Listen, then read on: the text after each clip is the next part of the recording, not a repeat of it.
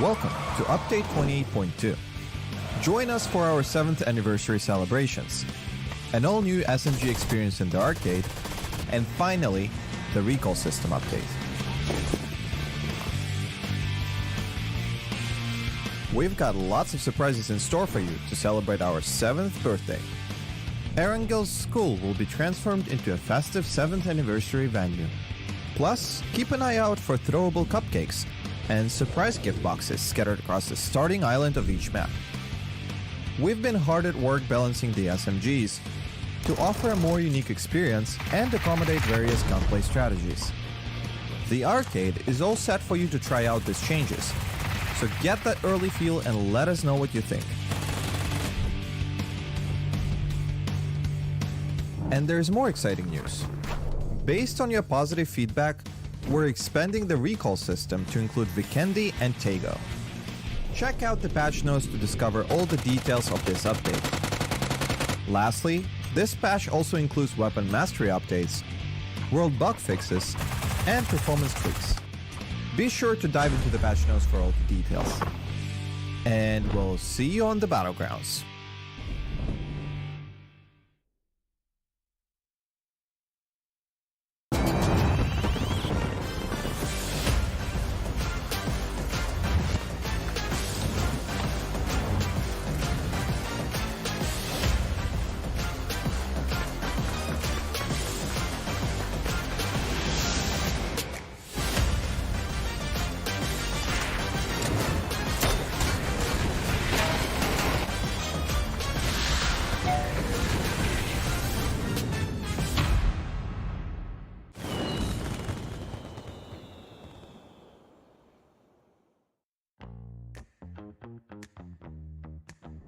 Hi, I'm Akita from Team Bliss, and today I'm going to be playing Thailand Questions 101. Fighting! Hello, I'm Tai Kong from Team Cerberus PUBG. I will play APAC Qualifier for PGN. Today, I'm gonna play a Thailand Quest 111. Let's go! Rongfa Yaban. 33% chance. Rongfa Yaban. No. I need to get my eyes checked, you know? I like the sound of cowboy. That sounds fun. But Safan Kwai sounds very traditional. Yeah, it sounds pretty nice. I like the word paragon. I'll choose number 3, Safan Kwai. Yeah, it definitely sounds fun. Yeah, I'll bring Monty with me. I think A. Yeah. Yep, first one. The Nong. Okay. Nong Mi Fine Ru. Nong Mi Fine Ru Yang.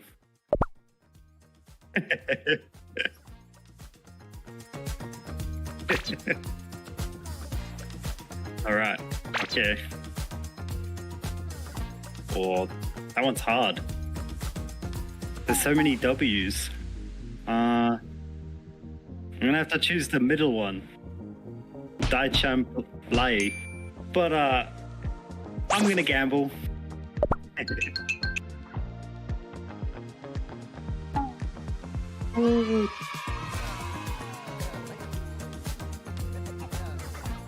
Well, the bottom one kind of looks like it would be a slow word. Pai Fek Mamai. Mai Tao Rai. Nikon Rukai. Pai Fek Mamai. Yeah, you gotta tell them off after you beat them. They all work. You could say all of them. Team Fom Chump Nai. Team Fom Chump Wow. Team Fom Nang Sao. 90? I'll take it. I choose the bottom one. Team Fom Nang Sao. No. Yeah, I respect my enemies. We're all friends on the battlegrounds. I think Gông phá giả phạt. Gông lại là Gông phá giả phạt. Yes.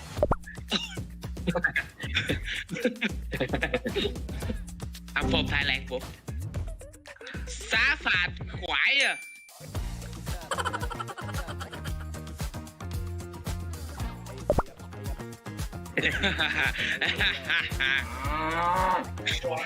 Nhưng mà ta là cái câu được.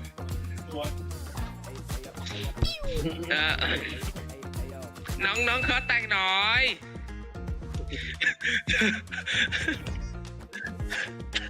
Nón khó tan nổi. Oh, what the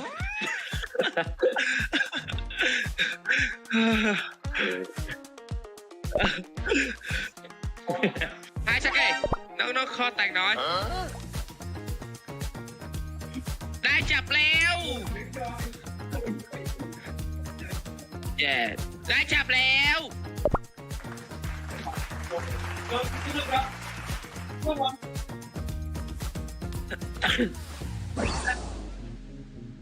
Em sẽ nói là bái phục mày đại. Câu số 3 nè. Bái phục mày đại. Bái phục mà mày.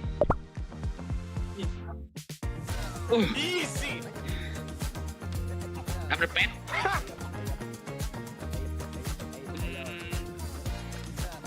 Để 100 nè. Để 100 nè.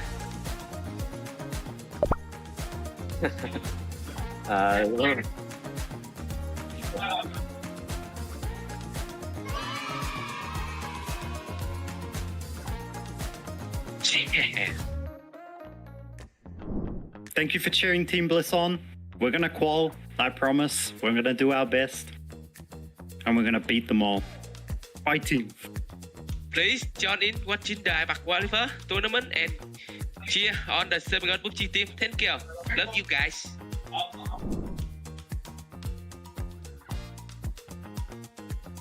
Welcome to Update 28.2. Join us for our 7th anniversary celebrations. An all-new SMG experience in the arcade And finally, the recall system update. We've got lots of surprises in store for you to celebrate our 7th birthday. Erangel's school will be transformed into a festive 7th anniversary venue. Plus, keep an eye out for throwable cupcakes and surprise gift boxes scattered across the starting island of each map. We've been hard at work balancing the SMGs to offer a more unique experience and accommodate various gunplay strategies. The arcade is all set for you to try out these changes, so get that early feel and let us know what you think. And there's more exciting news. Based on your positive feedback, we're expanding the recall system to include Vikendi and Tego. Check out the patch notes to discover all the details of this update. Lastly, this patch also includes weapon mastery updates, world bug fixes, and performance tweaks. Be sure to dive into the patch notes for all the details. And we'll see you on the battlegrounds.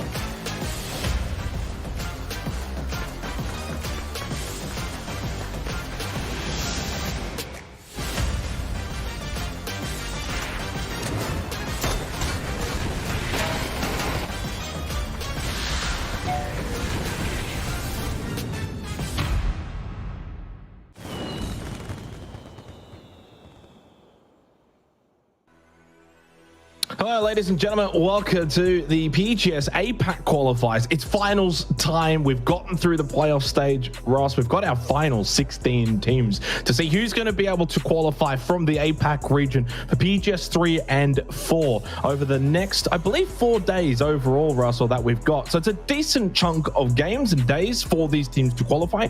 It does put less emphasis on needing to do perfect tonight, for instance, but getting off to a good start, always vital. Still, 24 games to be played when it comes to these finals, of which I think that's more than plenty to see who's going to be the best 4 teams to obviously go to PGS 3 and 4 from APAC. Yep, I agree. 24 should be the perfect number for everyone. It's even a little bit over. Again, 18 games is usually the amount you give to grand finals lobbies at international events. But yes, the day of qualifiers is basically over. This is the final one we have to go through. And then obviously you make it to PGS 3 and 4. So this is it. Finally, this is, I feel like we were talking about qualifiers back in the Super Cup and how many there were, but no more. Everyone is going through the final stretch of these qualifiers now. And I can't wait to get this lobby started. Yeah, it feels like it's been some time coming. Obviously, we were able to do the PUBG Asia Super Cup at the start of the year, and that was kind of like a pre-season tournament, if you will. And then from there, we had PCR, and obviously there were all of the local tournaments when it came to Thailand, Vietnam, Taiwan, etc., etc., etc. Then you get to playoffs. Now, finally, you get to the finals. All of these qualification pathways lead to this over the next 4 days. Playoffs are done. We had those early on Tuesday, Wednesday, and Thursday. Now we begin the finals here on the weekend, then followed up by 2 more days during the week, Russ. So plenty of days of action. And one thing I really like, and it goes probably a little bit underestimated, but that day on the Monday, just having that 1 day off, a tiny little break, as small as it may be, is still enough to kind of break the finals in half, have a VOD review session with the team, kind of go over some things, mental reset. It could be so vital.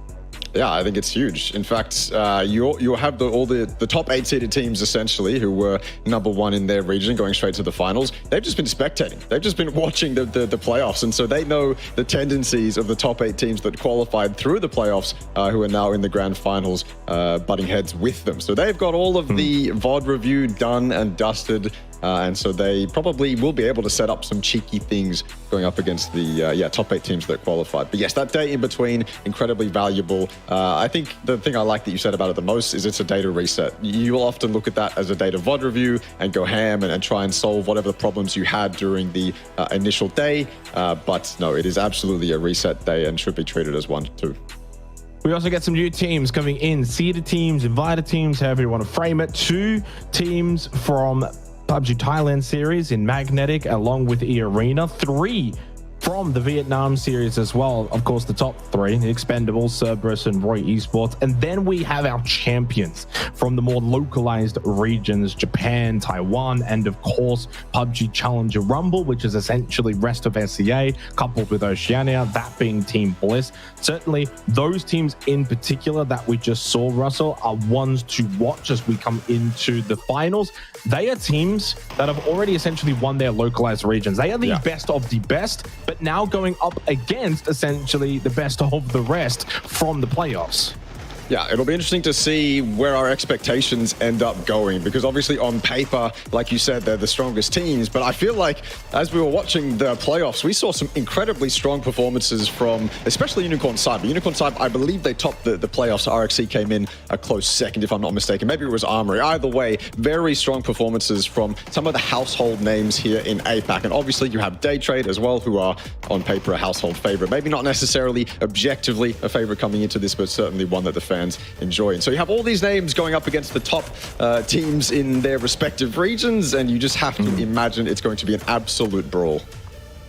Yeah, and obviously eArena, they were the ones that did top PUBG Thailand series. Magnetic were the team that finished second. Some may be surprised from that, Russ. Of course, Magnetic, a lot of that kind of formally purple mood esports roster. Yes. So clearly, you know, a team that's become a titan of Thailand recently. I'm keen to see how they go. When it does come to Vietnam, though, of course, it was the Expendables that took out the PUBG Vietnam series at the top end, joined with Cerberus, Blue Lotus, now 𝐷𝐸 Esports being the third.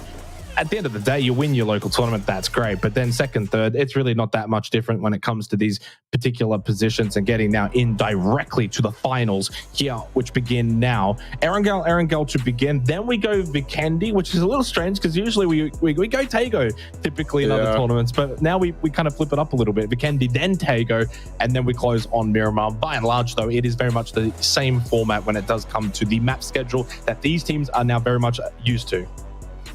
Yeah, 𝐿𝐴𝐻𝐻's been crazy, as you would expect it to be as well. So you have these two Erangel comfort picks, and then all of a sudden you get thrown into 𝐿𝐴𝐻𝐻, and it seems to be absolute chaos. I think the playoffs actually showed me more so now that the narrative that 𝐿𝐴𝐻𝐻 is similar to Sandhawk, as in everyone's just going to get third-partied. Everyone can get close to you as much as you don't want them to. That narrative is really being reinforced for me after having watched the playoffs. It was just third-party after third-party. Very difficult for teams to actually maneuver around the map. As soon as we hit Phase 3, Phase 4, you felt like most of the teams that were sitting on edge actually had a pretty difficult time getting in. And only the best, the ones that knew how to team fight properly or make their way through 𝐿𝐴𝐻𝐻 were the successful ones. So looking forward to that map at least. Yeah, and obviously when it does come to 𝐿𝐴𝐻𝐻 and 𝐾𝐾, you've got to take them incredibly serious when you've got so many games that are going to be played essentially on those particular maps. I kind of look at them as a bundled duo in the same way that on a particularly given night, you'll play 2 Erangel, you'll play 2 Miramar, and it's kind of like this 1-1 split. Yeah, but they're also technically still 2 maps the same as the others that over the course of the 4 nights they are going to get played ends up being essentially a third of the maps that get played. You can't ignore a third of the maps and expect to then finish top 4 and go to PGS. That's the reality of the situation. These teams, though, are very much accustomed to these particular maps. I think 𝐾𝐾, we say it time and time again, plays a lot more like your Erangels and your Miramars. And you're right, 𝐿𝐴𝐻𝐻 very much is that essential battle royale where it can just be third party.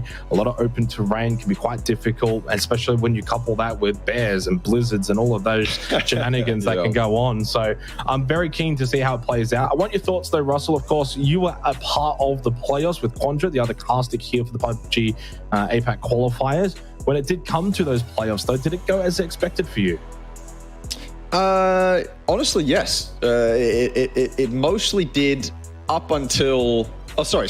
Let me rephrase that. Day 1 and 2, not necessarily. Day 3, I think we finally got the things we were expecting, because Armory Day 1 and 2 didn't really perform that well. It felt like Armory on Day 1 and Day 2, who should have been a team coming into this lobby to just farm it, just completely farm it, frag out. Dynasty and Riz should have been up there no matter what. They should have been the highlights of basically Day 1 and Day 2, but they weren't. What we saw from Armory Gaming on Day 1 and Day 2 were them just losing members. They were actively taking fights, going for plays, which you can give them a little bit of leeway for actually trying something, but they fall short. They were falling very, very, very short. They ended up playing multiple games as 2, and then so going into Day 3, they were like fact, neck and neck with Daytrade, almost falling out of top 8, which is not where you want to be if you're Daytrade. You need those PGC points. So it was very weird to see those two teams almost fall short, but finally coming into day 3, they actually picked it up. We saw the Armory gaming that we know and love. We saw the Daytrade that we know and love. Armory picked up the record kill count for the lobby, which was a 19 kill win, which was exceptional. And I think the rest of the teams as well surrounding those two household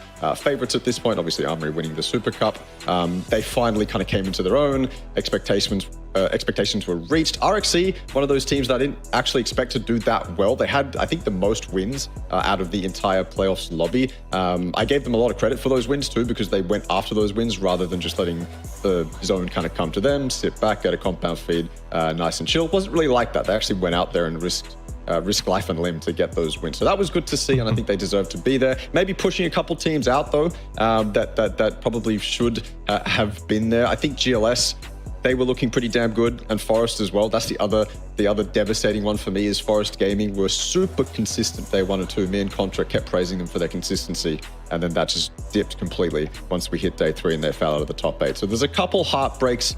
Maybe the other surprise is Panic, to be honest with you.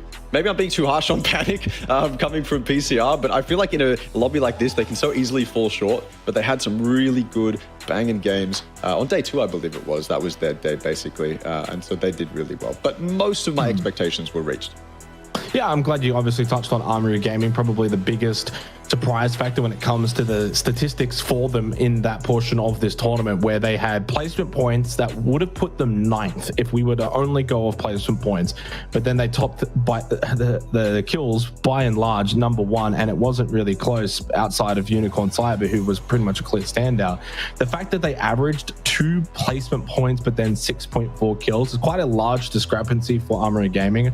I guess you could look at that as a bit of a concern coming into the finals, Ross, where you've got to be good on both sides. Like we say it time and time again. And that's where you look at like a Unicorn Cyber, for example. Of course, they did top the playoffs, so I guess the 1 seed coming into the finals now from that portion of the tournament, and they did it on both sides of the field. They had 2nd place for average placement points, 3.1, and then they had the 2nd place for kills, 6.3, only 0.1 behind Armory Gaming, who ended up getting 38 of their kills in the last 3 games of the actual portion of the tournament anyway. So like a lot of those were kind of like spongy at the end, and really obviously their best was towards the end, which I guess is good news. Maybe they can bring a lot of that momentum into the playoffs. And I think Armory Gaming, Unicorn Cyber, and obviously there's Daytrade there. They're a little bit different considering being a GPT team. We probably don't look at them being too much of the main storyline of this upcoming finals, considering of course they're basically going anyway.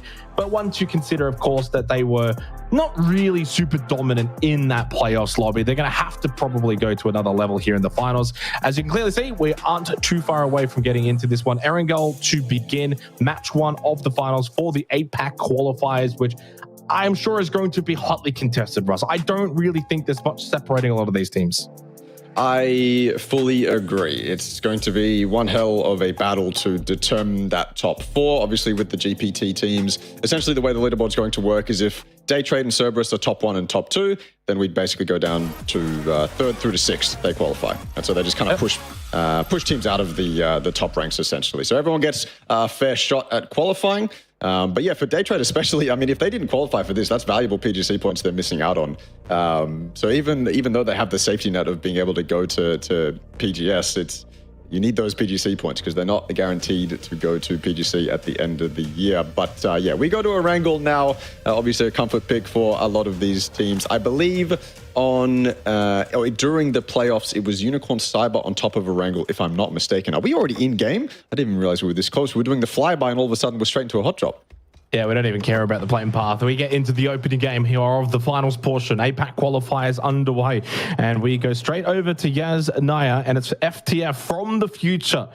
Now up against Enter Force 36 from Japan, as this is going to be a Circle 1. It's over towards the eastern side of Erangel. Right smack bang in the middle is Armory Gaming. We obviously gave them some decent little airtime to begin coming in from the playoffs. Certainly a team to watch, along with Unicorn Cyber, the 2 best performing teams from the playoffs. Of course, within this lobby now, 8 new teams for the APAC quals, 8 of the best teams when it comes from APAC, all of the top localized regions that dominated now inside of the lobby. eArena up to the North Severny team, Bliss making the way over towards Georgia Pole, and we will see how things kick off from here. I imagine slow and steady, considering new lobby. Typically, when we do get these now conjoined lobbies, there's 8 new teams. Obviously, the other 8 are kind of used to each other.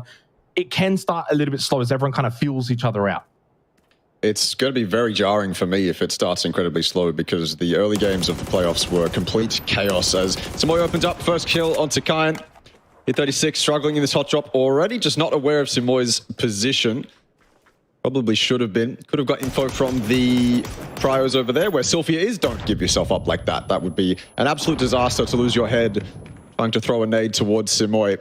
If Kyan gets back to that fence, maybe there's a chance he gets res, but the rest of FTF are here now, or at least they've been bolstered, so I don't think Kyan's going to get res. He's absolutely not. 𝐿36 now scrambling to try and recover this. But yeah, the playoffs early games were basically just a multitude of teams hot dropping each other. FRKS was one of the teams coming out of the PMS region, I believe, and they went, I believe, 90% of the games hot dropping. I think there was 2 games on the final day where they didn't hot drop, and the rest of them, they tried their absolute hardest to find someone to hot drop. So that was entertaining, at least. We got a little bit of early game action, but certainly not a team that was ever going to qualify if you're doing that. This is a little bit more strenuous, though. A little bit more tension involved in a hot drop like this, because obviously a lot more valuable things on the line now for 𝐿36 and FTF. So how much do you really want to be hot dropping in this grand finals lobby? Yeah, I mean, it's a good point that you bring up. It's day 1, match 1, but also it's an opportunity to get a couple of kills, points, valuable ones at that, and also, not to be disrespectful, but there's always layers and levels when it comes to the way that teams are going to view other teams. Enterforce coming from typically a weaker region in Japan, if they're going to be close by and they're a team that is obviously right on top of you, I actually think go for it. What a shot, though. From XK, knockdown onto Happy, long range with Drakenov, and then FTF are probably going to have to think about, okay, well, how aggressive can we really get here? They're going to be hitting shots like that, then suddenly we might have to think about maybe backing off. 𝐿𝐴𝐻 going over for the revive. Happy will get brought back up because Enterforce are very much a distance away. But the way that they're actually playing this right now suggests to me that they actually want to take the fight. Despite the fact that they lost Kane, they're actually wanting to be aggressive off the back of that knockdown, which I do kind of like. They've made up ground ever so slightly. Obviously, awkward on the roof is, well, actually awkward for Enterforce. Now, trying to cross this little ravine is going to be difficult because of his position. You can see Pure Boy already getting shot at, despite in a somewhat safe position because of that roof advantage that 𝐿𝐴𝐻 has. 𝐿𝐴𝐻 as well in the building. The better position right now in the field is with FTF. Up close though, XK maybe against Trick, but Trick is able to just kind of hold the fence line here. Oh, skittering through those lines of sights to make it to that barn, but now they're all kind of just grouped up inside that one long building. FTF have a massive opportunity here to, I mean, doesn't necessarily do they have to kill them, they can just lock them in there. They have full information that all 3 of them are inside that building, and 𝐿𝐴𝐻 is on that northern side as well. He can make sure they don't leave out that way, and you've got 𝐴𝐻 down there, down the bottom, who can make sure they don't leave out the western side. So 𝐿36 are totally trapped in this long barn here. FTF will have a field day if they give themselves up. I don't think FTF want to waste too much utility here either. I think they threw a couple grenades into the bottom floor windows, but they were mostly Hail Marys that they hoped would get something rather than they knew would get something. The real, I suppose, trick for FTF is waiting until majority of 𝐿36's numbers are upstairs, getting that kind of guaranteed information. Then you can start throwing your Molotovs and your grenades upstairs, because obviously it's a lot easier to hit those nades upstairs than it is to hit them downstairs. I would really doubt that we'd see FTF push through the bottom floor here. I think that would be too risky, knowing you have them fully locked in here. I think it would honestly just be better to, I guess, just sit around, wait for Blue to come in, wait for 𝐿36 to make a mistake. FTF's in control, but they are pushing. Oh, XK gets the opening kill, though, onto 𝐴𝐻, and that's a big start to the fight. Enterforce being a player down as this kicks off. Happy though with a good trade on Sylphia. Second one to follow down as XK finds a second. Eventually though, losing his life to Trick, and eventually even more so, Enterforce cannot get past from the future as they collect all 4 of the kills. Starting off with that initial kill, then following down. I don't mind what I saw from Enterforce though. They showed courage. They wanted to take the fight with FTF. Unfortunately though, it's a fight that they lose. And I'm going to be honest, once you lose that opening player, you're at a significant disadvantage, Ross. 3-on-4, Yep. you got bad position, better loot as well has probably gone the way of FTF because of the way that they were looting over towards apps. And so therefore, that's not a fight you should be taking. If you can get a vehicle, the 3-man, get out, play for the long game. For FTF though, great start, 4 kills. But it is kind of interesting. If they're going to be this aggressive playstyle, it goes back to the playoffs. This is a team that didn't get a single win. If you're making top 4, you're going to PGS 3 and 4. Don't get me wrong, these are great, you're getting kills, but you also need to find wins. And so that's something for FTF to work on here in the finals. I feel like that's a narrative we've had for FTF for quite some time too. They just seem to rack up the kills and not really ever care for the win. They did lose, or they did get a couple people knocked on FTF. And so that's kind of the risk I was talking about if you go for a play like that. Not only do you risk losing people as you enter in the bottom floor, but you also lose people, lose other members of FTF if they want to run over to try and help. Say one of FTF vaults into that bottom floor, immediately gets knocked, then it puts pressure on those anchor players to hop off their lines and start running over to that building, right? And then the E36 players will try their best to capitalize on that, and it can go haywire from there. Luckily, that's not what happened. The 2 knocks don't actually get flushed, and they do clean up E36. But yeah, I feel like there's a vocal member on E36 in that moment, just saying, just kind of hyping the boys up, saying, yeah, we still got this. Yeah, we're only a 3-man, but we can still take this fight. Either that, or they desperately want 𝐼𝐴𝐼 to be their own, and so they didn't really have a choice but to go for that fight, because if you leave, if you're E36 and you are up as 3, yes, you get to play the game, but it's almost submitting to losing the 𝐼𝐴𝐼 hot drop, which gives FTF that kind of peace of mind that maybe E36 will leave eventually. Very similar game, or very similar circle to what we saw day 1, game 1 of the playoffs. This ended up, or that one ended up around dirt road that Cerberus currently occupies. We saw a lot of action, a lot of heroic individual plays during the playoffs, Jake, and that's kind of the way I like to set it up. I'd like to see the playoffs as an opportunity for a lot of the individuals to show off. Even when Armory were down members, they still had 𝐏𝐵 and a couple of the members absolutely popping off and getting 2 to 3 Ks to save Armory Gaming's placement points and things like that, just to get them to that points per game, or that kills per game average you mentioned earlier. So I'm wondering if that's going to be something that we'll see more in the grand finals, whether the individuals will come out to play, or whether there's going to be a much bigger emphasis on just playing as a team and securing those PGS slots.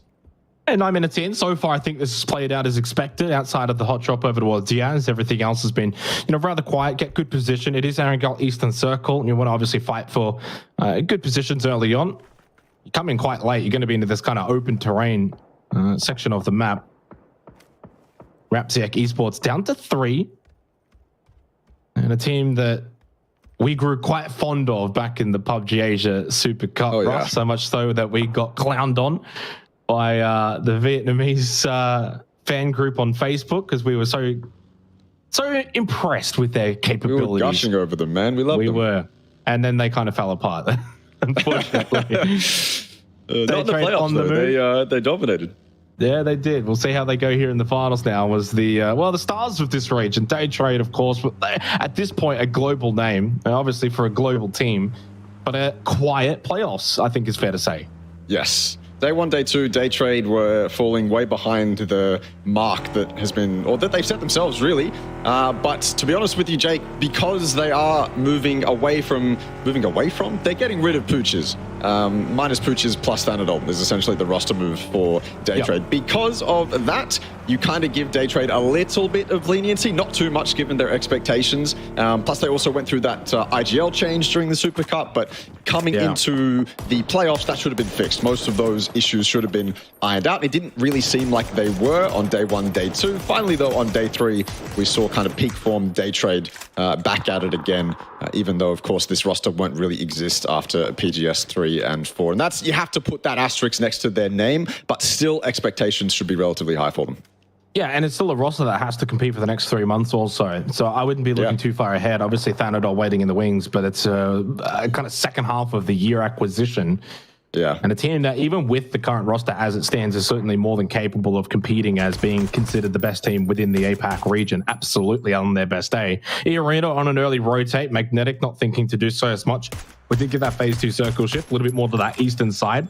Hence that initial rotate of teams that were far out to the west, coming in late. Those that were around Georgia Pool, Gatka on the south side of the map as well. All continuing their rotations from phase 1. Panic a team, of course, coming from Australia, and talk about qualification pathways. I would be curious to crunch the numbers on the amount of qualifiers Panic and I guess Team Bliss have had to play when you consider the Oak quals into PCR quals, then into APAC quals. Obviously, they played the playoffs. Now they're into the finals. They have made a massive trek to even get to this position. Yeah. And that needs to be rewarded in itself. But the main reward that they're seeking, of course, is to finish top 4. And the good news for them is they're on an even playing field with everyone else now. It's just taken a little longer to get here. Probably one of the reasons they're in the grand finals is because of all that practice they had. Me and Contra were talking about how Thailand plays 54 games or something just to qualify to this qualifier. So that's a lot of practice. That's a lot of time being spent playing PUBG, and I'm sure it all pans out in the playoffs. Will it pan out for UNK? Yes, he avoids that nade. Does he avoid the 2x mini, though? Not going to put too much stock in Tanvu hitting the shots, although the Expendables, very reliable. Some games, hot and cold, actually, probably is the way I describe the Expendables. It's a 2x shake. I don't think he's going to hit it. No. I mean, it depends. Sometimes the 2x is good enough. We've seen that be a factor in it hits. Important moments when it comes to the PUBG history. 777 gone so for the Expendables. Only a 3-man at the moment over towards Lipovka. Eastern side circle means this is a good position for now. Good loot as well. A little bit of a late push from Yasnai for FTF, and up to 6 kills now. So you can be as late as you want. And the best thing about it is they've got 4 players still alive. As for Valee Thai, it's still more pressure coming in from Zizzy. A little click there on the Mark 12. He'll have to reload. 4x is better than the 2x. I would say 2x is better. Get it? Because it's 2 times, so 2 times is better. Okay, that went over. Yeah, that was a dad joke. Apologies. As a father, I can, of course, now make those. Phase 3 coming up now, and you can clearly see, though, everyone's got their spots pretty comfortable. They're not going to be as comfortable, though, with this circle shift upcoming. You would imagine it's a prison circle. Fun.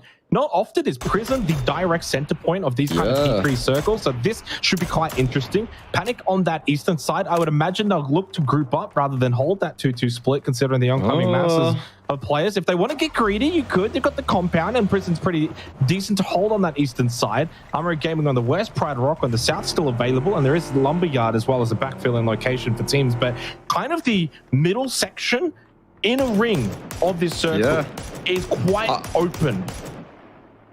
Panic are in a situation that's kind of difficult to manage. Nice shots from the entirety of Magnetic onto inside. Not a good start for Team Bliss, but as we look at Panic, as these circles get smaller and smaller, I don't really think they have a choice but to stay 2-2. That's the funny thing, is I think if they give up the high ground, obviously they can play from that compound, but that's not reliable in and of itself. You can then push up the hill later on. That's the saving grace for all 4 grouping back up on the compound. But at the same token, if you put all 4 onto where Suspect and Lightwork are right now on top of the hill, that's so much pressure. That is so much pressure. You have to play inside these bowls. You have to save teams from pushing up right next to you. Yeah, Team Bliss go out. So I think this is really difficult for Panic. I feel like this is going to stay a 2-2 for the foreseeable future. Yeah, not the start to the night that Bliss would have wanted. They go out, no points gained for a top team with really big aspirations. Panic, on the other hand, though, as we've been kind of talking about, in a really good position. Valee Thai have made their way in towards prison, though. Now, this is where you've got to be careful. When you make your way into prison, getting out of it's quite difficult. Not only that, but you're never really in a positive position. Say you want to take fights, anything out of those warehouses, and you're looking up to these kind of teams like Panic and Armory Gaming, you are always at a disadvantage, Russ. You are always in a bad spot. So you're basically going in there to play defensive, to basically sit tight and hope that this ends up being a feed towards prison so that you don't have to do too much.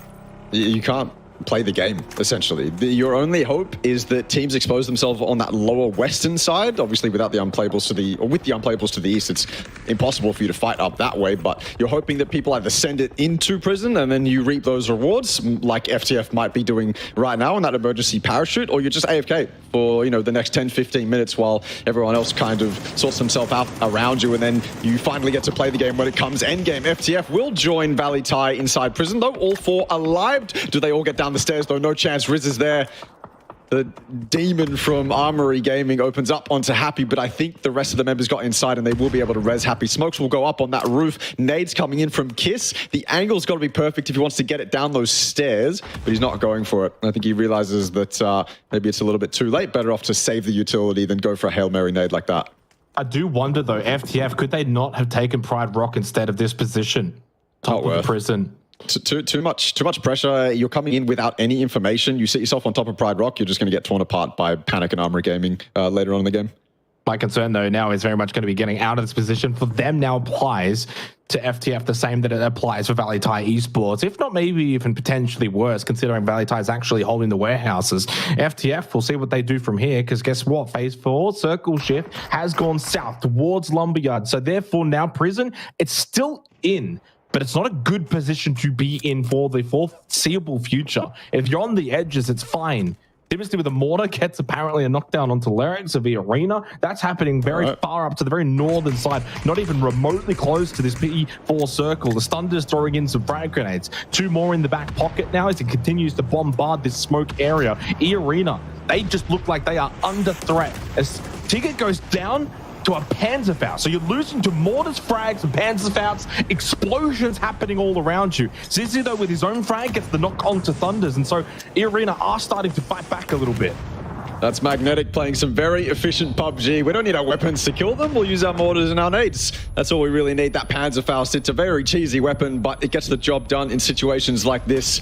eArena struggling now as 2, very separated as well. It's going to be 1v2s on either part of these people. Zizzy trying to manage his way around the smoke as well. If he gets this tree in that truck, maybe he can actually get something done here. 𝐿'Jacob's fought back as well. These 1v2s are now just 1v1s. eArena look to potentially clean up Magnetic here. Flucky completely caught off guard as well. The P90 won't even be able to shoot a bullet.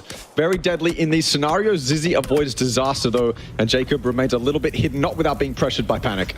No, but it's a big reason why these two teams topped the Thailand series. Zizzy, the move of the 𝐿'Jacob. Thana, what a chance. The nade as well, then another one to follow up. That's his final one. 𝐿'Jacob in now, a 1 versus 1 against Thana, deep in the blue and already under half health. Thana's got the prime position, hiding behind the US to get that first aid kit off, and Suspect, the third party that 𝐿'Jacob could not account for, ends his life and sends eArena packing 3 points from this opening game. But now Thanawa will meet a pretty similar fate here for Magnetic as the solo with 3 kills in the blue, and others, of course, knowing of this location. Those others being from Panic, shooting. This is going to be very difficult to see Thanawa making it any further as Roy Esports now on the move, and they actually send it in towards Panic. Panic ready for it though, as you will be when you're holding this kind of position. They need to probably regroup that 2-2 now that Lightwork's been knocked though. Boy will park up. Need to get these heals off first. Nades are coming in. Little bit too shy of the mark though. Suspect with the blue zone grenade now trying to deny space. Smoke is up as well. He can go for that res. Taken down Thanawa, by the way, with that bolt shot. Nice shot from Bang, but they need a little bit more. Simon T needs to get res before they do anything here.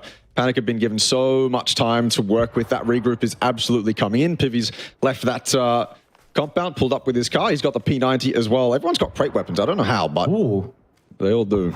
We've gone back to Prison. Phase 5 circle shift is a huge reprieve for those teams inside and around Prison. It's a hard shift back after it was looking like it was going to go to the Lumberyard. It falls back up to the north side. So for Daytrade, Expendables, all of those teams, X-Men as well, very much to the south. They do not get the circle they were hoping for, maybe even somewhat expecting. Cerberus out to the west inside of a Wizard. No Sololzi, 3 kills for them. Decent start. More to be gained though for a team, of course, with high expectations.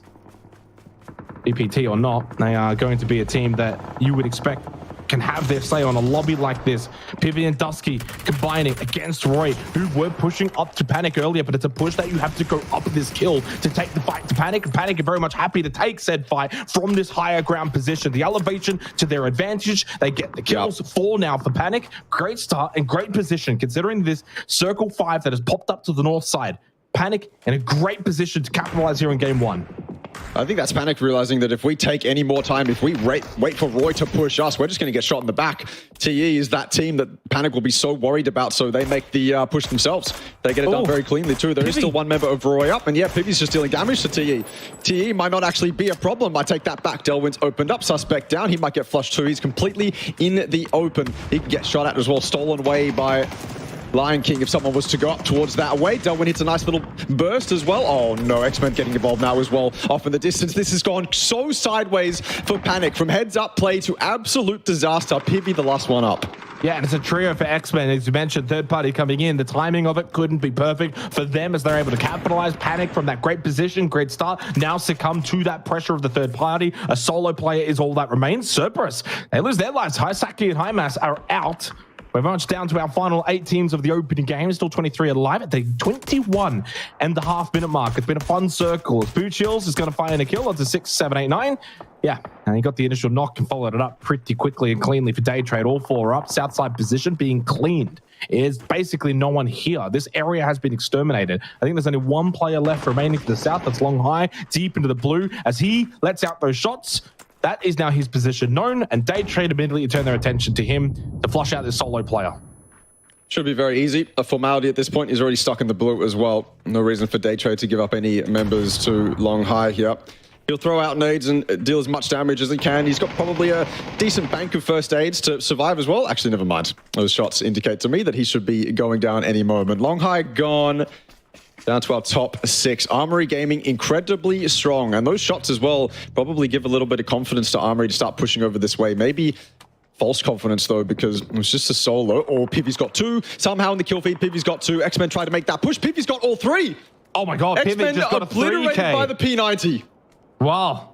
And pretty important circle pop here too. Phase 6, look at that, away from prison. So now being inside a prison feels like a curse. It's this kind of flip-flop from P4 to now P6. It's like, is it going prison? Is it not going prison? And away it goes now. High ground position for Armory Gaming. Just hanging to that western side of Pride Rock. They could look down. They haven't really got much of a threat behind them.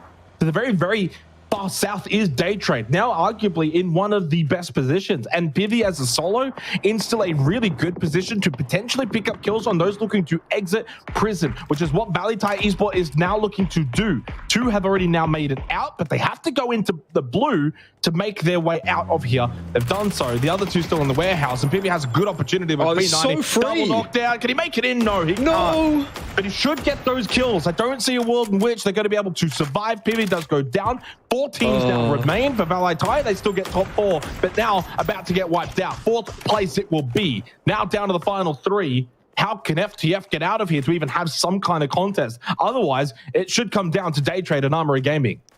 Yeah, I don't think FTF are going to be able to get out of here. It doesn't look like they have an emergency parachute, and to use one in a circle like this, you're probably just going to lose all 4 members as soon as you hit that sky.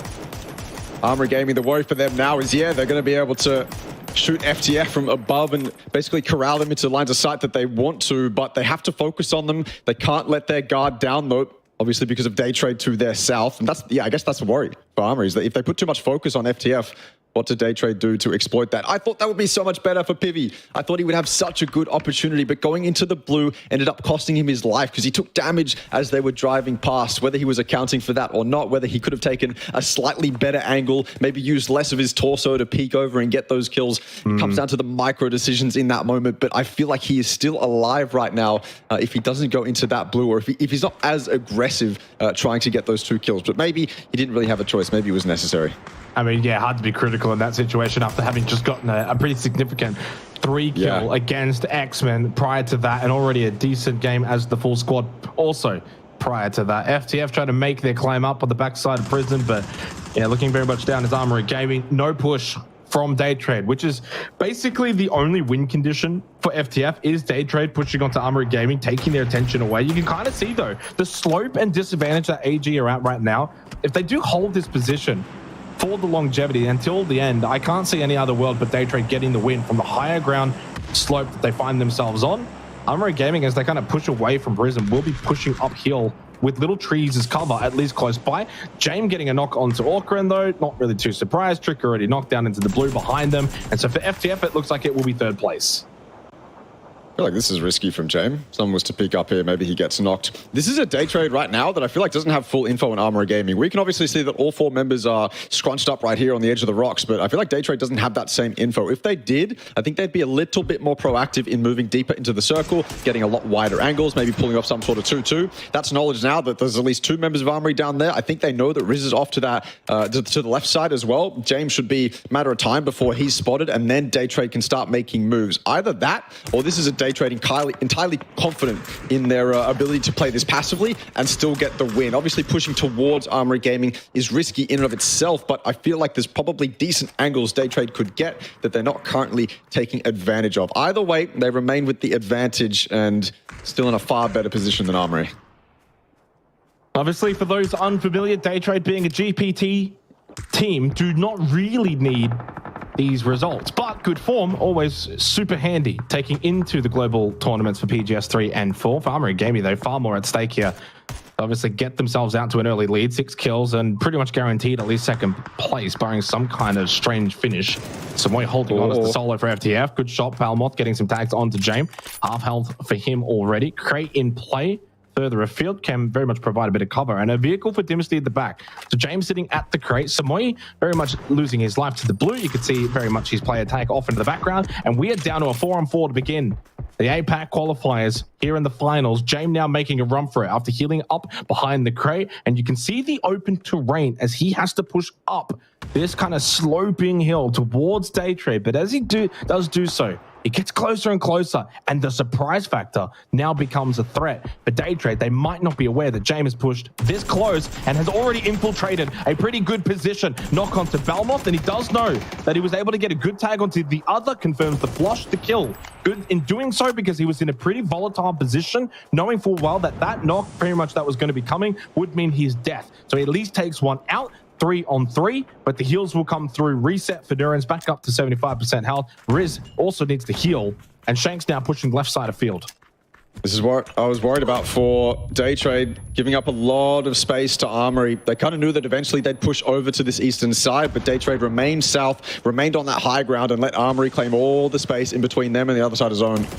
Could be Daytrade falling short in an endgame that looked almost secure for them.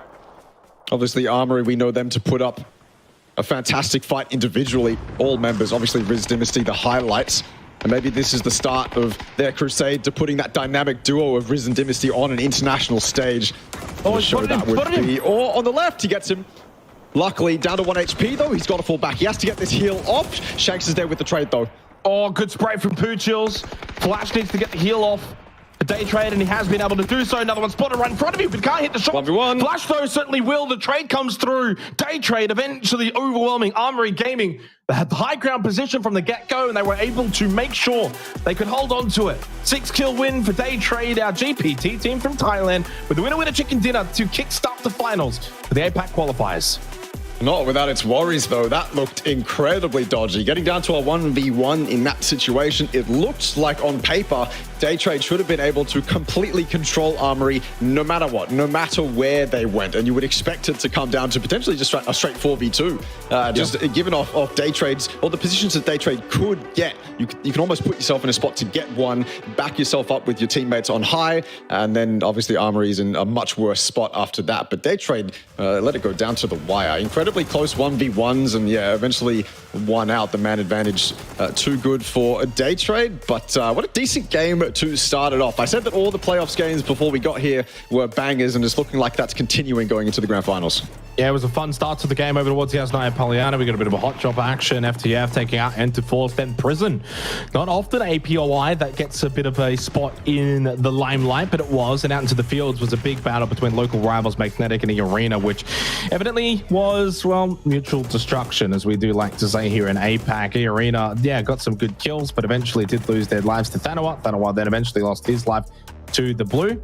Panic got involved, and from here, this is where Panic really got going, got themselves a couple of kills from that third party, pushed over towards Prison. They then got third partied themselves, but PB had some really good solo play. This is a fantastic start for a team that I can see easily kind of crumbling in a lobby like this, but this seems like a Panic that's on fire, a Panic that's fired up. They stayed with that 2-2, by the way.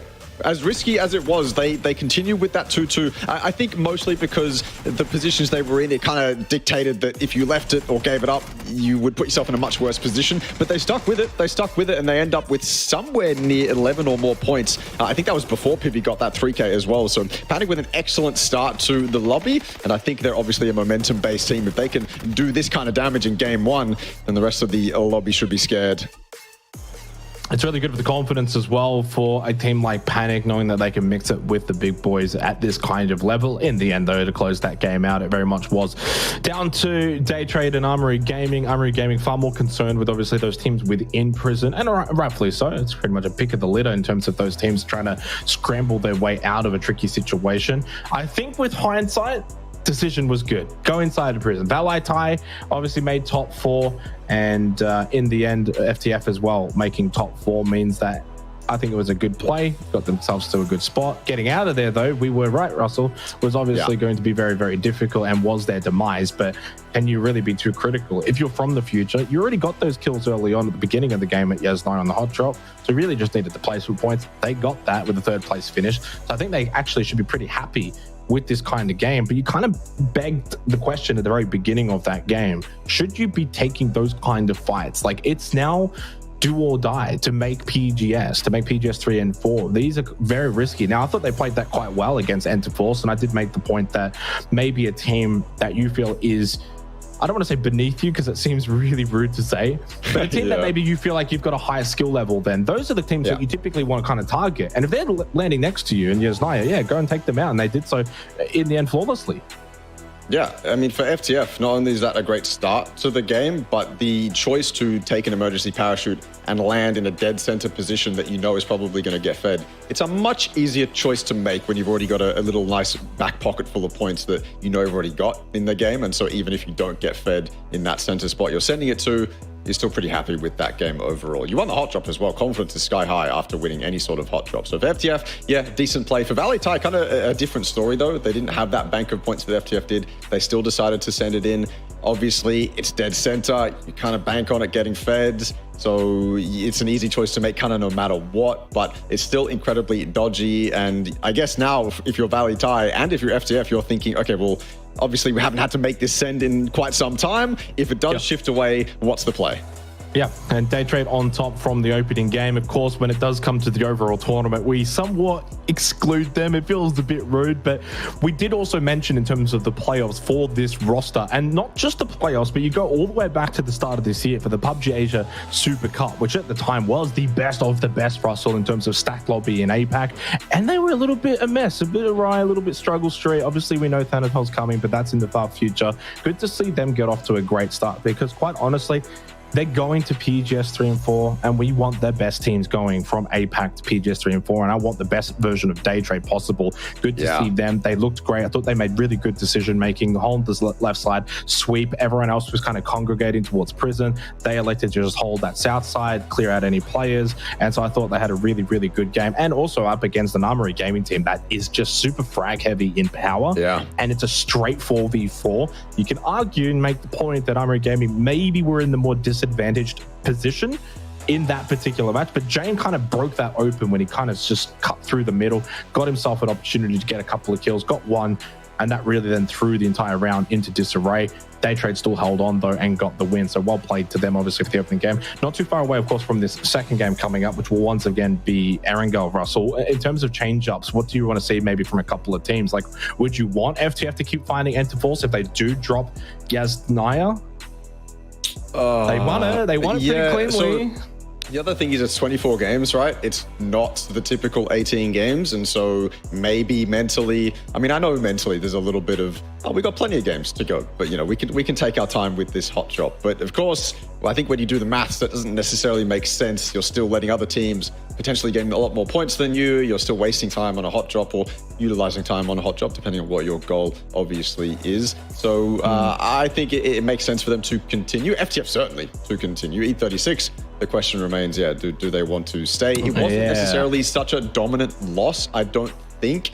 Only through the eye test though. If you looked at it like in the kill feed directly, then you go, okay, well, FTF just completely destroyed E36. But the fact that E36, like you said, to your credit, like you said, they remained there. I think, again, there was that vocal leader in the team, whoever it was, that said, we're going to stay, we're going to try and win this fight. 𝐏𝐆𝐒 Pollyanna is very important to us. And so they stayed, and they obviously, they did put up a decent fight in the end. They got 2 knocks, and in any other universe, it goes far worse for FTF, and E36 end up winning that off FTF's push. That's not what happened. FTF had that man advantage, and they utilized it properly. So for E36 and FTF, I think they stay. No reason to leave just yet. I don't want to throw you under the bus, Russell, because you know I love you very much, but we didn't quite get to catch Team Bliss and what happened to them at the beginning of the game. Now, the map stream, and obviously everyone realized at the very beginning it wasn't quite up straight away. That's fine. And so therefore we couldn't actually really see their rotate. And by the time that map stream kind of came up live, and then obviously even within the game itself, it's like Team Bliss has been eliminated, and it's like, what ended up happening? I don't know if you caught it or not. If you didn't, that's fine, because I certainly didn't. I missed that one. But obviously they're a team that a lot of people are going to have eyes on as the top team really from PUBG Challenger Rumble, and obviously a team that's stacked with talent and household names when it comes to global PUBG. Well, what went wrong with it? It's not often we see them put up a donut.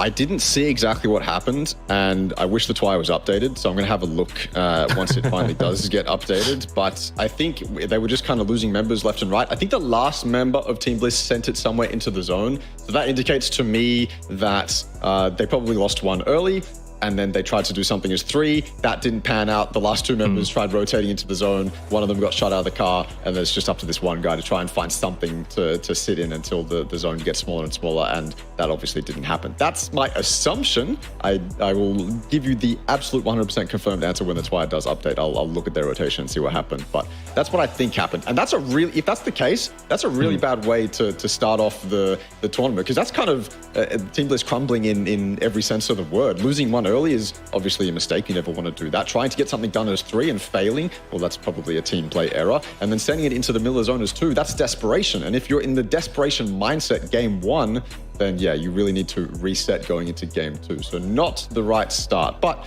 maybe of course they just kind of got unlucky. I'll be able to tell you when that's why it does update. You know what's interesting to me though as well for these invited teams, Russell, and probably a topic we haven't touched on that we can more so look towards being valid or not over probably the course of tonight and tomorrow especially, but like the warm-up factor for those that played in the playoffs, they've been able to play very recently. When you think about the qualification pathways for this particular tournament, like it was a decent amount of time ago, so all they've really been playing for those teams that qualified directly for this portion, the finals portion, is scrims essentially. And it's been some time between officials, and so for these teams that played playoffs, they played 18 games firstly, which is actually a pretty decent amount for, you know, essentially a playoffs portion of this tournament. But played them all very recently. It was a pretty decently stacked lobby for the most part. When you go and look at those that leaderboard as well, like no one was really secure going into that last night. Like it was actually going to be very kind of neck and neck. Everyone had to fight really hard. I think when you look at a lot of the teams that played in the playoffs, you got your Panics, your Daytrades, your Armory Gamings, for example, even Valee, all of those featured pretty heavily. FTF, another one. Like all of those names listed were very much the prominent teams that featured in match 1 here. And I do wonder if that's something that could be a factor tonight, that they're a little bit more warmed up. I think so. I think so. No reason for me to say no. It's been 1 day break. It's not like you've had that much time to cool down. So certainly their minds are in the competitive mindset. Everyone who is waiting in the wings is obviously in that mindset of, okay, well, we've been studying at least 8 teams from that lobby, so we kind of know maybe what to expect going into this. When you get thrown into the lion's den and all of a sudden the strategies that you had planned out and the macro idea of how the lobby is going to play out doesn't actually play out that way, because obviously it's a different lobby entirely. So yeah, that could very much be the case. It's game 1, and obviously we can't analyze too much coming out of game 1. It is game 1, but it's certainly an interesting point that could continue to be the narrative. To be honest with you, it could certainly continue to be the narrative, at least going in a minor one. First couple of days. A minor one going to the first couple of days, but obviously the top 8 teams, they'll warm up eventually. They will certainly warm up eventually. The stature of those top 8 teams is far too much for them to have a cool tournament the entire time. Now, I promise everyone, for those watching, maybe a little bit unfamiliar, when we typically do this broadcast, we might go to a break or a countdown. We're kind of just yapping. W Yap though, because obviously the game is getting worked on to get started very shortly, which means like we're not just talking and then we throw it to a 15-minute break. Like the game is very much going to be starting very soon for game 2. Obviously don't go too far, hopefully not that much longer until we can get into the second match of Erangel to come, which I guess is a factor too. We saw it back for, obviously me and you, we got to cast PUBG Challenger Rumble. We didn't get the opportunity to cast like Thailand, Vietnam, for example, but it actually was a pretty big factor. And we spoke about it a couple of times as well when it came down to the differences between Erangel and Miramar. One team in particular was actually Panic. If you actually think back to the final day, Russell, I'm pretty sure, was it Miramar was like their map, or no, it was Erangel was their maps, right? Erangel was like Panic's map, and then like they were struggling on Miramar. And so like you think about it, came down to that last game, they actually pulled it out and had a really good, finish to the tournament. But it is something to kind of consider, because you can get these Erangel games and then you can get points there and then you struggle elsewhere. If you need to make top 4, that's not going to be enough.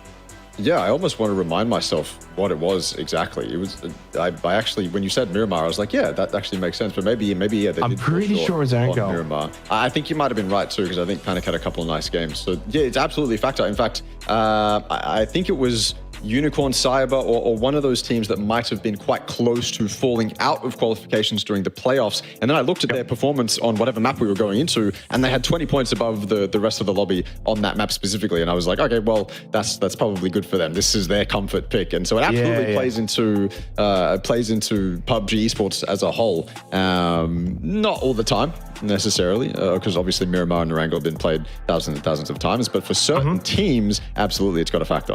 I've got the numbers here. I went and had a very quick look, and I was wrong the first time, right the second time when I corrected to Erangel. So very much Erangel was like the map of choice when it came to Panic. And I kind of love this because it's very fitting, because they actually had a really good game to begin, and we are on Erangel. So they dominated on Erangel, 79 points. The next best team was 51 points. So a large gap when it came to that particular map. But then you go over to Miramar, and like their points were not that great, 38. They were something like 7th. Right? So a big gap between the two maps. And the reason why I bring this up is very much over the course of 24 games, you are going to have teams that are going to perform better on Erangel or perform better on Miramar. If you are an Erangel-centric team, using Panic as an example, because they played well on Erangel game 1 and will get another opportunity here, you need to collect your points while you can.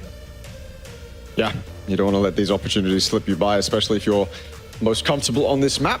Playing path is not necessarily super even, but it is on the more fair sides. Obviously, we are going to be going over Yasnaya, so we will get that hot drop again. You can see the two logos, E36 and FTF, very much hopping out at the exact same time, or both heading to Yasnaya. eArena going towards military. We didn't get any military zones in the playoffs, which disappointed me, because I felt like we didn't get any during the Super Cup either, so I feel like we're on a dry streak as well when it comes to military zones. Same with the Eastern Islands on Miramar. We had almost an opportunity to get them, but we never did. Anyway, Valee tie close to Yasnaya. We saw eArena last game toy with the idea of third-partying that Yasnaya fight. One or two members got quite close on the edge of Yasnaya, I believe, never actually acted off of it. Valee tie is now the team closest to that fight. If they wanted to third-party, they're in prime position to do so. Yep.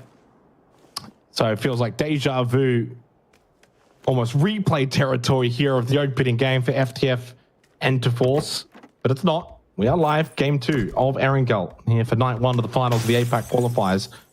And with that, knowing as well the way in which FTF won that opening game, also knowing the positional advantage they have, they can loot Pancake, they can loot App, they can get so much loot.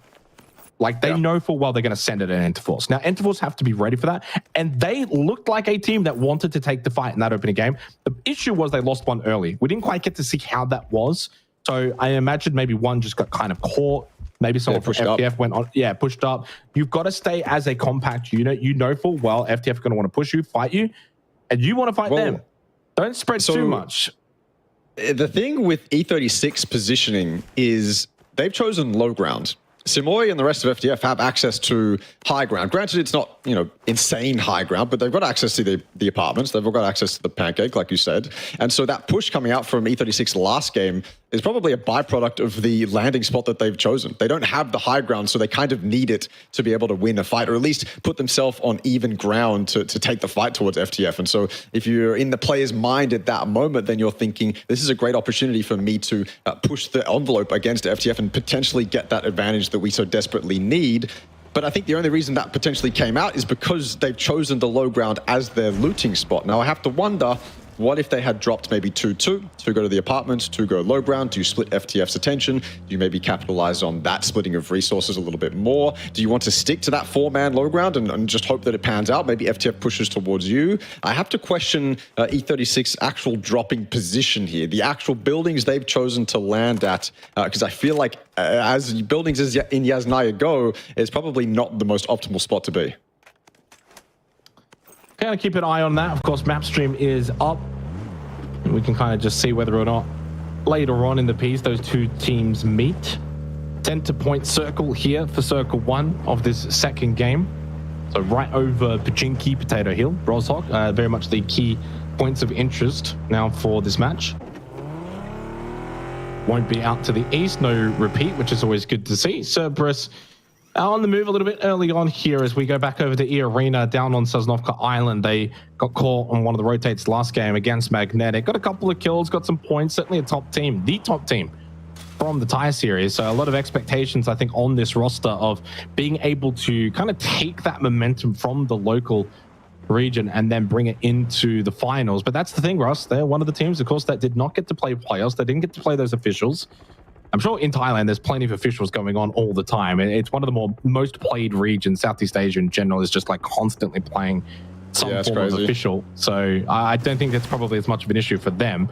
But obviously not as familiar with this lobby. It could take some time for them to get settled. It's one of the reasons Asia's so dominant in PUBG Esports overall, and it's because they're just constantly playing against each other in their own local regions. China is always playing, obviously so is Korea. It's just play, double blocking scrims, morning scrims, afternoon scrims, night scrims. Probably chuck some NA scrims in there as well if you're like a tier 2 Korean team or something like that. It's just constantly playing.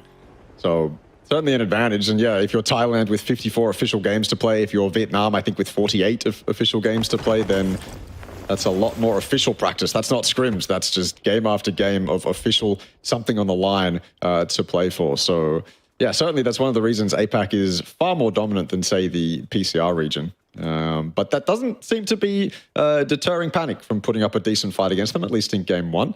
Where are they right now? Sitting, well, I guess they're coming in on the eastern side. They're the Prison Mansion team, so that makes sense.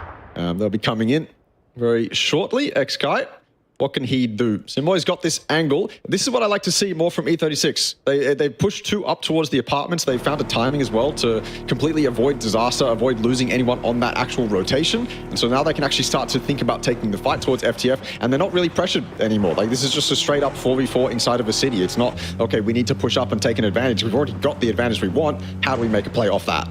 Yeah, then there's probably question marks as well for FTF. If they don't have that very significant advantage, do you want to take that fight then? And if you do, what kind of level of commitment do you bring to it? Are you very much clearing buildings, pushing close by, close quarters to clear out these positions? Molotov here, and 𝐏𝐿 is going to give his position away, of course, with that smoke as he blocks the stairwell. And I think we're getting the answer to that as well as they continue to just push through the city to get closer towards Enterforce. 𝐏𝐿 caught the window. What is that angle? Even he is just shocked there. That's the definition of a Panic moment where he's just like, what is happening? Doesn't even get the first aid kit off. Got off it, probably expecting even more pressure. Able, though, in the bathroom to find a moment of safety. And Enterforce is clearly aware, though, that, yeah, I mean, they know exactly where FTF are, though. So now it's up to E36 as to how they want to play this. Happy's up onto the roof. Sylvia's just spotted him. If he overpeaks, he could get knocked, and knocked at that kind of position could be deadly for FTF. 𝐏𝐿 is seriously just acting as a bait here. FTF have to be on guard for E36 pushes. That roof position is so good for Happy. 𝐏𝐿 just has to survive. If he can stay alive in the bathroom here, then that's all he really needs to do. He can't take fights. If he takes fight and goes down, speaking of going down, Pure Boy's gone. Trying to make a push, save his boy. Get a peek through the window. Happy just a lot sharper. When you only have the head to aim at, then it can be quite easy to hit. He's actually smoking up.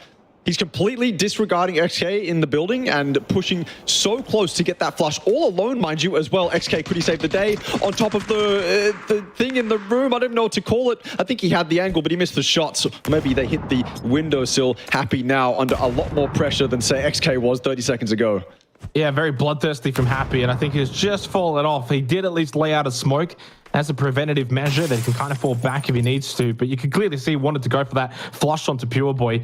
And credit to E36, though, they kind of denied the ability to even do that. 𝐏𝐷𝐾 just holding his position inside of the bathroom. Now, 𝐴ukren did backfill in, take this roof position that Happy eventually was up and got that knock from. So I think the way that FTF moved around and played this was fine. Pure Boy, you could argue, got a little over-aggressive, but even he still had that smoke and fall back if he had to, and he did. So it's kind of like, at the very least, if you're going to get that aggressive and get that bloodthirsty, have some kind of way to get back.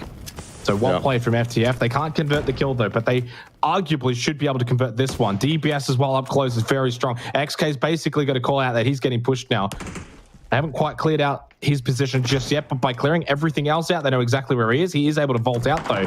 Makes his way on the backside of this building, too, where FTF don't really have good position. E36 do. Monty, by the way, dead.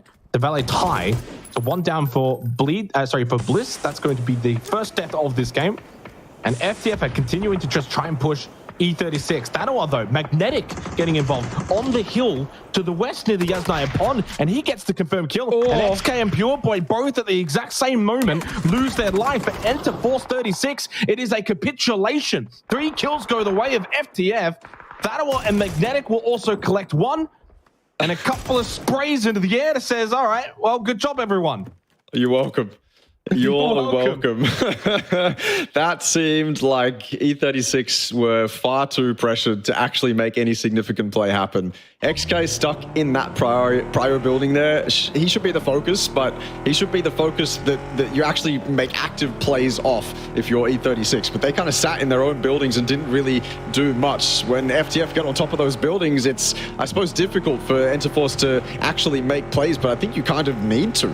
Yeah, 𝐏𝐷𝐾 can vault out the window and back off towards you, but that's also just giving up the fight. That's giving the advantage away to FTF. The advantage you had there was you had this kind of bait. Team Bliss, one by one, they seem to crumble. Same as last game. Daytrade this time are the one to put the hurt onto them. Insight stuck all alone. That headshot actually landed. No chance. Insight gets away with this. He actually gets one onto Flash. Maybe he'd get a second here onto Pooches. No way. Yeah, not a chance. A little bit of ping delay there. Maybe from 𝐏𝐷𝐾. 𝐏𝐷𝐾 can very much get that knock. I mean, it's a long distance, but with the 8 times, it suddenly looks a bit zoomed in. Pooches, though, finds an angle to hide behind. That was a very short moment where maybe could have got the knock onto Pooches. Now with the full heal up, it becomes a bit difficult. Turns his attention to trying to just finish off that knock that Insight was able to get. It's a horror start for Team Bliss, though, Russell. Of course, 24 games in total. You don't want to fret too much off of just 2 games, but concerning that they're losing players on rotation. This is not something that typically Bliss have issues with. Like, this is a team that is quite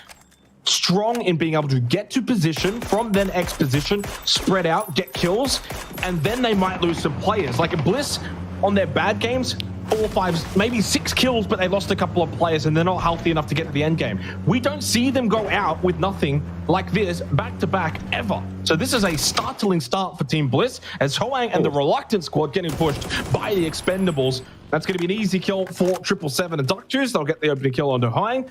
And I think the rest of RS are going to get out of here. And it's a good spot for TE over towards Snake Way, Potato Hill area, starting to also gain some traction with Cerberus. Unicorn on the move. They had a bit of a quiet game to begin the opening match as well. And they're spotting Belmoth on the rotate for Daytrade, firing these shots with a Mark 12 though in a vehicle. Never an easy one. But hey, you got to take your shots if you're going to land them. Well, yeah, they were very hungry for that as well. They knew it was a solo of a weakened team from that Daytrade Team Bliss fight. I don't know where Unicorn Cyber came from, but they were as 4 when we looked at them on the map. And so you may as well go for that 4-man drive-by, see if you can land it. Should be a free kill most of the time, but Belmoth was too far away for Unicorn Cyber to actually do anything. Xavage Man Esports setting themselves up with a nice 2-2 inside and outside of Pachinki. Crate landing next to them as well, or maybe it's already landed. Yeah, 3 gear onto Pain. So he's already claimed that one. And yeah, for Team Bliss, kind of another situation. I believe 𝐏𝐆 entered that kind of train, those yellows, whatever you want to call them. He went down first, either lack of information or lack of scouting, maybe unlucky, call it what you want, but 𝐏𝐆 went down first, and then the rest of Team Bliss try to make up for that. They try to make up for that. They take that fight towards Daytrade. It just doesn't really go their way, and then they end up being a solo. Insight, obviously, not much he can do, even with 𝐾𝐸 up there on Everest for support. There's still very low chances that Insight gets away with that. There's too many LOSs for 𝐾𝐸 to account for. So yeah, Team Bliss, I don't know. I don't want to call it shaky in the first couple games because I don't think so. It's too early to call their performance shaky. It's too early to say that they're under pressure and they're making mistakes they wouldn't usually make. But certainly these first couple games are a bit of a wake-up call for them. So 13 minutes elapsed here for the second game. Unicorn Cyber, just a little bit of a stopgap, little pit stop, if you will, over towards one of the yellows here as they can try and get themselves some extra loot just near Pachinki Hill. Actually, behind them is Daytrade as well, deep into the blue. As for Panic over towards Apps, very much an abundance of teams close by to them. School up to the north as well. You've got Magnetic, which, by the way, got a bit of a free kill there on Cerberus. That was on the rotate for Valee as they continue to go past the apartments of Panic, who fire out and have spotted them pulling up at the yellow to the east. And a bit of an intriguing circle when you get this kind of split circle. School Apps on the north side, big chunk of space in the middle, then Potato Hill on the south side. Very difficult to occupy that space in the middle. So I'm probably anticipating that might not be sort of overfilled with teams. Maybe one or two might try to occupy it. But so many angles that can look up into that position. So I would imagine this ends up being like a battle towards Potato Hill, a battle towards School Apps, and then we see what the circle does from there. Yeah, the only two teams that will be occupying the center are Roy and RXE, and they're taking the sheds just above the apartments. But yeah, I think you're right. Not many teams will occupy the center spot just because it's not really something you can actually bunker down in and hold. So I think you're spot on with that. FTF, though, they're going to be one of the teams contesting Potato, except they didn't really come up from one of the hillsides or drive up there. They've landed from the sky, and there's no one up there right now to really contest with them. Only Xavage men taking shots from afar, so FTF will be able to keep all four alive. And they've got full information on where one of the competitors is. So that's actually a really good emergency parachute from them. I suppose that is one of those areas where the trees kind of open up and you're actually able to get a little bit of info. So FTF taking full advantage of that. And they put themselves in one of the best spots in the zone. A spot that can easily crumple if you have multiple teams attack you from either side. But for the moment, they're absolutely chilling. Now it's up to them to get as much information as they can and kind of set up the eventualities, make sure that their strategies are set up. So when this happens, they can do this. When that happens, they can do that. So good from FTF. Jun, I have the feeling, Jake, that Jun's not really going to get away with this. Riz seems to be far too close, and I think the rest of Armory aren't going to let a solo escape their grasp. Yeah, and eArena is right in behind them as well. So unfortunately for Jun, probably not long for this world. Not a solo. Long High actually coming in behind him on the blues. Duckmite's going to go down to a mortar strike of Escalusia. And it's actually Dynasty that finds an angle here. But as soon as Jun relocates to this side, there's the arena, as I mentioned, behind him. So he was never really going to be able to live in that position. It's just a matter of who gets the kill. Well, Dynasty got the initial tag and forced him to the other side of the rock. And eArena say, thank you very much for the free point, free kill. Came to our side. We'll take that one. Armory Gaming, though, probably the better position. So they're the ones that might be laughing more when the game gets towards the end point. So far, just two teams on 0 points through halfway of the second match. It's just Enterforce 36 and Bliss, both eliminated. Both will be looking to change their fortunes on Vikendi to come after this game. 16.5 minutes has already now elapsed, so essentially halfway through this second game as we are going to be heading into the fourth circle. As eArena looking to just push up a little bit of a higher ground position, but this circle doesn't change too much. This is going to be a bloodbath of a circle. Like, I mean, you can't really send it School Apps anymore with this circle unless it hard shifts, as we get a couple of parachutes in some power. Unicorn Cyber already in a really good position to get most of this onto Daytrade of all teams, going for the parachute in. And by the way, this is not going to be the end of this exchange. There is a bunch of teams now making their way in on that minimap. You can see towards Potato Hill now. So it needs to be a swift heal up for Unicorn Cyber. You've got Cerberus on one side, FTF on the other, the Expendables as well, and then now Armory Gaming as well to the east.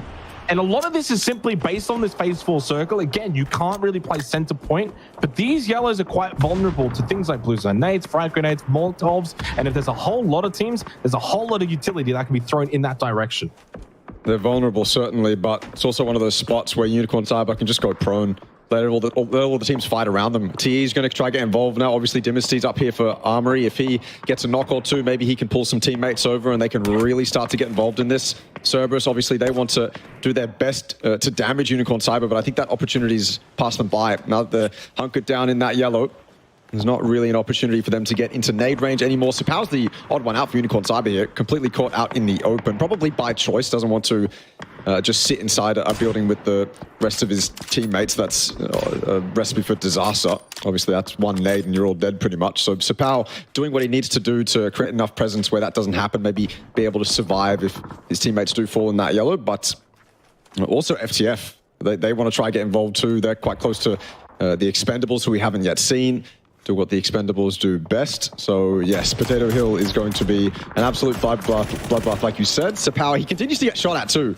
He's doing what he needs to do. He's kind of in that spot where, as a player, you know you need to be there. You know you need to be outside that yellow, creating presence, doing just something that isn't sitting down and going prone, essentially. But he's really copying it for his efforts. There's about 5 or 6 teams at the moment now surrounding Potato Hill. 50 seconds until phase 5. There is still every world in which this could hard shift south, north. Give these 2 large points of interest maybe a bit of a helping hand, depending on where you currently stand. That's a risky jump from Zizzy, but it does get some critical information. Dynasty close, already wraps off of that position. Went for the frag grenade, then pulled back out the AK, but the AUG is too strong from Jacob. That was a very swift down onto Dynasty, holding a very aggressive position. When you take into consideration the other members of Armory Gaming and where they are occupied right now, if you are not all going to commit to a push up P hill, don't do it then. You've now just put yourself on an island, and eventually, as soon as you get spotted, you are dead to rights. And you see that immediately. Jacob was not messing around. And an opportunity could be gone for AG to maybe get some kind of occupation of Potato Hill. Now they're absolutely in a world of hurt. James trying to push up. He's gone down. Now you've got to take on Magnetic, and you've also got eArena shooting down at you. This could be the game now for Armory Gaming. Shanks with a good knock on to 𝐏𝐿𝐴. They are very much into defensive mode. The only saving grace for Armory is they've got hard cover. Magnetic don't. They've got to push in the open, but the smokes are good.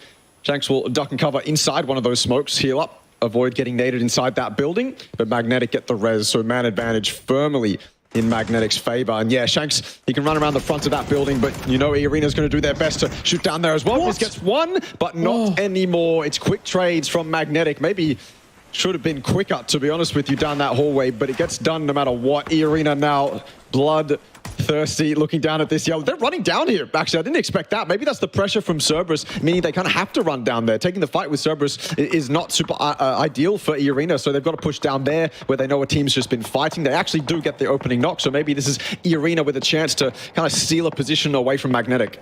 Yeah, and the position they would be looking to take, that yellow, it's not in anymore. Phase 5 circle shift. Just a little bit to the north, not enough to really keep apps in. There is still one building with half that will be remaining inside, but as we can clearly see, Potato Hill not really going to be a big position either. This is going to be that open field ending, phase 6, for example, where a lot of teams are going to find it very difficult to get good position and hold said position. Tree play is going to be crucial. Smoke play is going to be crucial, and getting as many kills as you possibly can in this kind of match will be crucial. As PB finds one onto Thanawa, I mean, that is a very long range knock. That's from apps basically open to those yellows that Magnetic are playing out of. That is a long range kill.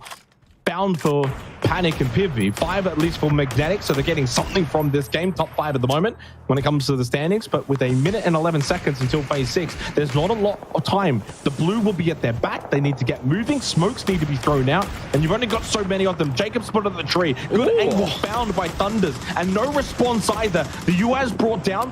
Car vehicle so important for as much cover as you can possibly get. But so far, there's just no shots here onto Magnetic. They're getting a pretty comfortable push out of the yellows. The smokes obviously aiding them as much as possible. Lucky eventually goes down to 𝐿𝐴𝐴. 𝐿𝐴𝐴 and Cerberus with a bit more of a high ground position can very much clean up. eArena caught in rotation, essentially. They had no time to take the fights because they weren't in positions to take those fights. And so when they try to put themselves in spots to take those fights, well, it's already too late. You've already got all of the teams in the lobby looking at you, essentially. TE go down. A whimper from them. FTF fall after that to a beautiful nade. Combination of Team Expendables as well, or the Expendables 2. Timas down here now. Just one up for eArena. What can he do? Doesn't look like much. He actually gets...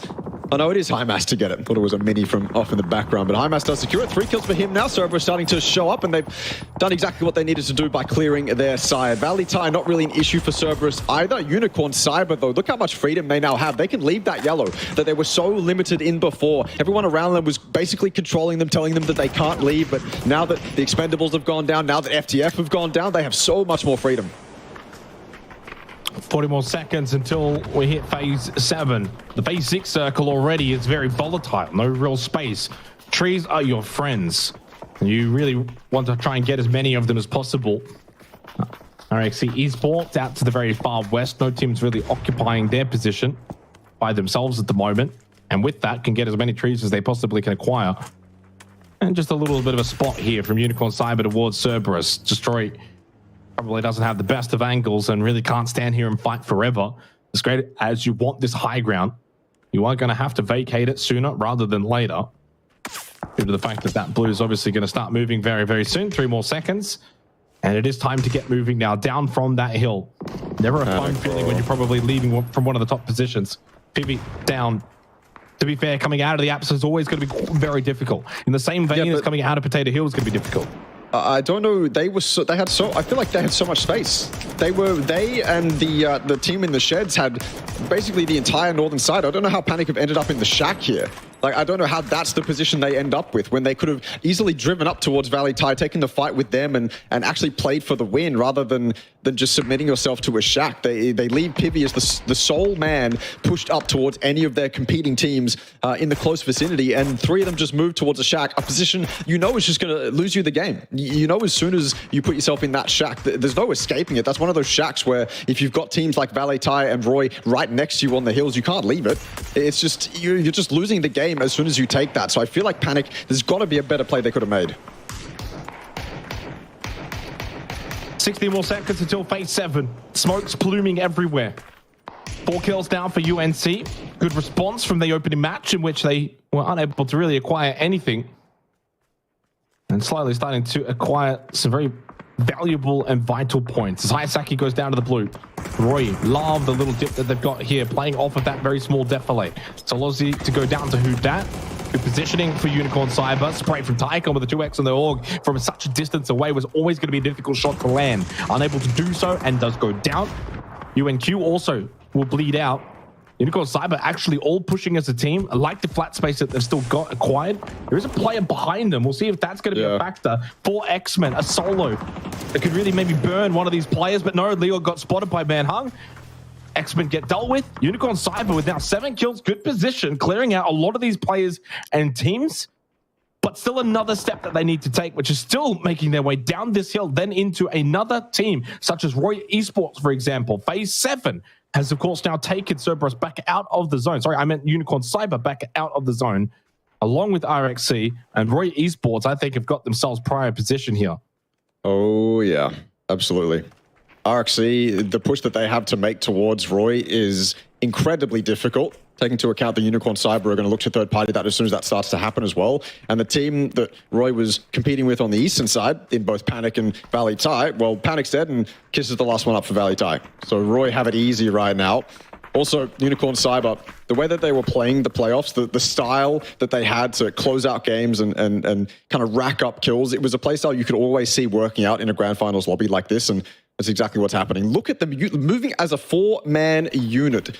Meters that separate them all in a complete... I love this. I love this so much. This is Unicorn Cyber playing like there is something on the line, because absolutely there is. They are clearing the side they want to make the play on. Maybe it's going to be them completely caught out. If RXC looks up this hill, it's 4 little lemmings running in the open, but they've made it into at least a safe LOS for the moment. They are pushing directly down. They're trying to flank RXC.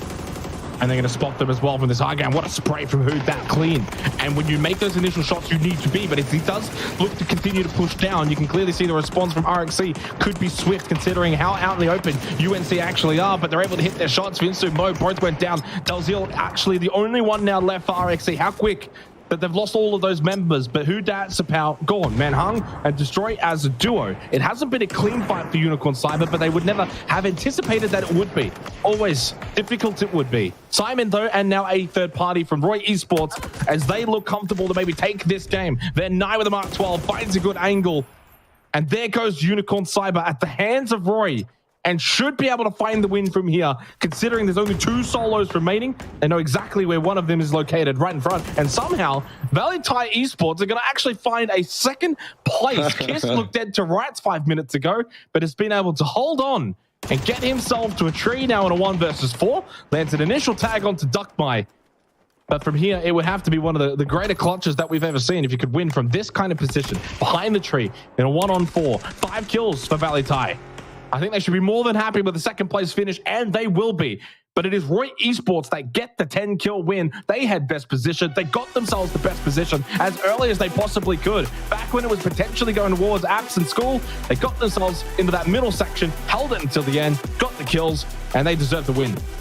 Yeah, it's well handled. It's very well handled. Keeping 4 up there in those sheds can be dodgy sometimes, especially if you account for the teams that are going to leave those apartments and things like that, but not the case. They had neighbors the entire time as well in RXE, and they decided to be very friendly with each other, and so they never really had to worry about it. And of course, the push that Unicorn Cyber decides to make is into RXE, and off the back of that, 𝐷𝐷 happily cleans up. So it's a well-handled win from 𝐷𝐷, and it's a very entertaining game, at least for us to have spectated.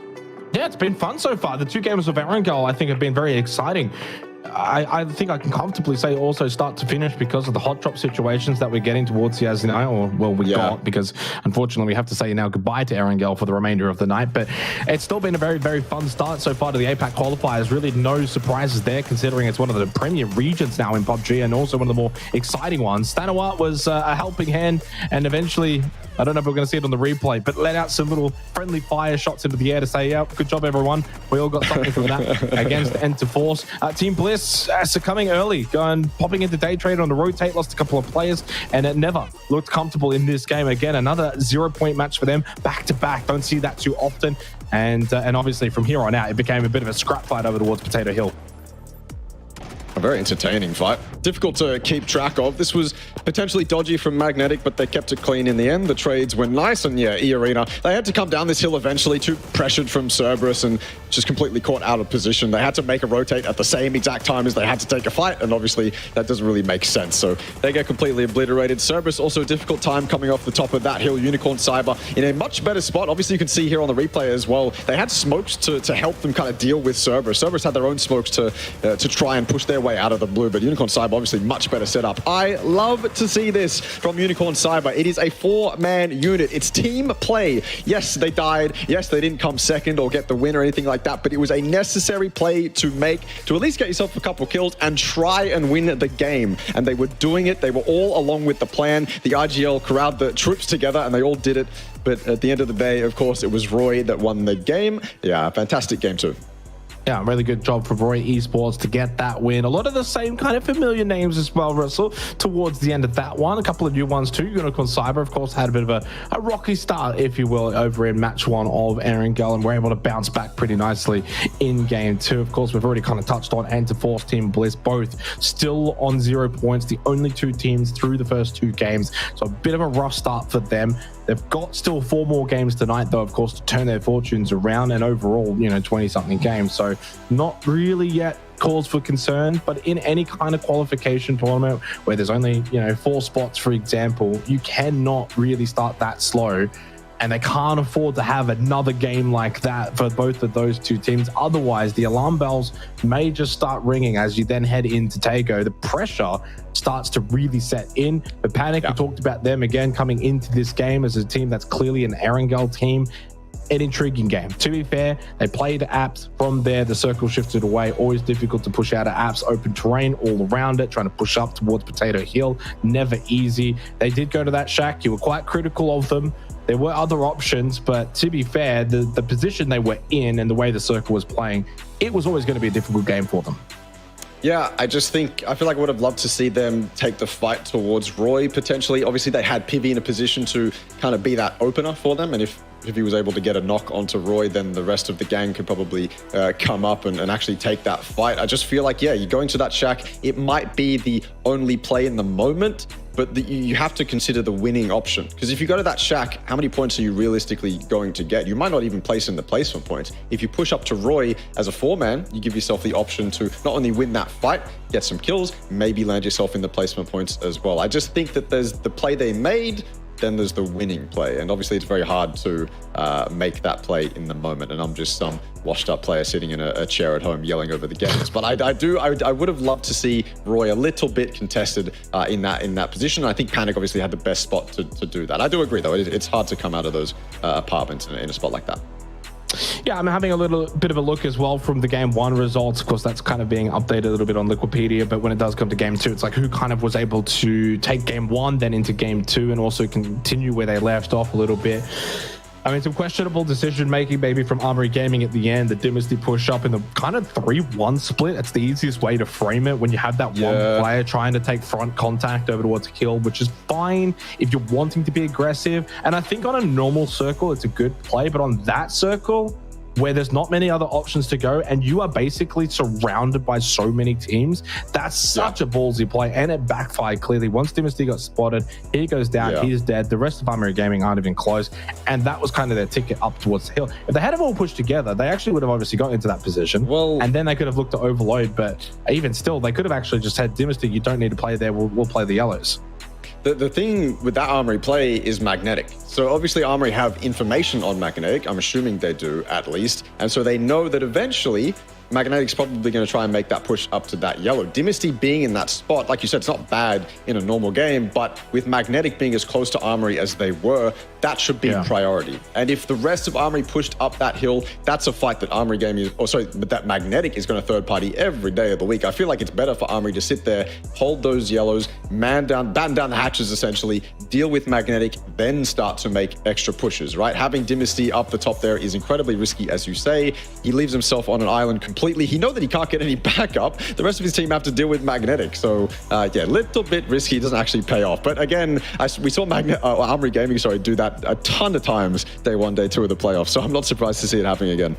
Here's the match leaderboard as well from match 2 on Erangel Roy Esports. 20 points in total. Pretty handy for a team that only picked up a singular point in match 1. So that puts them to 21 in total. A nice little helping hand. And you can see the total leaderboard now has them in first place off the back of that win and that performance. FTF, Valee tie as well. 2 teams that have obviously started really well. You can throw Panic into the mix. Why not? They're pretty much the same points anyway. So I should. And all of those, of course, on Erangel. So now as we head to Vikendi, Tago to come, and then Miramar after that. This is where the curiosity sets in for these teams, especially when we've kind of spoken about Panic, because we know them a little bit more coming from PUBG Challenger Rumble as an Erangel team.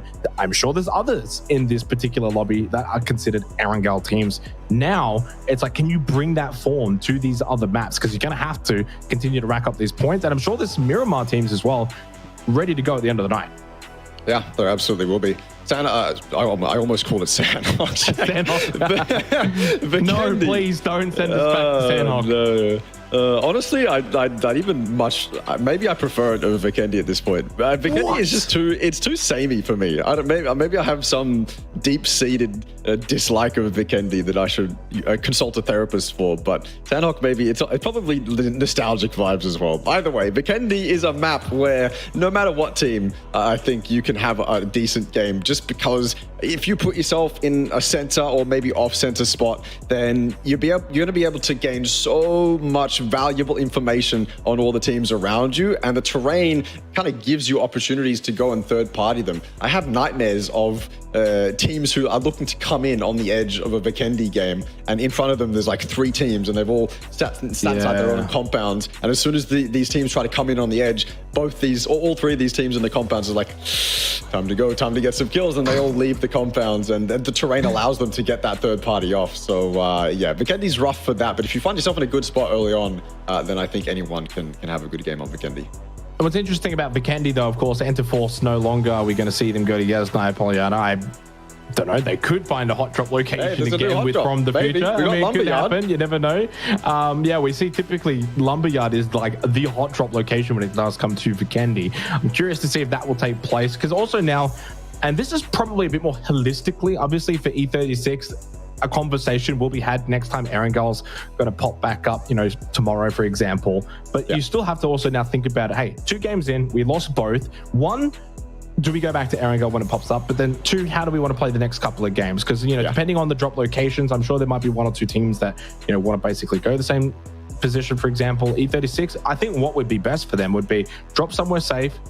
Depending on their current location might be safe, depending on where everyone has elected for their drops or allocated their positions. But and go for maybe even a safe rotate. Just get yourself into the zone. Just try and stay alive. Get yourself kind of familiar with the lobby, because it's actually something they haven't really been able to do. They haven't left just Dire. Like, they haven't fought any other team aside from the future, so they don't have the level of understanding of this lobby as those top teams currently do. And I think it's also a reason why, when it comes to PUBG, and I'm not saying the main reason, Ross, but probably a reason that we see the snowball effect, or sort of the Farmers League, or that top heaviness. Because if you're a top team farming the lobby, you are getting an understanding of all of these different teams, the way they're playing, rotating, how the circles are playing, what teams are doing. And if you're going out early, you're not getting that same level of understanding.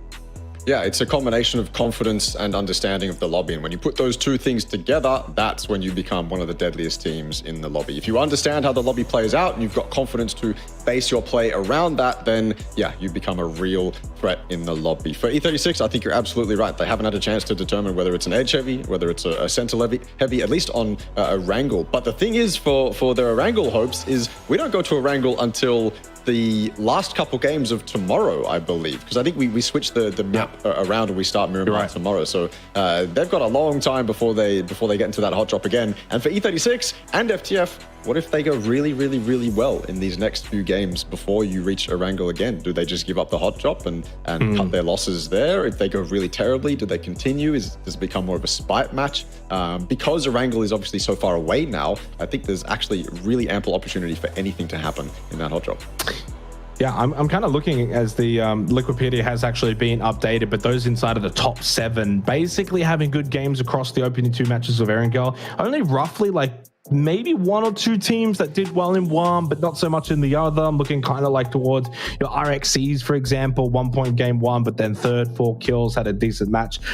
Cerberus as well, kind of, you know, average in both. So for the most part, the consistency factor that we usually talk about, it will come to fruition, but it's not going to be there just yet. We're only 2 games in. We head to Vikendi now. But by the end of tonight, then going into tomorrow and the remainder of the tournament, being consistent is going to be so important in getting yourself into a top 4 position, because the way it works every single tournament, statistically speaking, you need to be consistent to qualify if there's 3 to say 4 spots, in this case 4 up for grabs. If it's like top 8, a little different. You can scrape in, you can have a poor night and then scrape in 7th or 8th. But when we're talking top 4, Russ, you need to be at your best the whole way through. Yeah, the best the whole way through is often a difficult task, but one that I'm certain these teams will arise to the challenge to reach, or at least a few of them. Vikendi, nice little Dino Land flyover. I don't really see too much action in Dino Land, unfortunately. I feel like all the Vikendi finishes I've seen end anywhere but Dino Land, which is definitely sad, because I feel like if we get some really good kind of urban fighting inside Dino Land, it could end up being a very iconic finish. The other thing about Vikendi I was talking to Contra the other day about was the fact that we don't really have the equivalent of a Sosnovka Island or, you know, Miramar's Southern Islands or Eastern Islands on Vikendi. It's just kind of just this flat little area. Even on Tego, you have the massive Northwest Island, right? That obviously doesn't have the same stature as the Sosnovka or Miramar Eastern Islands, but Vikendi is just this flat landscape. And so I feel like we're missing that one circle that everyone either hates or loves to get on Vikendi. And I don't know where you'd put it. I don't know where you'd actually end up placing something like that, but I feel like that's kind of what Vikendi's missing right now. Yeah, I guess that's interesting, but also you probably don't want every single map to have the same sort of feature, that being like a secondary island. I think it's actually fine that it's unique in its approach, that it is very much just a singular island, as we have Savage Men Esports firing off a couple of shots early on. That circle. Very much interrupting a little bit. And yeah, obviously the Southern Circle, which is as close as you're going to probably get to some kind of water play when it does come to Vikendi, because of that kind of cove aspect on the southern side of Vikendi. But it does usually pull away. We've seen this circle a couple of times. That crossroad as well, I remember, featured pretty heavily in PUBG Challenger Rumble, and that's where it can be quite difficult because of the terrain. It very much ends up being flat, but then on the outer skirts around that kind of hill area to the east or even to the west, it's just high level terrain. It kind of almost acts like a Miramar, if you will. Yeah, I love seeing that Crossroads ending. I seriously do enjoy seeing it because it almost acts as what I was talking about before. Because I feel like if the circle starts going down there, then it's going to be one of those choreographed circles, right? That kind of plays out, or at least people put themselves in very similar positions to how they usually would. If you come from this drop spot, you end up here on this circle, etc., right? But when you get to the late games, yeah, it becomes incredibly exciting because everyone's got to leave those high ground positions, and if the Crossroads gets fed, then obviously that team or those teams that share it have such a big advantage. So I'm looking forward to it. No guarantee it'll go down there, but I'm looking forward to it. A little bit of early action, Valee, Thai, and RXC. Except RXC don't get the action they want. They'll take shots at Valee, Thai, but Valee, Thai will drive off into the sunset. They would much rather go to the circle than take fights, which is fair enough considering how far both these teams are away from that current circle. Yeah, Rhapsody Esports, certainly a team that you don't want to take lightly. I think in terms of their raw skill level, a top team. Sometimes are they going to be as good as the top teams in decision making and positioning and map control? Yeah, potentially not, but if they run into you, they will be a threat. On that south side circle, by the way, in terms of teams already occupying position, you've got FTF, you've got Reluctant Squad, Roy Esports as well, obviously with X-Men. We saw at the very, very beginning where there was a couple of shots being fired by X-Men. And those are very much in, critical positions for this opening circle one. I wouldn't worry too much about it though. Roy have also now vacated out of Deca. X-Men have stayed. I think it's a great rotate because you've got a team already in there that's fired a couple of shots. Even if they're considered warning shots, there's still shots in your direction. You're a team that's now top of the standings. You don't need to be getting into scrappy phase one circle fights inside a Decamesto. Like, you can vacate that, get better position, prior position, hopefully a P2 circle shift that can benefit you greatly. So I think it's actually a really good decision that has been made by Roy Esports. I like that rotate out of Deca. No, you're right. You're absolutely right. No point. Especially when you're that close to the circle. If you stay in Decamesto and take that fight, you're giving up the potential center prio, and that's something that you never, ever, ever want to give up unless you've got a really good reason for it, and a scrappy Decamesto fight is not reason enough. So, yeah, very good rotate from Roy. Discipline too. Obviously, the RGL calling, there's no point taking that fight. Let's just go find a spot in the center. It would have been devastating to see them lose that prio if they decided to stay and take that fight. Even if they won it against X-Men, they're in a much worse position, at least in phase one. Things could change in phase two, but they'd be in a much worse position than they currently are, which is very, very, very close to dead center. So, yes, excellent rotate from them. Cerberus are going to come to the center of the circle through the emergency parachute. There's plenty of open space still because this circle was so far away from most of the teams that a lot of the central area is still up for grabs. Cerberus is going to have to be very particular in where they choose to go, though. The information they gather is going to have to be top tier. And if you're Cerberus, maybe you choose to go a little bit off center rather than going straight to the dead center, because you know the dead center is obviously going to be taken, so better off maybe choosing somewhere that's less contested, somewhere where you can set yourself up nicely and then play your game out from there. They end up actually, Jake, in that Crossroads compound. Yeah. Probably one of the most ideal central locations. Oh, here we go, though. Just north of that compound in a good position here. Daytrade and Unicorn Cyber as UNC have crash landed into this compound of Daytrade. Frag in hand for Flash. Belmoth on the right-hand side. Flash inside all of that attic position. Belmoth had a good hold. I like this on the fence line. Just denies UNC the ability to kind of wrap around the other side and gives Daytrade a really good understanding that it's a pretty one-dimensional attack. Yes, they'll take one building, but we know that building and where they're at. It doesn't mean that UNC can kind of overwhelm this entire compound. I like the way that Daytrade have defended this. The Unicorn Cyber, they also haven't over-aggressed. They've just taken the compound. They've just taken one building, and they haven't actually overplayed their hand because they lack a lot of information. This is an awkward fight, but yeah, I like Daytrade's positioning. They're basically saying to Unicorn Cyber, yeah, we don't really care that you've pushed our compound. We're actually really set up nicely for you to make the push towards us. Belmoth's in a really nice spot, hiding behind that car too. If Manhung tries to make that push, which is a very tempting push, mind you, puts you in direct line of sight of the rest of Daytrade, then Belmoth is absolutely ready for him. I don't think these guys are going to end up shit. Oh, you a little bit of a flashbang. We're in a rave. Night vision goggles. Hey. I don't think these guys are going to end up sharing the compound. I can imagine one of these teams is going to end up making a push, or someone makes a mistake that ends up causing a push. because I don't think these guys want to share it for the rest of the zone. There's too much limitation in a compound like this if you end up just being neighbors. So when that push is going to come out, who knows? But also when that push does come out, this is one of those compounds we've seen third party time and time again on zones like this, often from the north, from the east. So you can bet that a team like from the future or a team like eArena, who's quite close, will get that third party off. Big underarm nade. 𝐏𝐵𝐿 must have been spotted, clearly. Took some damage. And then the nade from Destroy does get the down onto 𝐏𝐵𝐿. It wasn't the one that we saw from 𝐶𝑒, but I think Destroy may be up above from that attic position and has been able to get a knock onto 𝐏𝐵𝐿. This could actually ignite this into a fight. You said they're not going to be able to share it? Well, I don't think they are. I think this is very much going to be neighbors that aren't friendly. 𝐏𝐵𝐿 crawling away. 𝐏𝐿's at the back. Not really close by. Flash, though, he's probably in one of the better positions to help out from that attic position to deny any kind of cross to try and get this kill onto 𝐏𝐵𝐿. I want to know how 𝐏𝐵𝐿 got naded, because he was completely silent when we were watching him. He was the guy that's going to show his presence when someone walks into his crosshair, not someone that you would expect to get naded. His position should never have been found out. And based off that, Pooches had to push himself all the way back, change angles, go even deeper into the compound. And maybe this is Unicorn Cyber slowly pushing them off these close angles, pushing them into those far two buildings, and then just suffocating them, you know, angle by angle, building by building, making sure they never actually have an advantage in the fight. They are going to allow Daytrade to get that res. FAP, star player for 𝐷𝐷𝐿, was the star player for 𝐷𝐷𝐿 in the playoffs, is going to open it up. I think maybe his first kill even onto 𝐿𝐼𝐺. Yeah, I think 𝐿𝐼𝐺's dead here. FAP is going to get a bit of a freebie. Spots his teammate off into the distance. Not much you can really do about that as he drives away. Nice free kill though for FAP, and 𝐷𝐷𝐿 find 2 kills. Did say, start of this game, they are a team that can find frags. They got to 12. That's them in 8th position at the moment. And of course, for what it's worth, in terms of the reminder, when it does come to those GPT teams, it means it pushes a slot down. Daytrade at the moment occupying one of those slots.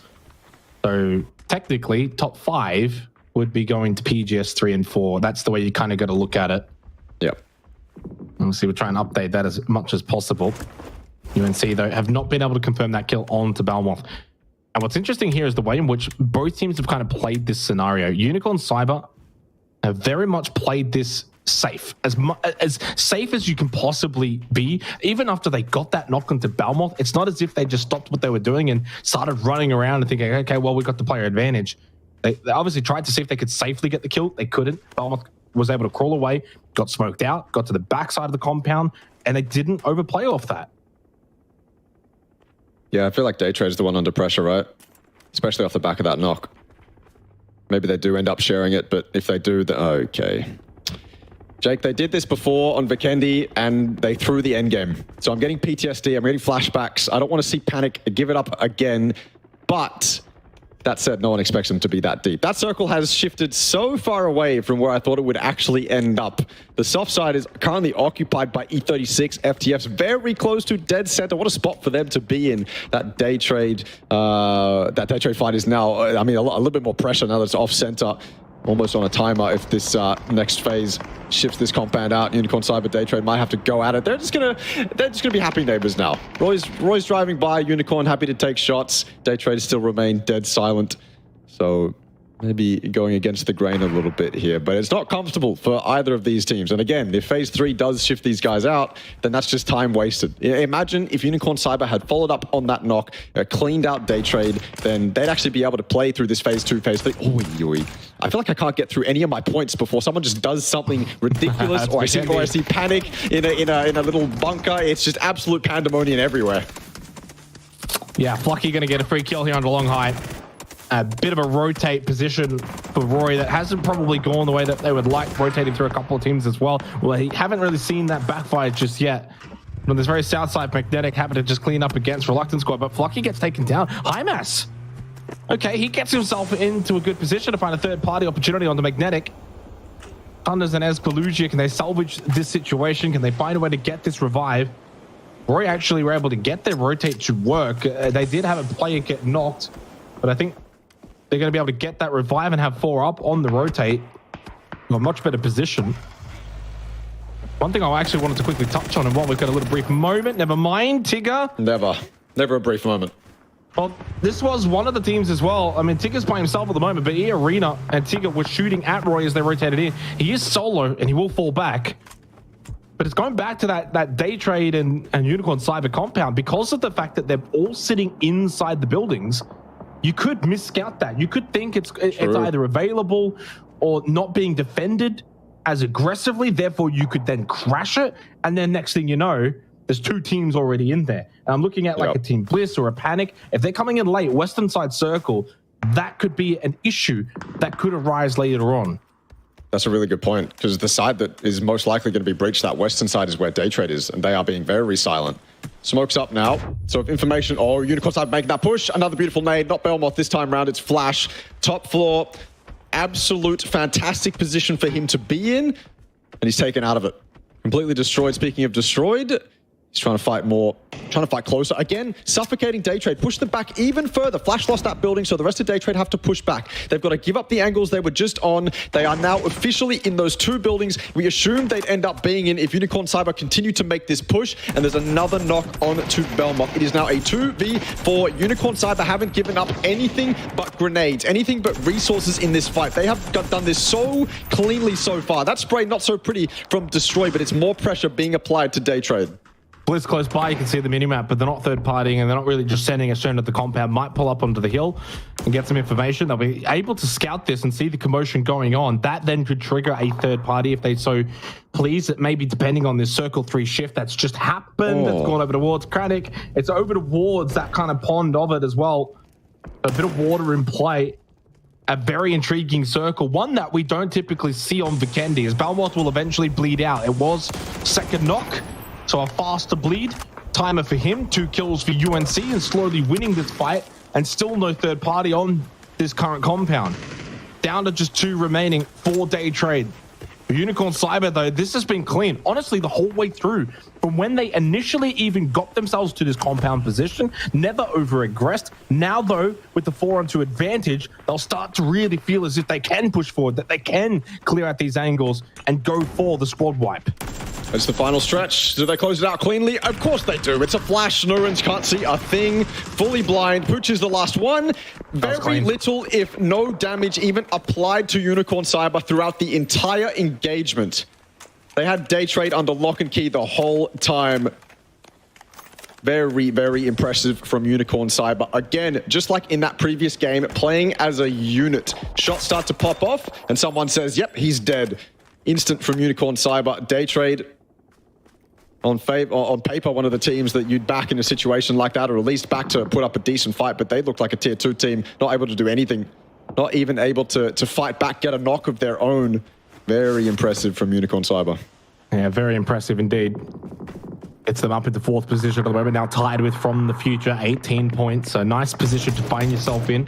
Early days, only match 3, but these games go quicker than you realize sometimes. As 𝐏𝐿𝐻 shooting out of a windmill. Okay. As Sylphia gets taken down by Riz. That's probably a bit of a worrying sign for Enterforce when you're trying to push in to a team like this and they immediately just knock you down like that. Smoke went out, go behind the rock and get the res. A pure boy was watching over his shoulder, but that's never going to be enough to save you alone. 𝐏𝐷𝐾 with a trade onto James. Mark 12 brought out, but he too will fall. Lovely shots from Dynasty. Armory Gaming are just clean in their approach every single time when it comes to fighting. Nade thrown towards Sylphia. Very low now, and suddenly came one of the last remaining that is at full health and good position. Dusky goes down to Jacob. Elsewhere down to 51 players now, and up close with the P90 for Riz. This is a freebie. That tree can only keep you alive for so long, and eventually a bit of a misstep. Nice knock from Kane, but they've got the numbers everywhere. It's a 4K Cerberus for Armory Gaming. But here comes Cerberus, and Hymax can find himself a kill. Yes, he can. Got the kill onto Riz, who was already down, then follows up onto Dynasty. Talk about perfectly timed from Cerberus. Yeah. No matter how clean it was from Armory, Cerberus was here to capitalize off that. Couple clean kills, and Armory now down to 2, as they were multiple times during the playoffs. Certainly still capable to put on a good showing, but it's not the dynamic duo of Armory we typically talk about. It's 𝐿𝐻𝐻 and 𝐶𝐿𝐻 who have had their own highlight moments, not only in Super Cup, but in the playoffs as well. But in a situation like this, I would much prefer my top fraggers of Dynasty and Riz the brains, though, I suppose, of Armory Gaming trying to make their way into the circle. It's been incredibly unfair. This circle doesn't like these players right now. It's ping-pong to the north this time round. No one was really accounting for it. The soft side was the eastern side previous circle, so a lot of teams sent it into the hard cover of the buildings, and then it said, no, I don't really like those buildings anymore. I'm going to go away. It's gone to the north now, maybe because of the water that is in play. Either way, eArena in a fantastic spot. FTF a little bit pressured by Bliss. I really do not want to see Bliss crumble in a situation like this. Yes, they're in a bowl. Yes, maybe FTF have the advantage, but Bliss need to show what they've come to play with in the grand finals. Brett's going to get knocked down by Lerix. Further bad news for Panic here in this game of Vikendi. Erangel, their safe haven, no longer available. A double knock for FTF against Bliss now as Samoy brings out the G36C, who will get the easy kill onto 𝐏𝐷𝐾𝐒, and the nightmare start for Team Bliss has continued. This has just been a devastation for Team Bliss, a team with so much experience. They're going to need to use that experience to get themselves out of this hole. Represented by that donut, which is the number of points that they've gotten now through 3 games. 0, dead last. For one of the top teams, they are having a shocker of a tournament. But from the future, though, they now get themselves up into first place. Talk about either end of the spectrum for 2 PCR teams. Don't expect that from Bliss at all. I mean, we saw Bliss day after day in PCR use 𝐾𝐿 as that space taker, and off the back of 𝐾𝐿 taking space, then you just tell Akita to go kill, essentially. That hasn't happened for Team Bliss. You would expect, given their edge playstyle as well, they're going to end up with a couple kills here and there on rotating teams or players that they catch off guard, but that has not been the case, which is incredibly odd. I don't know if it's time to really panic just yet, but yeah, the first few games have not looked clean.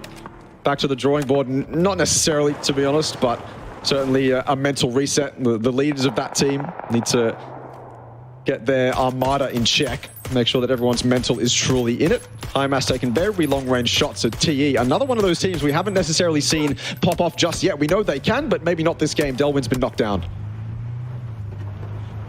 We saw Unicorn Cyber as well get taken out. 4 kills for them, no placement points. Happy with the Mark 14.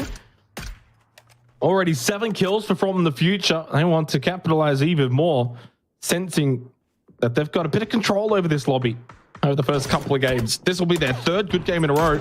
That's that consistency word that we like to use for From the Future. In the blue at the moment for Cerberus, but driving out of it. Solozzi peeking the rock, and Happy finds that knock. That is an insane angle. You know, largely covered by the rock. Haisaki now making the run across to get this revive. It will come through. Look at the position, though, for TE. You kind of mentioned we expect more from them.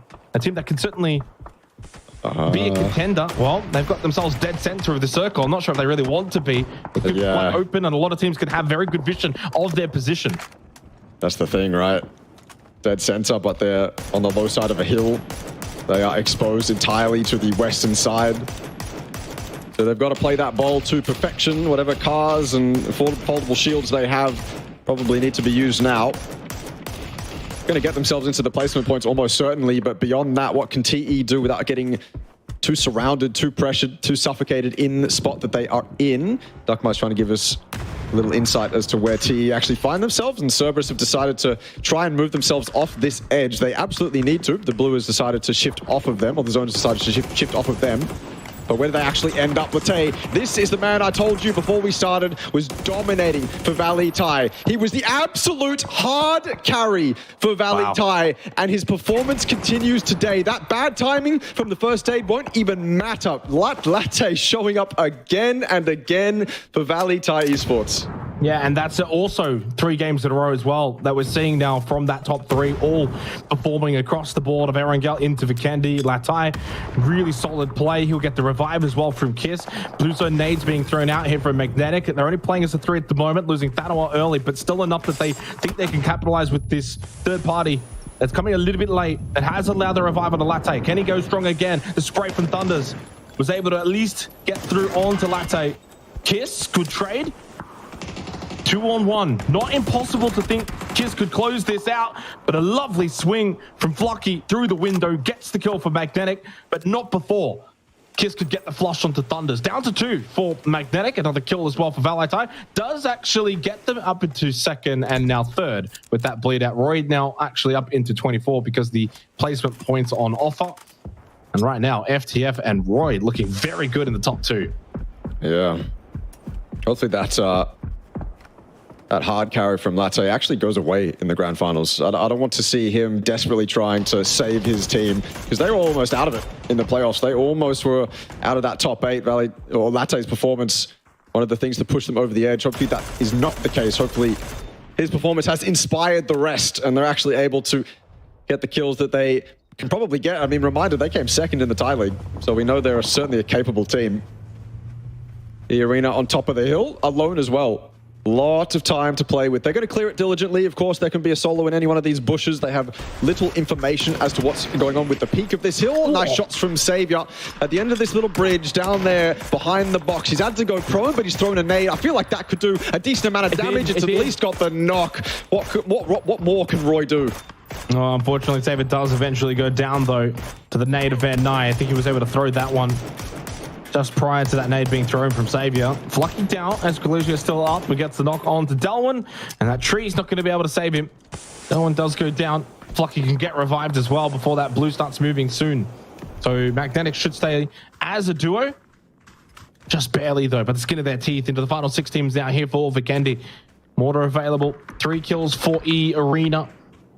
Down towards the bottom, interestingly enough, on 12 points. It feels like they've been in the action, Russell, through the first 3 games, but they haven't really been able to have like a pop-off moment. They obviously, on Erangel, had a couple of moments where they got into some fights that didn't really end that well, but here on Vikendi now, 3 kills, 4 up, certainly could be one of the stronger games for eArena. Of course, the top team out of Thailand. What can they do from this position now? And a position of note, it's the high ground, that hill we spoke about before of TE playing the soft low side. To be fair to them, they haven't actually really lost position or players.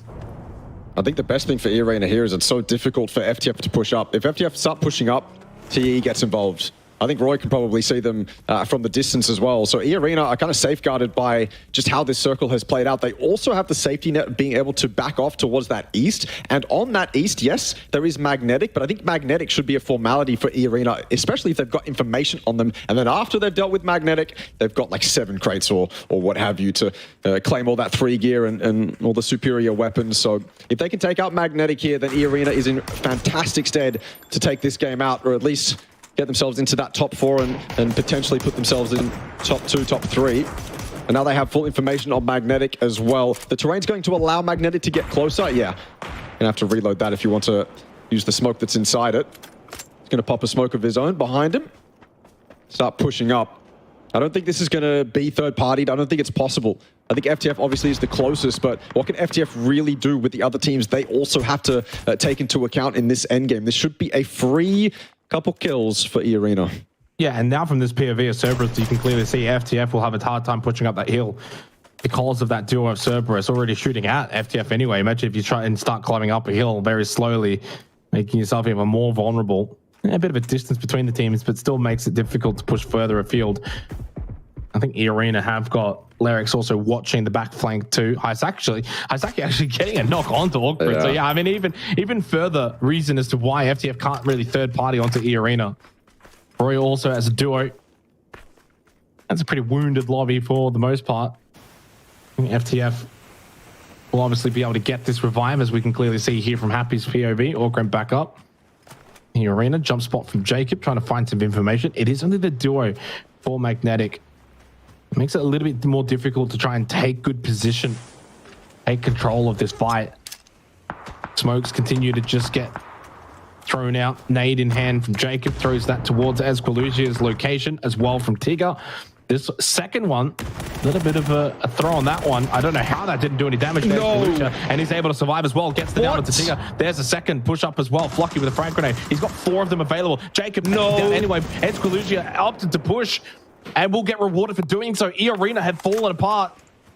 𝐿𝑎Rix and Zizzy stayed on the back. They were never even close. Essentially, it was a 2-on-2, and Magnetic were able to win it. 8 kills for them now, into the top 4, and eArena will be kicking themselves. Oh, that's all Tigger. He had the prone player dead to rights, and the spray got away from him. If he gets that knock, it's a 2v1, and Magnetic probably fall. Lucky tries to trade it back, and eArena come out on top. Oh, that is heartbreaking for the team that, like you said, has been in it every single time, just not able to fully capitalize on it, fully profit off of their position now as well. It's a gut punch for sure. I don't think Magnetic are going to have much more impact in this game. I feel like Roy's position is probably better than Magnetic's. Obviously, eArena are going to want some form of revenge. If Roy and Magnetic start trading it out, then eArena's got a couple kills in the backside of Magnetic. FTF now, opportunity for them to push up. Everyone stopped focusing on FTF. They got that initial knock and haven't really looked that way since. So FTF have had a free timing, a free pass to push up to eArena, bolstered by the fact they now know eArena is 2-man down. 30 more seconds until phase 8. 2 up at the moment for Magnetic, Cerberus, and eArena, along with Roy. No team besides FTF has 4. FTF the only one with now 4 up. And Orchid has a chance to maybe get it down onto Sololzi, but he lets that moment get away from him, missing the initial shots in the blue, taking unnecessary damage. Roy now pushing the vehicle up towards the tree, bit of cover, but it's moving away from him. Never fun. Put the handbrake on. Don't know if he spotted Flucky either. Should know where Cerberus are located. Expendables throughout all of this as well, Russell, have done little to make their presence known. What a frag grenade as well from Flucky. Duckmeyer just wanting to try and get better position in the zone and eventually meets his demise at the hands of that frag grenade. Flucky and 𝐏𝐿𝐒 have put in a tremendous shift now for Magnetic. And another knock. 𝐏𝐿𝐒 takes down Zizzy. Expendables now getting pushed by FTF, and it's all starting to kick off here in phase 8. Oh, the Expendables, yeah, you said it. They haven't really had any impact in this late game now. They don't really have a choice. They've got to start peeking up, stopping teams around them from looking down into their bowls. I mean, they're one nade away from falling out of the points. I said it, and there you go. Perfectly on cue. FTF with that beautiful nade. TE down and out. FTF and eArena now fighting. Magnetic still very much in the picture. I don't know how, I don't know where this has come from, but this duo is doing incredibly right now. eArena will be kicking themselves that they let this opportunity slip for themselves. FTF also looking incredibly strong in this late game, helped out by the fact that eArena's only 2 up, smokes in the backside to stop Cerberus from taking any shots at them from a long range. Simoy stayed down on that low ground too. None of these guys have lost their lives just yet. This spray has to be perfect. It's like a triple headshot from 𝐼𝐸. eArena, 𝐿𝑒𝑟𝑖X now trying to get involved. Traded back though from Simoy. Finally finished off. Cerberus down and out. What more can FTF do here? 𝐿𝑒𝑟𝑖X on the high ground. It's only 1. It has to be super clean from FTF. Yeah, certainly agree with you there. From the future, can they find the victory here? Spotting shot. Flucky with the AWM. That's now 12 kills for Magnetic. FTF might have the numbers, Russ, but right now, the way that Magnetic are playing this game, it's really difficult to count them out. Top-seeded team. This is why. Even as a duo, if he hit that one, I would have lost it. Oh my goodness. The positional advantage, that's the problem, right? Magnetic have nothing in terms of FTF's positioning. Nothing that they can do against it. FTF didn't get a win in the playoffs.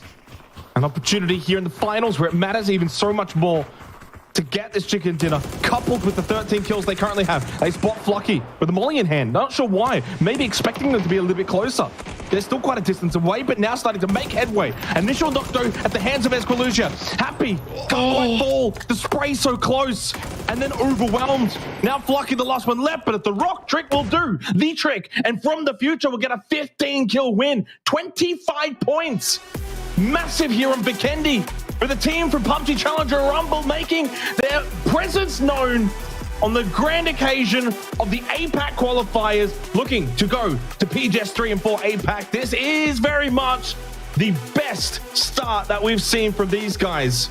Oh, not a team that usually gets those wins. That's the narrative we like to paint, but they're always up there with the kills. So when you combine the two, when you finally have an FTF win, of course it's going to be a 15-kill win. What a showing from them. What restraint as well to wait for their timing to push up that hill. They were obviously blessed with the performance of Magnetic being able to weaken eArena like they did. But when that came, when FTF's opportunity finally arrived, they certainly capitalized on it, and probably more so as well. You have to give them full credit too for defending against Roy, defending against Cerberus, who constantly had their sights trained on them as they ran up that hill. So that is a very hard-fought win from FTF.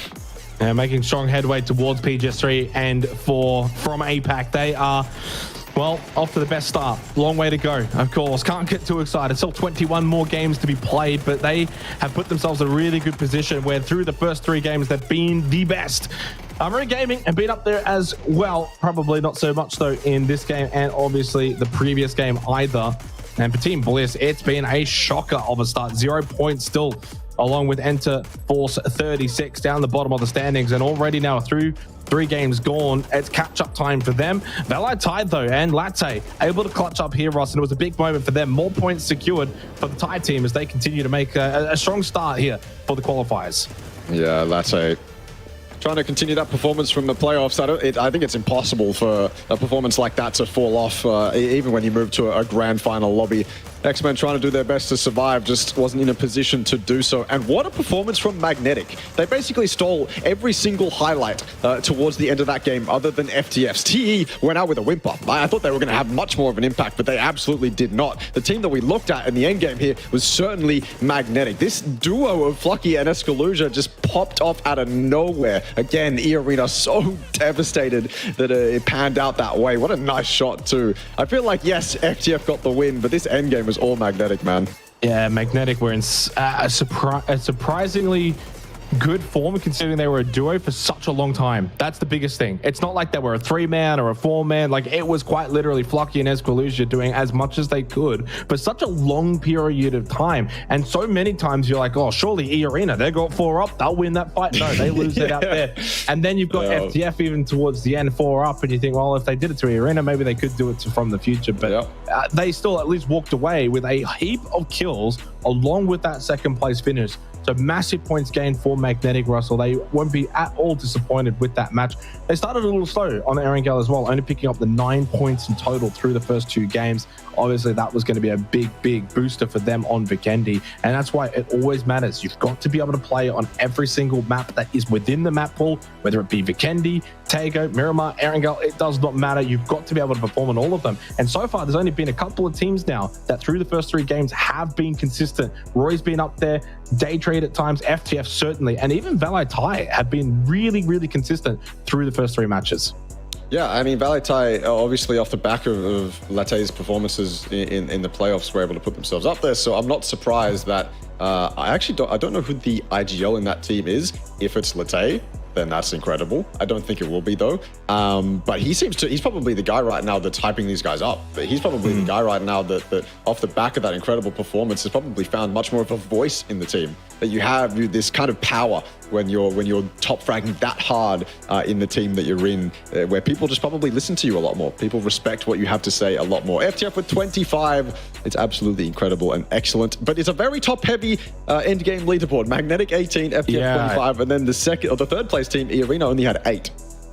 Yeah, it does trickle down a little bit. Cerberus 8 and then 7 and 7 for Roy and Valee Thai, but you're right in terms of the overall points game between From the Future and Magnetic. It is quite significant, especially considering we're pretty early on into the tournament as well. It's going to do wonders for both of them. Obviously, FTF will be in first place, and yeah, didn't really need that total leaderboard to tell us that. We knew it beforehand, but for everyone else, now you can clearly see Magnetic up into 3rd, Valee Thai still in 4th, Roy in 2nd. So, I mean, as things stand as well, no GPT teams inside of the top 4, so it's a clear top 4 in terms of qualification process, but obviously a long way still to go. There's 3 other nights after this. There's still 3 more games after this. You're not too worried unless you're down the bottom of the standings, because, you know, already you're kind of looking at the points gap in terms of that top 4, and it's now 23 points if you're an E36 or a Bliss, for example. It's not a lot, plenty of games. It's certainly not panic stations in terms of points. It's probably more so panic stations in terms of the way that you're actually playing in this lobby, because that's going to be what you need to turn around more so than worrying about the points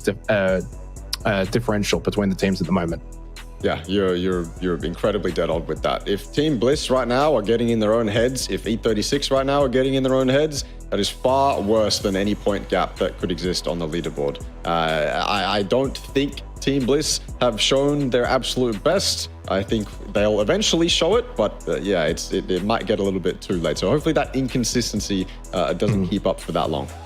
Yeah, halfway through the night now as well for the finals here. So we are going to be sending it to a break. When we come back, though, of course, we've got the other 3 games on the other side. Taego, Miramar still to get through. So don't go too far. A short break. When we come back, we'll continue on here for the finals.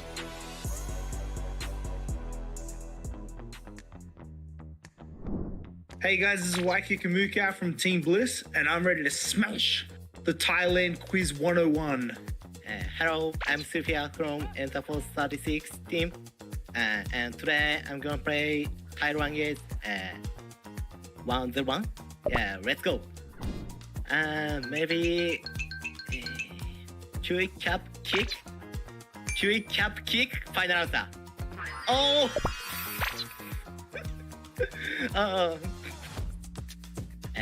Pai Chap Xiang. Yeah, that's correct. Yes. Number 1. Cha Long Cat Xiang. Oh. Yeah. Okay. I think. Pairan Net. Yeah, Pairan Net. Oh. Oh.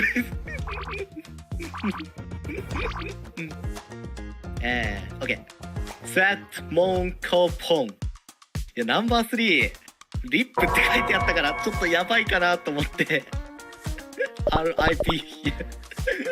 Yeah, final answer. Sat Mon Ko Pong.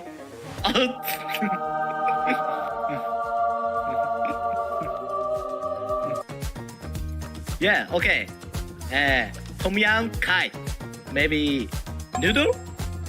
No? Noodle?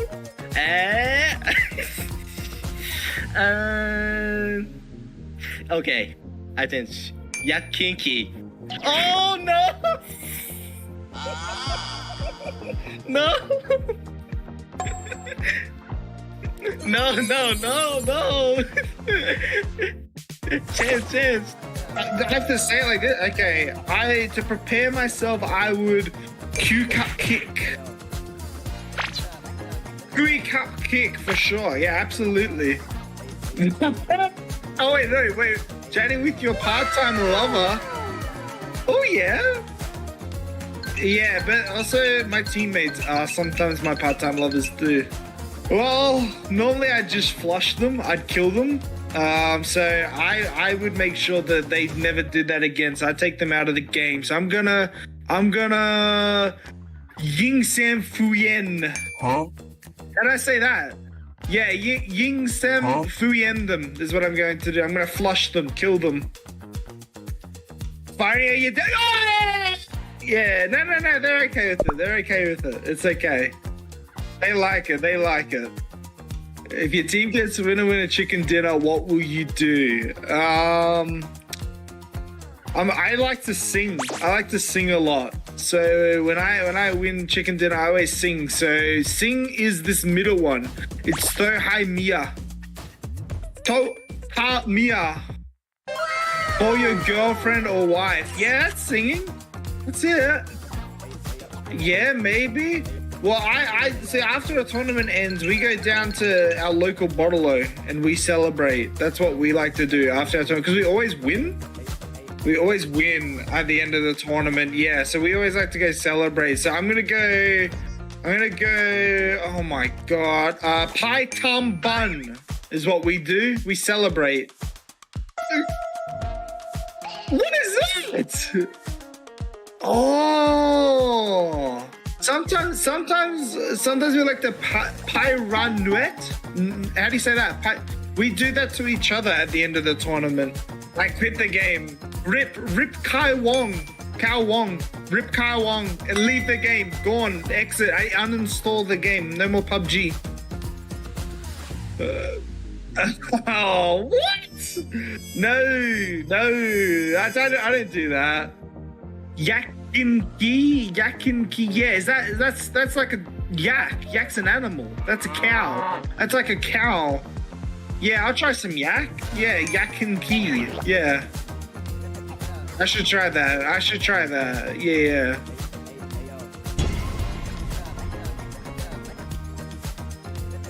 That's okay.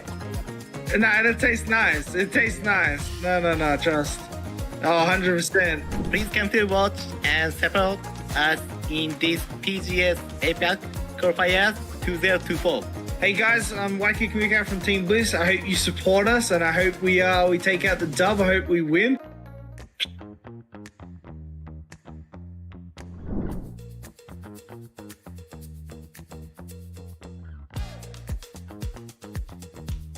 Welcome to Update 28.2.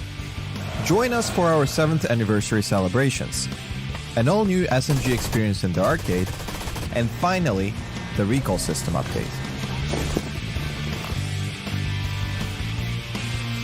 We've got lots of surprises in store for you to celebrate our 7th birthday. Erangel's school will be transformed into a festive 7th anniversary venue. Plus, keep an eye out for throwable cupcakes and surprise gift boxes scattered across the starting island of each map. We've been hard at work balancing the SMGs to offer a more unique experience and accommodate various gunplay strategies. The arcade is all set for you to try out these changes, so get that early feel and let us know what you think. And there's more exciting news. Based on your positive feedback, we're expanding the recall system to include Vikendi and Tego. Check out the patch notes to discover all the details of this update. Lastly, this patch also includes weapon mastery updates, world bug fixes, and performance tweaks. Be sure to dive into the patch notes for all the details. And we'll see you on the battlegrounds.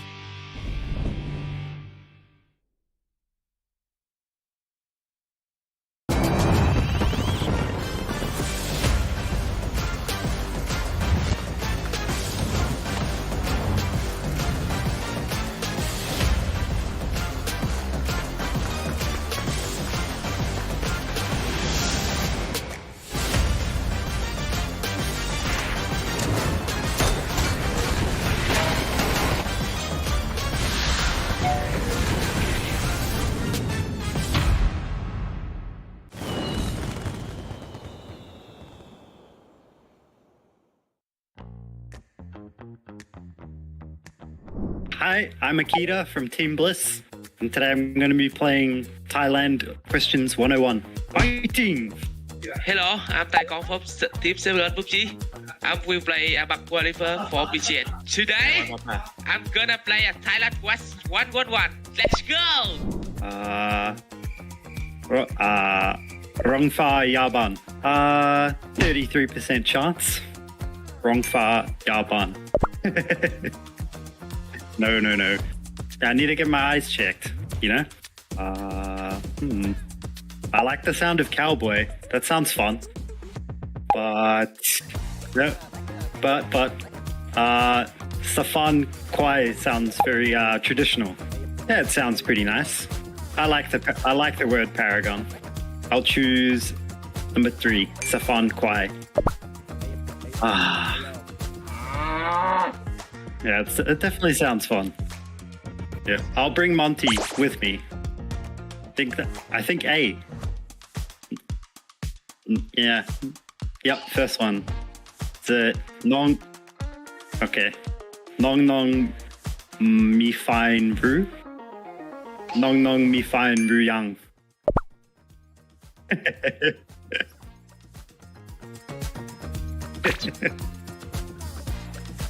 Alright. Okay. Oh, that one's hard. There's so many W's. I'm gonna have to choose the middle one. Dai Champ Lai. But I'm gonna gamble.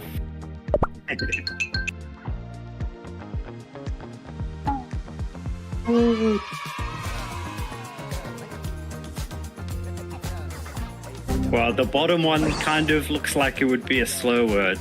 Pai Fek Mamai. Mai Tao Rai. Nikon Rukai. You gotta tell them off after you beat them. They all work. You could say all of them. Team Fom Chump Nai. Team Fom Chump Wow. Team Fom Nang Sao. 90? I'll take it. I choose the bottom one. Team Fom Nang Sao. No. Yeah, I respect my enemies. We're all friends on the battlegrounds. I think Gông phá Giả Bản. Gông lại là Gông phá Giả Bản. Yes.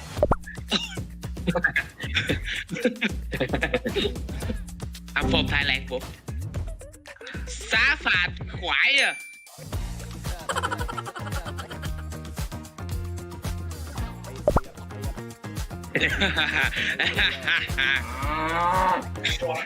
Nhưng mà ta là cái câu được.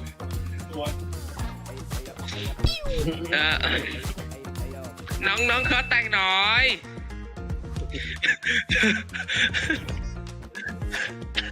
Nông khó tan nổi. Oh, what the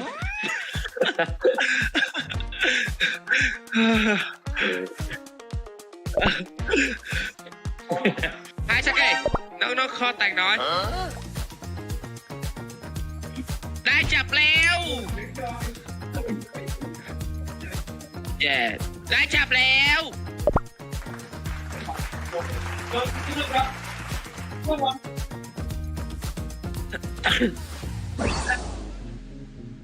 Em sẽ nói là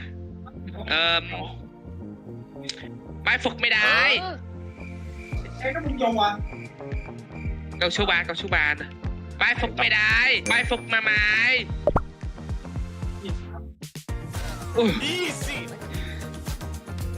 I'm the best.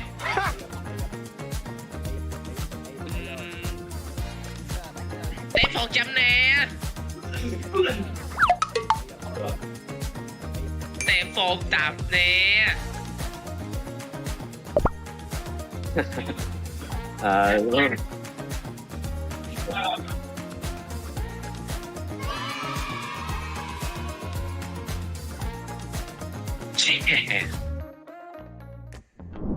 Thank you for cheering Team Bliss on.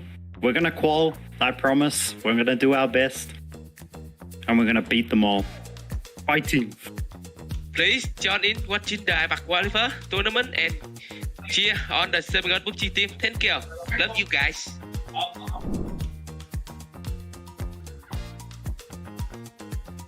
Welcome to Update 28.2. Join us for our 7th anniversary celebrations, an all-new SMG experience in the arcade, and finally, the recall system update. We've got lots of surprises in store for you to celebrate our 7th birthday. Erangel's school will be transformed into a festive 7th anniversary venue. Plus, keep an eye out for throwable cupcakes and surprise gift boxes scattered across the starting island of each map. We've been hard at work balancing the SMGs to offer a more unique experience and accommodate various gunplay strategies. The arcade is all set for you to try out these changes, so get that early feel and let us know what you think. And there's more exciting news. Based on your positive feedback, we're expanding the recall system to include Vikendi and Tego. Check out the patch notes to discover all the details of this update. Lastly, this patch also includes weapon mastery updates, world bug fixes, and performance tweaks. Be sure to dive into the patch notes for all the details. And we'll see you on the battlegrounds.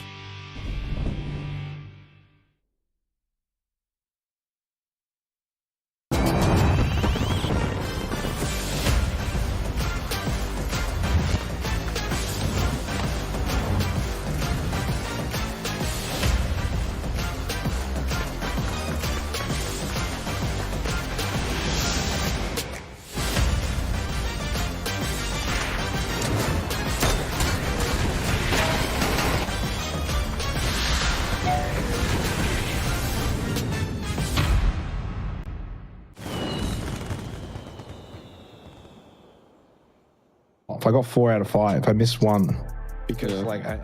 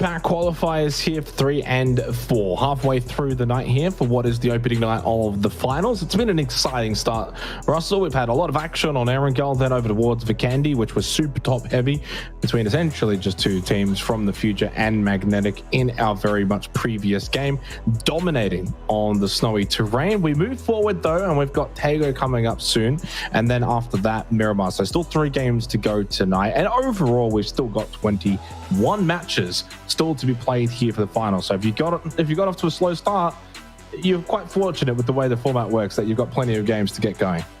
Yes, that said, you look at the bottom of the leaderboard and you do get a little bit nervous, because generally you want some points by the time we get to game 3, time we get to game 4. You don't want to be on 0. E36, they've been hot dropping, so they find themselves 0. Team Bliss, the team in the lobby right now that's been having a bit of a bad day. I feel like you've got to have that one team that's just been having an absolute terrible day. Right now, unfortunately, it's Team Bliss. And that sucks, obviously, for the PCR teams. But you said it just before we got started as well. They are a team that can make that comeback happen. I think given their edge style, it should work in a lobby like this, hopefully. I hope that they're able to kind of merge themselves together and form properly as a complete team and play that edge as they should be. Right now, they haven't really been doing that.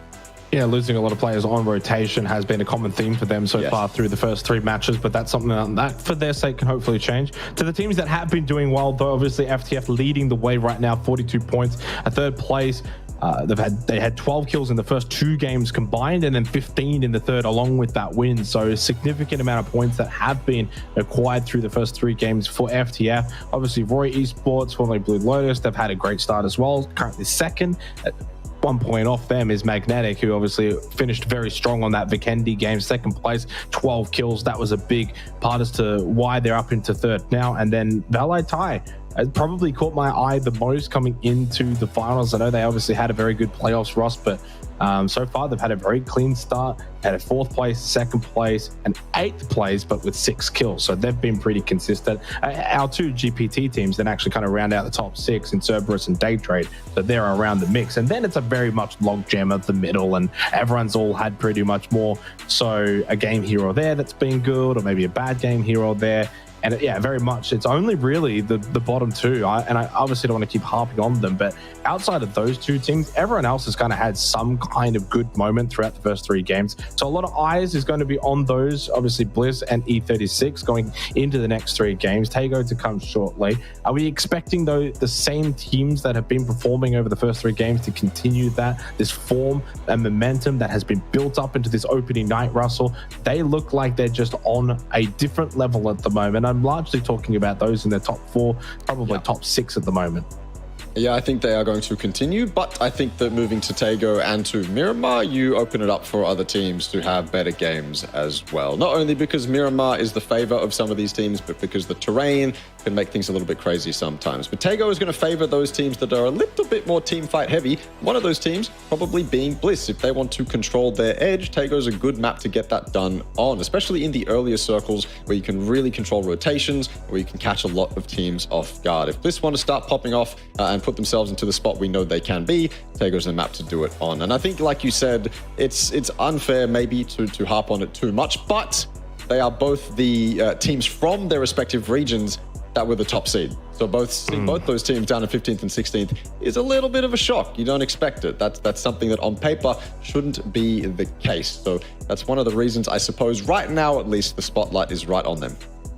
Yep, just having a look at some of the numbers as well. So far, only 2 teams have been able to crack 20 kills, that being Magnetic and FTF. Really not too surprising, I guess, considering the performance that we just saw from them, with obviously FTF getting 15 in 1 game alone. Everyone else, though, has got a pretty decent amount of kills, probably averaging out the lobby itself to around 10 by this point. So it's been a very top frag heavy kind of game so far, especially on the rotations that we've saw back on Erangel. Then Vikendi, I didn't think was as bad when it came to the rotates. That southern circle, of course, kind of gave teams a little bit more of a safer path elsewhere. Did give them that vocal point in terms of where they wanted to get to. Unicorn Cyber, another team as well that's kind of been up and down. We saw them back on Vikendi try and share that building with Daytrade, that compound. I thought they actually played it really well, and it's probably a classic case that sometimes you can play a game well and not get the reward. And I think that's probably the case for Unicorn Cyber there on that Vikendi match. Yeah, it's unfortunate because you're absolutely right. Sometimes you can perform so well in a given situation in, say, phase 1, phase 2, and then the circle becomes difficult to navigate. You open yourself up to a lot more mistakes. It's difficult to mitigate the RNG involved. And yeah, Unicorn Cyber obviously fall. But they played that situation incredibly well, and I obviously gave them really high praise during it. But then also on that previous game on Erangel as well, they were incredibly good too. I feel like Unicorn Cyber's playstyle right now is very reminiscent of a very dominant Korean team. Move as a unit, get everything done as a unit, commit as a unit, pull off the plays that necessarily you don't want to do, but you might have to do, and do it very cleanly as well. This is a very dangerous looking Unicorn Cyber. Obviously not in first place right now, but it's one of those teams that I could see very easily putting themselves up there because the way that they're playing is just really solid PUBG. Yeah, you look at some of those teams, you kind of mentioned, obviously, they're not up there right now. Unicorn Cyber, Armory Gaming, Panic have kind of dropped a little bit. Poor game on 𝐏𝐸𝐾𝐑𝐒 being really the largest reason for their downfall down to 9th after a really solid start on Erangel. And we kind of touched on them being an Erangel team. And lo and behold, as soon as we move away from Erangel, Panic have dropped down. That was a poor game from them. They got nothing on 𝐏𝐸𝐾𝐑𝐒. eArena as well. So, like, you've got some really stacked teams in the middle portion of that bracket. UNC, Armory Gaming, Panic, eArena. Those four in particular I kind of really look to. X-Men, RXC, I mean, Expendables have had obviously a rough start as well, only 9 points. They're down there in the bottom 4 at the moment. So again, in terms of highlighting how stacked this lobby is, it goes back to the PUBG Asia Super Cup at the beginning of the year, that it's very reminiscent to that, where across the board, top to bottom, there is just quality, and therefore it makes it very difficult that if you do start slow and you aren't obviously performing to the level that you would hope, those top quality teams are going to start to running away with it if you give them too much breathing room. Yeah, you mentioned TE there. TE is a very hot and cold team. That's just how we see them perform historically. They have incredibly good games and they have incredibly bad games. And so in a lobby like this, you want them to have obviously more good than bad, but if they... how do I say this? Their bad games might actually end up costing them that top 4 placement because they need to be beating the consistency of the teams that are up there, like your Unicorn Cybers and your FTFs, purely through those good games. If the narrative continues and it's just hot and cold, then they need to be getting up to the top of the leaderboard overall, just with the good games. And that might be too much of an ask because you obviously have to include those very cold games from the Expendables, and they might end up being more so than the hot games, and then you end up with this situation where it's just not good enough, the consistency is not there. TE is a team that I obviously want to root for because I think they've shown excellent prowess internationally, but they're a team whose playstyle and kind of consistency overall could really end up biting them in the back. It certainly could. Of course, hopefully not too far away from being able to get into what will be our 4th game of the night. 𝐾𝐿𝐴, of course, to come shortly, and then Miramar after that. Again, overall, for those unfamiliar, 4 nights of action here for the finals. Top 4 required. Of course, we've got the 2 GPT teams that meaning they can very much finish top 4, but then they're kind of pushing the slots down anyway. So it is very much 4 slots that get to send you to PGS 3 and 4. Starting well is important, but consistency is even better. And as we know, we kind of talk about it already, but like FTF, to get to this kind of start, 42 points from 3 games, Russell. Now, again, it's such a long way to the finish line, but often enough, and we've done a lot of these tournaments now, you as a player, me as a caster, if you start this well, you get to this much of a dramatic start, I'm not saying so much 3 games, but 6 games. If they can continue to smash it on 𝐾𝐿𝐴, Miramar, build a very significant lead, they're sitting in first place by the end of night 1. Statistically speaking, and you kind of look at the history books, like they put themselves in such a great position to then go on and qualify to finish top 4. It will be very difficult to then see them miss out. So I know it's really weird to say, but if they can basically be in first by the end of tomorrow night, I'd say you can start booking your tickets because it's going to take a miracle. We've seen some teams before choke positions, don't get me wrong. It just doesn't happen as often. You don't want to be one of those teams, but obviously you want to be in the position where you're in number 1 spot halfway through the tournament. You can then bring your expectations down in terms of points per game. You don't have to go and get like, say, 10 to 12 a game. You're playing catch up, etc. You have to worry about what other teams are doing, how many points they're getting. You can start to cool it down a little bit, play safe, play very safe PUBG. Go for late games, get yourself into safe positions. You don't have to push, get kills, etc. They can do that now. And so far, they were able to do that in that last game. So I'm liking what I'm seeing from FTF of Roy, Magnetic, the rest of them. Obviously, incredibly early days, not really putting any asterisks next to their names. But I've seen enough of FTF previously as well, then coming into this tournament, as a team that also played really well in the playoffs, to suggest that if they don't make top 4 and don't qualify for PGS, at this point early on, I will already be surprised. I think they're good enough that they can do it. The way I like to see it is take FTF, because that's the team on the focus right now. Their consistency in getting kills, their ability to just get a few kills here and there every game, maybe 6, 7 or whatever it is, right? That's their foundation. And off that foundation, the wins is what gets you the buffer. And the buffer is obviously what everyone wants, right? The buffer gives you that peace of mind. The buffer gives you the freedom. The buffer gives you the confidence. And FTF's one of those teams that historically we've seen been able to build those foundations quite easily. And so if they're able to build those foundations, which I think they've already started to do, and they can get these wins, which is, I guess, FTF's maybe the thing they need to work on, then they're going to have this really nice buffer between them and falling out of the top 4. And that's when it gets dangerous for everyone else. Because if you let FTF off to a hot start, you let anyone else with a solid core foundation off to a good start, and they start to rack up this buffer as well, then yes, it becomes very hard to reach that top 4. In fact, we go back to the playoffs, it was top 8. I feel like I have to keep reminding myself that it's half of that now. It's just the straight top 4. If you ignore the GPT teams, then it's just the straight top 4 and you make it. So there's 4 less slots essentially for you to actually qualify. And of course, it's for the international. There has to be a little bit of prestige going into it. Well, I appreciate everyone bearing with us. We did have, I think, a game crash, and hence why that took a little bit longer to get into 𝐾𝐿, but we are here. Nevertheless, into game number 4 of the night. It is 𝐾𝐿 coming our way here for the APAC qualifiers for PGS 3 and 4. Looking to those top teams to kind of continue where they've left off. We had the little halftime break, which I guess could, for some teams, be a blessing. Just a chance to have a quick bite to eat, or, you know, go to the toilet, reset, talk as a team for a little bit, uninterrupted by having to worry about getting into the lobby. They had a solid 20 minutes or so. It's time to get back underway, and a chance to reset for those teams that struggled in the first half of the night. And also an opportunity for those that have started well to continue where they had left off as we get into 𝐾𝐿. Of course, Miramar to follow after this. And it's so far been a great start to the APAC qualifiers for PGS at 3 and 4. From the future, as we've watched them drop down, they've been the team of the night. And I'm not surprised at all. They are a very strong team, very resilient, very good in the fragging contest. They can do it all, Russell. That's the capabilities of these teams that are going to finish top 4. You need to be able to do it across the board everywhere, as we get a very interesting circle over towards the southwest side of 𝐾𝐿, which is far more open in terms of water. You can see over towards Prison, for example, how much water surrounding that area portion of this Circle 1 pop.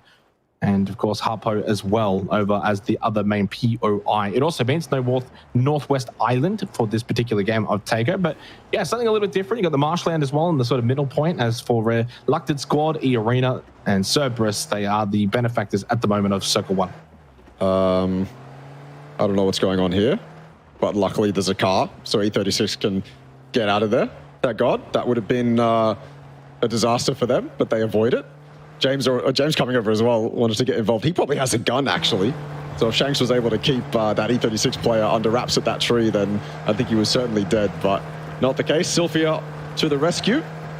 And yeah, this circle, if there's one criticism or one area that you can criticize on 𝐾𝐿, at least from a pro player's perspective, as a pro player, you want to have things that you're actually able to play around, whether it's hard cover, pieces of terrain, things like that. Generally, flat ground is justifiably criticized, and this is one of those areas that probably needs a little bit of a touch-up, just to be a little bit more forgiving and kind of get rid of those super long, flat lines and give the players some space to play around. But this is the other thing that caught my eye early on. It was Roy and Panic hot dropping each other. Now, this is a Roy, mind you, who's in second, and a Panic, mind you, who's very close to that kind of top 5 if they were to have a decent game. So this is a fantastic opportunity for Panic to capitalize on a hot drop here. I don't really know who I have as a favor to win this on paper. Potentially Roy, stronger region, potentially stronger players, you know, whatever, right? This is Panic and a hot drop. Anything can happen. But I think right now, at least Roy's got them a little bit more locked in.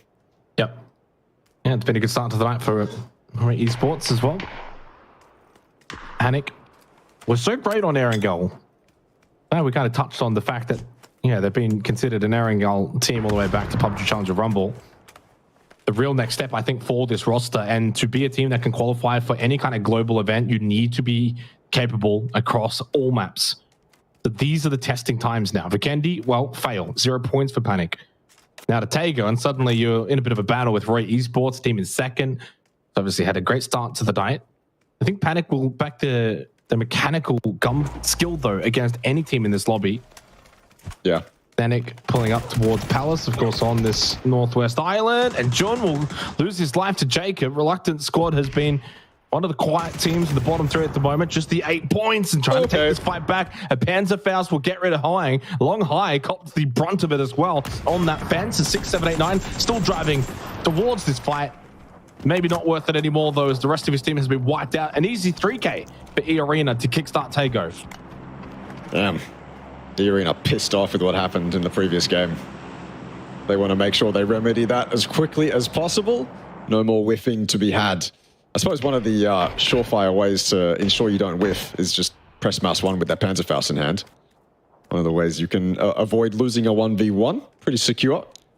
But yeah, very confident showing from them to start the match.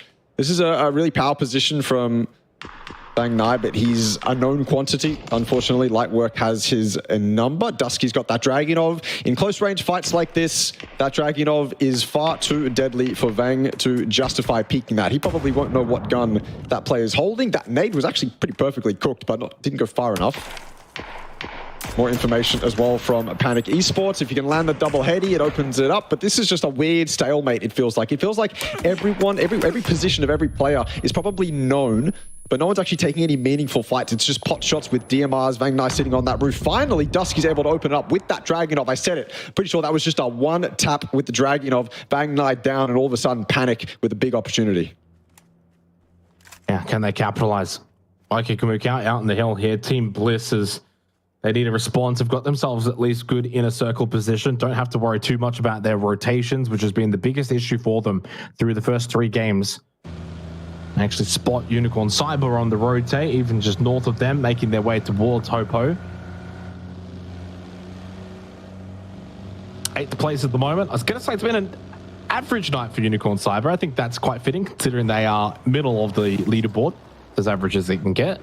Had some great moments and maybe some not so great moments for a team that's, well, certainly capable of being a team to contest the top 4. Still very much a log jam of teams, though, around the middle portion of the leaderboard so early on in the points scenario of everything. Don't have to worry too much about it right now, as these teams are still very much getting a feel for the lobby. Scout out from Unicorn Cyber down towards that POI of Harpo. No one there, though, completely vacated on the edge of the island. Not really a position that wants to be held with this phase 1 circle. There's Lightwork, formerly known as Rip, of course, has spotted the player of Roy Esports and Van Knight. Little tag here from Tarnish. Savage Men Esports. Feel like we haven't really seen these guys at all so far tonight, Russell. You think back to the PUBG Asia Super Cup, and they had a pretty good time there for the most part, and then kind of fell away as the tournament went on. Unfortunately, they haven't really got going. I mean, 13 points. I mean, one good game here on 𝐏𝐺𝐒, and they're right in the conversation, but they've been quiet. What I remember from X-Men in the Super Cup is not reaching expectations, essentially.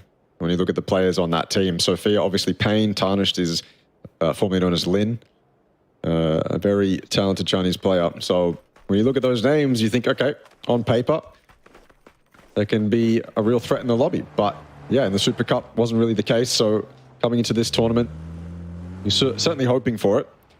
E36, they're not on the ropes, but they can't really afford to have another 0-point game.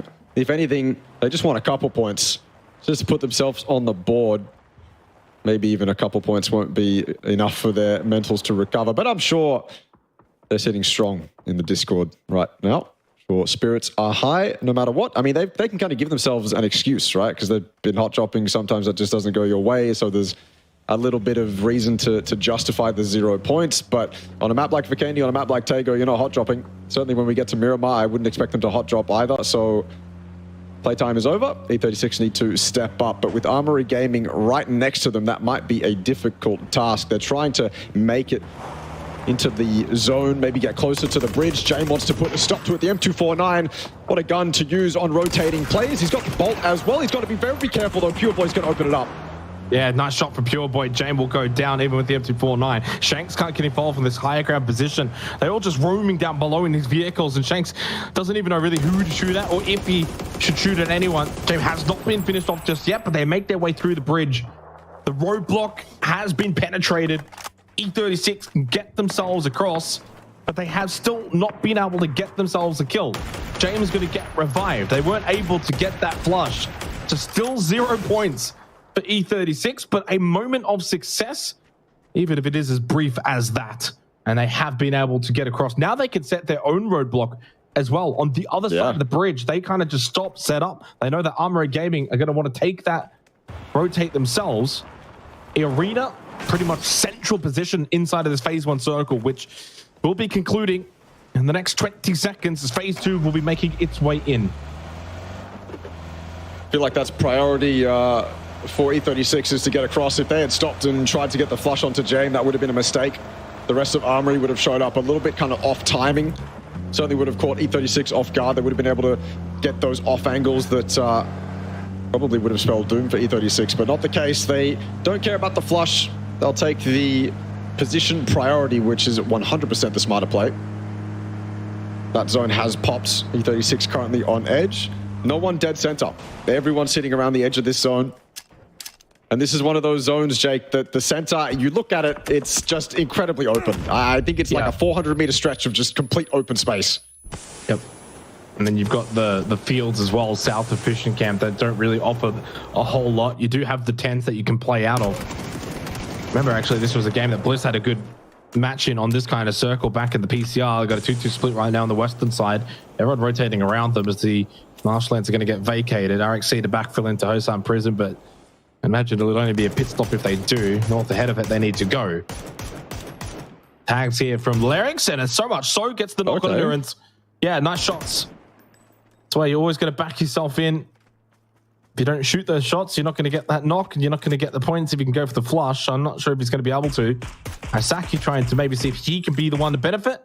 𝐼𝐸 will get one onto flash, and then obviously 𝐿𝐿𝐿𝐿𝐿 to get the other onto endurance. Not the best of starts for Daytrade here on Tago. It's a shocker. Down to 2 now for them. One of the GPT teams that started well in Erangel, but just starting to fall down the leaderboard a little bit here by the 4th game of the night. I'd hate to see complacency from Daytrade as well. Obviously, being a GPT team puts you in a very unique position that only 9 other teams have. And I'm not going to say that it encourages complacency, probably encourages the opposite, but when you're put in a spot where you're playing a qualifier for a tournament you're already going to, what kind of effect does that have on the mentality? I think Daytrade is consummate enough to put their best foot forward and not let the opportunity slip, and they can't really afford to. Again, PGC points on the line, so they have to be as immaculate as possible. But Unicorn Cyber, with a very quick drive-by, puts an end to Daytrade's Tago. 0 points on the trot. And they sit in 8th, remain in 8th. eArena probably wanted a little bit more from that, hoping one of Unicorn Cyber was knocked out of the car. But Unicorn Cyber have done them a little bit of a favor. They've stopped to loot up the bodies of Daytrade, and in doing so, 𝐿𝐿𝐿𝐿𝐿 has popped a couple tires. That car is now out of action. Does that cause any distress for Unicorn Cyber? They obviously came here in 3 or 4 cars, so they've got backup to use. But what kind of delay does this cause for them, and does eArena capitalize on it? Yeah, and that's probably been the testing point for eArena so far tonight. Now into the 4th game. Capitalization. So many times they've been involved, they've been in good positions. You know, they've got 4 kills here. Good game, 4 up. How much more can they really get from this position in this match of Tago? Good high ground position. Unicorn Cyber down below to look at. These are the kind of games where you've really got to capitalize and get these points while you can against some really stiff competition. Magnetic were able to do just that, basically on Vikendi in the most prior game. And not too far away now from heading into phase 3 as the blue has made its way in. Where will this one go? Still some tinge of water up onto that north side. And Armory Gaming, as well as you can see here with the map up at the moment, has not gone for the cross just yet. They certainly will have to. You would imagine after this little pop, as we get it And it goes straight over towards that western side. Great circle for Team Bliss. 2-2 split. Unicorn Cyber. They were opting to move. They immediately head back. And like the spot they've got here on this circle shift. And eArena on the south side on that hill should be loving this kind of circle. Yeah, they've got that massive, it's just a stretch of high ground to control their southern side from. So it would be devastating to see that crumble. Panic, I think one of their options is just to send it into the field and start bunkering down, use the cars as cover. I mean, it's one of those kind of spots where on edge you can make it work if you want to go that way. But Roy's in front of them. Roy's going to put a stop to at least Suspect. Trick knocked down as well. Suspect flushed, same with Trick actually. And so rotations coming in here. We're going to see a lot of members lost. One from each team is probably likely, just the way that the circle has panned out. That 2-2 split from Team Bliss, I think it's necessary that it stays the way it does. I feel like they have too much space to end up giving away. Nice shots from Duck Juice. Savior down the Expendables. This is finally a game where they show up and show us what they can do when they're actually on form. Got some bowls to play with. It looks like, though, when they peek over those ridges, they are put on notice. Magnetic from super far away with the Dragunovs. Mortar as well. They've got information on where that bowl is. Do they choose to actually use that Mortar? Because if they do, you can see how little space the Expendables have. There's only 2 players there at the moment, but if I'm correct in assuming that bowl is very small, that mortar could be very deadly. Yeah, very well could be. Oh, what a fascinating circle shift and what that's done for a lot of those teams towards the eastern side coming out south of fishing camp. Most of them have pretty much succumbed. I feel like this circle on paper, you look at it from the map and you go, okay, how much space is there realistically for these guys to play? But Panic have found a little nice spot in terrain. TE have a very nice spread in the terrain. They've obviously found themselves a bunch of nice little bowls to play. Same with X-Men. And I feel like that space with all those 3 teams should be a lot more hectic than it actually is. But everyone's surviving. That center of zone that I previously thought was going to be super open, it turns out that's not the case. Yeah, I think also this circle shift probably actually helps a little bit more than had it gone to the fields. The fields itself would have been probably far more open than the terrain on this western side, as Kane's going to get knocked by FAP. Still more to come. I mean, the initial rotational shift is one thing, but then you've got the backfillers, the teams that were very much on the edge. Delzil, that's going to be a freebie onto Kane. Still no point for E36. And instead of maybe just trying to find a kill here or there, hopping into a vehicle, driving away, not the best pull-up location either. I think that's Sylvia off into the background. Unfortunately for E36, once again, just looked like fodder. Xiec, an opportunity to get a free kill, and they found one. 2 now for them in this match. Of Tago pushing it on that southern side. They can actually push in behind eArena as well, up onto that hill. And there is every opportunity that if they do so at the same time as FTF, that eArena could get sandwiched here. But what a circle shift down to the south. Well, if you are able to find a bit of space and cover on that last circle, good luck here. Because already with that hill looking down, it's going to be proving to be difficult. You've got a massive road that you have to work through as well towards that northern side. And E36 are just going to send it. They might just get wiped out here, Ross. I think they could be on for another 0-point game into the 4th match of the night. XK's down, Pure Boy's gone. Only 1 up at the moment, and it is Sylvia, who has made it towards the more central point of this circle. Still alive for now. Yeah. And not getting shot at. May have found a safe haven as James knocked down by Pain. I think he has. I think Sylvia's found something to play with at least. Everyone else is going to be too focused on their own difficulties as well to want to allocate resources to a solo that's just going to be proning for the rest of the game. So Sylvia might be able to land themselves some placement points this game. Everyone's going to be fighting around the edges of that hillside as well. No one's going to, dive into the center unless it's a desperate team from the edge. And so if no one does that, I feel like Sylvia's a sure shot for a top 8. This hill's going to become very contested though. FTF are going to have to struggle to fight on the eastern side. Cerberus from afar. FTF need to find spots where they can just kind of sit, hold angles. Once Cerberus pull up, then they can shoot them out of their cars. Ensure that they start that fight off with the advantage. I mean, they're the ones holding FTF. There's no way FTF shouldn't start that fight off with an advantage. If Cerberus are able to get a knock onto FTF from afar, I mean, that's mistake number 1 made. You can certainly recover it from that, but if you avoid that, I feel like FTF's got Cerberus on lock unless they choose to rotate elsewhere. Payne off in the distance with a bowl of his own. Armory Gaming, they have to move in. They're down to 3.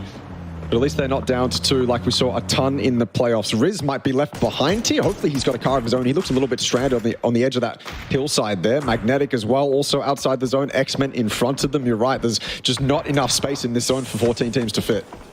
Yeah, FTF down to 3, but I like their position. Very much still a game that they can, I think, pick up some very big and valuable points. Thunder's just able to stand still there and get that revive onto him. Still will be up for Magnetic, spotting off into the distance the Expendables. And very quiet so far tonight. 1 kill to begin. On the move, though, up on that northern side. It's going to be a very tricky position to play out of here in this game of Tago. What can they do? Riz down to the blue. Not sure what's happened there. A little bit of a seat swap here. Flucky goes down. Same with 𝐏𝐿𝐒. And suddenly, X-Men are actually winning this fight against Magnetic. There's only one up at the moment for both of the two teams. Leo's going to go down. 𝐏𝐿𝐒 and Armory Gaming was able to finish them off, as Magnetic, I think, will fall as well. Yes. Just momentarily after, but they both will go together in terms of X-Men and Magnetic. It's an early finish for Magnetic.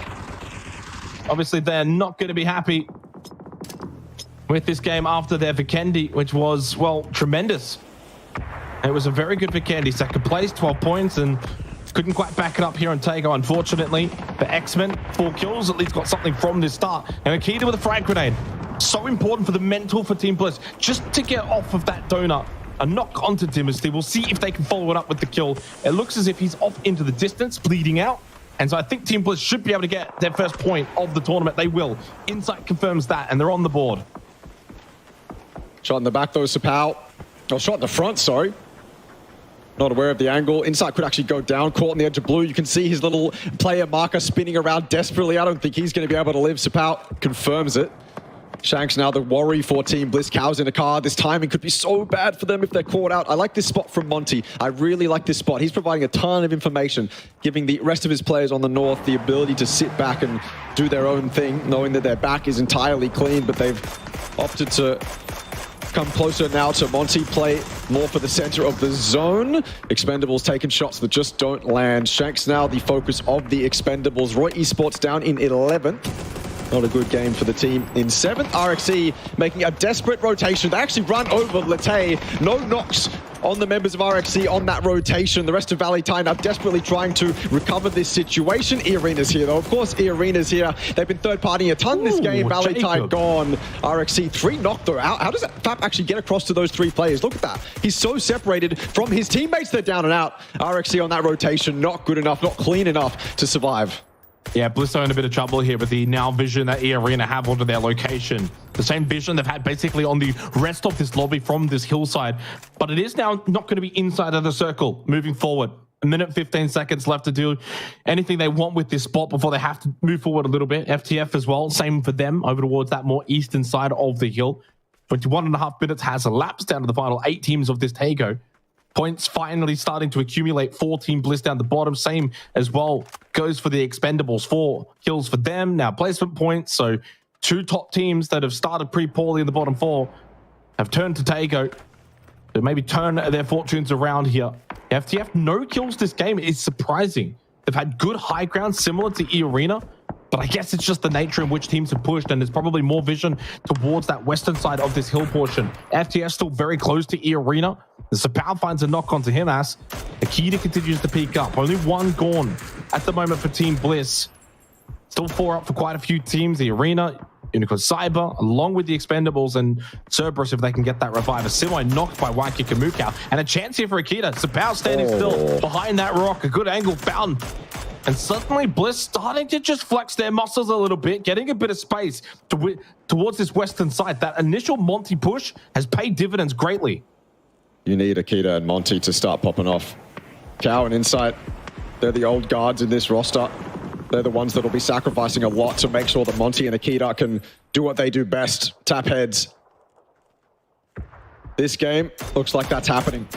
Insight's life sacrificed for 𝐿𝐒 and Monty to survive. Long-range shots, stealing away kills. High mass down to a nade from Panic. Forgot about Panic.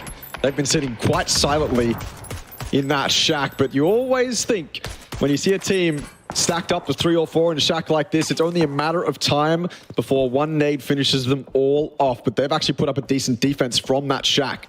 Cerberus tried to push towards it with or without the information that there were players inside. FTF gone. Yeah, I mean, like you said, probably an underwhelming game from them. I don't think they got any kills, maybe 1 or 2. But for Panic, I think that shack at least for the moment, it's been decent defense, right? Cerberus Rock, I feel like this is a panic where they're sitting in that shack and they're just completely baiting. The shack door's closed, hoping that teams assume it's clear, and off the back of that, they net a couple kills, maybe even more from this off angle inside the shack. Yeah, how was 𝐷𝐁 able to survive that little spin out moment? Blue Zone native to that shack, panic. That might just cause them to get out of that position. Close by though, no one. It was a long-range story from 777, and it does get one. And as they're forced out of the shack, Jacob able to fire, get the knock onto Dusky, and they are all able to get one onto panic between the Expendables, Cerberus, and eArena. Take your pick. They all get one. And that will send them out into 7th place. Izzy also getting one into Sololzi. It's up to 11 kills now for eArena. Push in onto Valee. He's going to go down to 𝐿𝑎RIX. 𝐿𝑎RIX actually ended up getting a TK onto 𝐷𝐁. That's fine though. Although 777 close by, this could be an opportunity for the Expendables to now punish eArena's sloppiness. 777 with the AUG. They pushed forward, Molotov in the back pocket. No frag. In fact, there's 2 now found. This should be the end of eArena's game. 1 left up at the anchor position in Jacob. But those in front of him now will fall to the frag grenades of the Expendables. Jacob the solo. And what looked like maybe a sure game for eArena has crumbled quickly. Turns out that rock was just not the spot to be at all. Nice spray from 777. eArena, they wanted it. It was hard cover. It was next to the road on paper. Probably a decent idea. But as soon as they arrived, they realized it was probably over for them. That TK doesn't help. Also, the missed shots from the Dragunov player back as the anchor. That doesn't help either. It could have been a lot cleaner. Akita, don't lose your head here. You've got such a good game ahead of you, but you're caught out completely edged of the blue bushes maybe saving you. Tanvu on high, a little bit higher than Team Bliss, giving himself the advantage. Room to play with now for 777, but they've got to be careful. If they lose their heads, they lose a man advantage here. That'd be the worst possible way to close out this game. Look at the zone as well. Look at how much space the Expendables actually have to play with now, more so given that the zone's closed in on top of them. Tanvu's got a little bit of high ground terrain to utilize. Probably a little bit scared, diligent that there might be a solo proning in behind, but this is such a good spot for TE. Team Bliss now probably going to look towards Unicorn Cyber. If they push towards TE, I would imagine they assume Unicorn Cyber is going to look for that third party. Also, can't forget that solo in Shanks. It's not behind Tanvu, it's instead behind Team Bliss. Haven't really decided to clear their behind just yet. Don't blame them. Been super focused on what's been ahead of them. That could cost them in the end. Well, I mean, it depends. Shanks, you know, this is the thing you say haven't cleared, but look at that bush, right? Even if Akita does a 180, looks behind him, he's not going to spot him. And I've been looking at the map stream, and Akita has kind of been looking a little bit like behind the likes of Monty and Cal. So they are doing their due diligence. It's just, well, you can't see him. That's going to be the nature of this game sometimes. Shanks is just very much playing this hide mode, getting to bushes, making it difficult to spot him, making it difficult to clear. You could argue they haven't grouped up and full clear behind them, but there's so much action in front of them. Yeah. It's probably the least of their worries right now. Yep. And if someone wants to play a snake in the bush, we'll let them play a snake in the bush for now. Expendables, though, 3 up. But Darwin still at that shack outside of the circle. In Bliss, more so together. Akita a little bit more behind. At any moment, though, Shanks, of course, can pop up. That will be such a bad moment for Bliss if it happens after they get the knock on the 777. There it is. There's that pop-up. Monty, immediate turnaround to see if he can maybe keep Akita alive, but no, not going to happen. Shanks now takes the position of Akita. Monty spots him with that 3 times as Tanvu will eventually get eliminated by 𝐏𝐿𝐴. I mean, at least top 4, 5 kills. Soon to be maybe 6. I'm not sure how that nade has done basically nothing to Monty. It's exploded right in his face. And into the bush goes Shanks. Blue zone nade should be good. No, it isn't. It hasn't cleared him out. And this is time wasted for Bliss. Yep. No longer getting good position. They do get the kills though. It does confirm them top 3. Oh, reliable Monty. Able to win that 1v1. I think also Cal doing work as well. While Monty was taking that 1v1, gives Team Bliss so much more space to work with. But now it's a 4 versus 2. 𝐿 Cyber, they've been waiting in the wings, waiting for their opportunity to claim this game as their own. And as soon as Team Bliss started fighting, as soon as the Expendables started fighting, as soon as Shanks popped up, it was always going to be 𝐿 Cyber. They get their 𝐾𝐿 win. It's 11, and this is why I think this team has a real shot at making it to PTS 3 and 4. They seem to understand how to play this PUBG game incredibly well right now, and they're doing it as a unit. I am very, very impressed so far, and I cannot wait to watch them as we continue this qualifiers. Yeah, we've seen this 𝐿 Cyber team be so dominant before in previous tournaments. Kind of mentioned before coming into 𝐾𝐿, there was that kind of group of 4, 𝐿 Cyber, Panic, eArena, Armory Gaming, just a solidified group of 4 that aren't in the top 4 at the moment, or at least weren't coming into this particular match, that wanted to kind of keep our eyes on, and they did not disappoint. eArena, massive game. 𝐿 Cyber, massive game. Panic, a little bit better, at least on 𝐾𝐿, compared to Vikendi as well. So, you know, clearly, a stacked lobby, stacked group. It's always going to be difficult to get these kind of games to happen on a regular basis. But for 𝐿 Cyber, able to back up some of the good work they did earlier in the night, where they got 9 kills, 4th place on one of the Erangels. Outside of that, it's been a bit shaky. But finally here on 𝐾𝐿, they've been able to find their best form once again. It was a fascinating 𝐾𝐿, though. We had some early fights, and 𝐿 Cyber were, of course, a part of that early on from the get-go. So it's not as if they had one of those kind of games where you didn't really have to do much and then did it all at the end. They were in the mix from the beginning. Yeah, the 𝐿 Cyber right now, it seems like they're playing a game of just mitigate as much RNG as possible through, 1, using numbers, and 2, utilizing the terrain. It seems like that's their game plan at the moment. Don't let anything go to chance, and if something unlucky does occur, well, at least we committed to it as 4, at least we were there as 4, and we all lost as a team. That is some really solid PUBG strategy coming out from 𝐿 Cyber. You look at them in that end game there, and they were just sitting very kind of silent on that southern side, letting all the action happen in front of them, and they only popped up, of course, when they knew they absolutely could. So 𝐿 Cyber playing a really good game of PUBG here. It's the kind of game that you can actually see. It passes the eye test. Also, this is what I'm talking about. Sizzy missing those shots made that very not clean, and of course the TK didn't help either. So could have been cleaner from eArena, and maybe they could have had a little bit more impact in the game. But I think that rock was always going to be their downfall. Yep.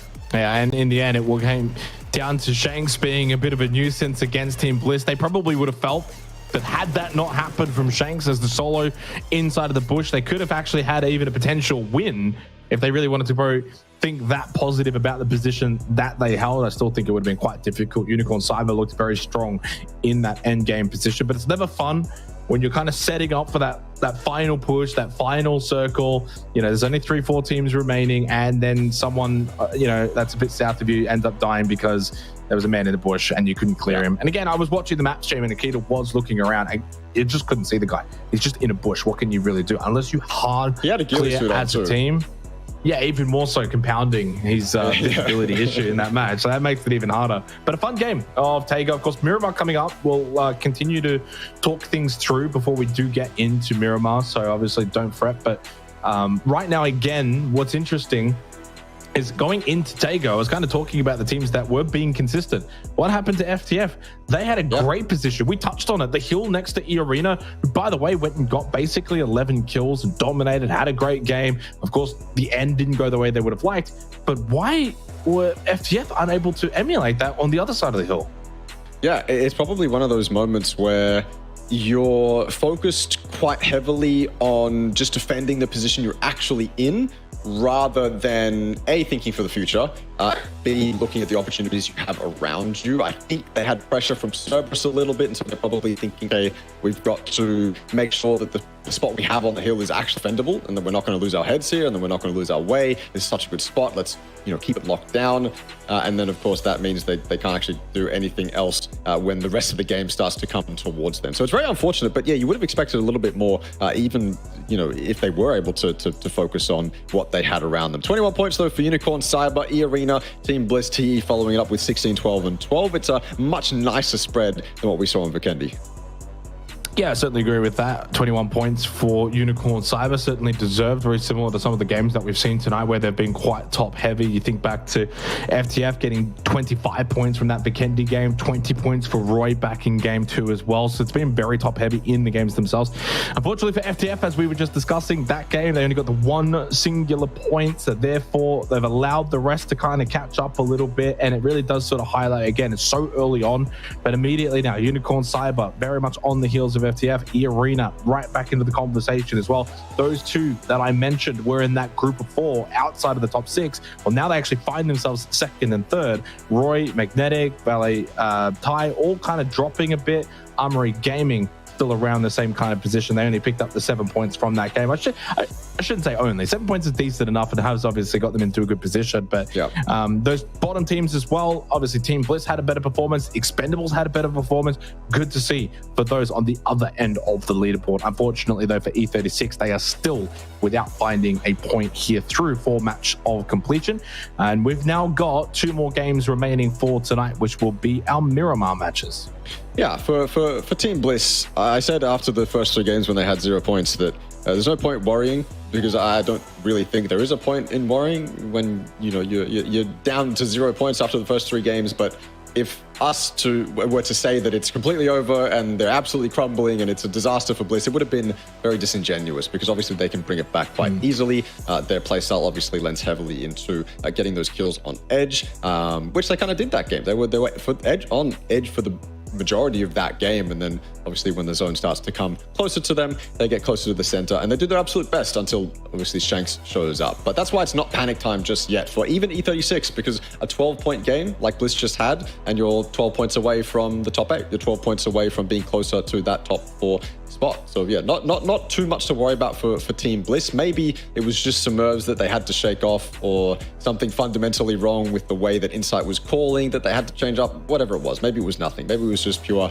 bad luck that was stopping them from getting points. Either way, they looked much more like Team Bliss. And I think more importantly in that game, we saw Akita do well and we saw Monty do well. I don't want to say that Insight and Cal have no impact on this team, because they certainly have a huge impact, but as long as your star players are performing, then that's good for Bliss. That's something that Insight can use. Those chess pieces are actually doing their job, right? Cal can, the space that Cal takes he's taking space for a reason. It's almost like Monty and Akita are the Dynasty and Riz of Team Bliss. So it's good to see them actually performing. Monty didn't really look challenged either in that Shanks 1v1. It's a moment where the nerves can kind of hit you. It's this sudden jolt. Akita calls, he's behind me, and then maybe you can go into panic mode, but not the case. Monty looked solid as a rock, and that's good signs for Team Bliss.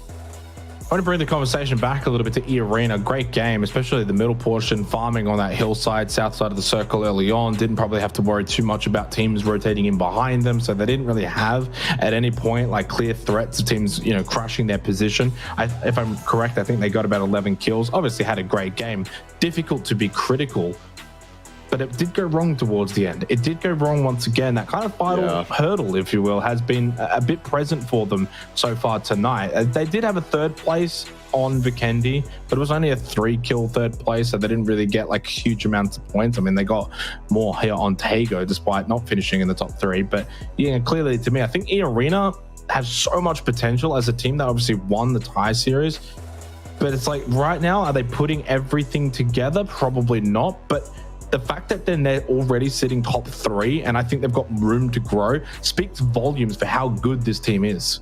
Yeah, I think that Tago game, honestly, you can look at the missed shots from Zizzy, you can look at the TK, you can look at the spot they chose to breach on that rock, but I feel like that's all quite normal. It's critical in the moment. You see Zizzy missing shots, and obviously that's going to cost them the game, that's going to cost them time and space to work with. The TK doesn't help at all. It's stuff you can criticize, but that's not an easy moment for eArena to be in, and whether that's a byproduct of their positioning much earlier on than that, whether they put themselves in that situation, something you have to look at the Twire to figure out. But in that situation, it's difficult to make anything happen from it. Again, I think that rock was just going to be their downfall no matter what. I think that was just not a spot that they could actually survive at. Maybe they could have angled towards the shack or further up the hill to avoid the Western LOSs, who knows. But eArena did what they did. They did it together. They had their anchor way back. They had the people up close. And so the fundamentals were there, just a little bit unlucky when it came crunch time. So eArena, I'm not worried yet. I do agree that what their expectations are probably aren't being met at the moment, but I'm not too worried about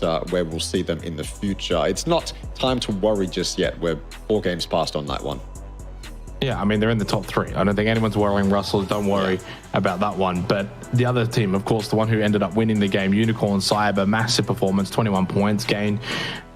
I felt like, to me, they're a team that at times can either be like really dominant and they can go on those consistent runs where they have good game after good game. But so far tonight, it was very much inconsistent. Great second game, first and third game, very much not really involved. They're a team with so much talent, been around such a long time now as well. Yeah. What we just saw from them on Taego is kind of what I expect from them. Not every single game. You can't win, you know, and get an 11 kill win every single game. No one's that amazing. But I think being involved, especially early on, getting kills, being a factor, being around the top 4 as well, is really where they should be. Unicorn Cyber are probably a team that, as harsh as this might be to say, it is literally top 4 qualification or bust. Like, it is not a matter of like, oh, good job, we were great, we finished top 8, we were, you know, competitive. They're in that bracket of like, they need to qual. Like, they are that good and that much of a threat within this APAC region that if they're not at PGS 3 and 4, something's gone horribly wrong, and they may even then look internally because that's how good they are. Yeah, I agree. Their expectations will be super high, and they're playing like that as well. Like, you cannot look at the way Unicorn Cyber are playing and tell me that they're not playing to qualify. The way that they are moving as a unit, the way that they are taking these end games, the way that they value what they have, they are playing to win. They are playing to maximize the points that they get each game categorically. They are not playing like an Armory Gaming, who you'll see with a couple members doing their own solo things, and it might work, it might not work. Unicorn Cyber aren't willing to risk that. That's the thing that's coming to the forefront of my mind right now, is Unicorn Cyber is playing, like I said in that game, to minimize the RNG, mitigate the risk. They don't want to risk anything they don't necessarily have to risk. And sometimes that actually means the entire team's going to die off the bat. Sometimes that means because you're playing so much as a unit, if the play doesn't work out, then you don't have anyone to go and rank tank for you. You don't have anyone to send it into a bowl in the center of the zone and to get those placement points. But when it does come crunch time, and when you do have space to work with, you've got ideal terrain, or you have 4 up because you haven't taken any risks early, that is when you just win. You're just an unstoppable force in an end game at that point. Unicorn Cyber, if the circle was any different in that Erangel, where we saw them all running down the western side or the eastern side of that hill, just in a little line, if the circle was any different, I'm telling you, man, Unicorn Cyber would have just dominated. Because if they're making decisions like that, then they're on point. And then the leaders and the coaches and the support staff around them have made sure that every single player is on the same page. Yeah, and quickly before we get into this Mirai game as well, the other 2 teams I kind of wanted to quickly give a bit of a talk about is Cerberus and Daytrade, our GPT teams that we've got here in APAC as well. Neither of which have looked utterly dominant. I think they've actually dropped to about like 8th and 9th or something along those marks, Russell. So they've been, I mean, I say that Daytrade, of course, won the opening game, but since then, large drop-off, inconsistent, and probably floundering in the same way that we probably have seen them before. PUBG Asia Super Cup, a little bit over towards, of course, the playoffs, despite still qualifying for this portion of the tournament. They don't need to finish top 4, but you really do want to be finishing top 4. Otherwise, going into PGS 3 and 4, you might feel a little bit fraudulent. And how good are you going to be performing if you can't? It's true, though. It's true. Yeah, it is if true. You're not performing here, then it's going to be even harder to perform at the global level. So those 2 teams in particular need to kind of remind themselves that, hey, that form, that momentum, it can be taken into those globals. Yep. We'll see if they can turn things around here. Miramar is where we go. I said at the start of the night, there's some Erangel teams and there's always going to be some Miramar teams. Well, if you're a Miramar team, now is your chance to collect some points to close out night 1 of the finals.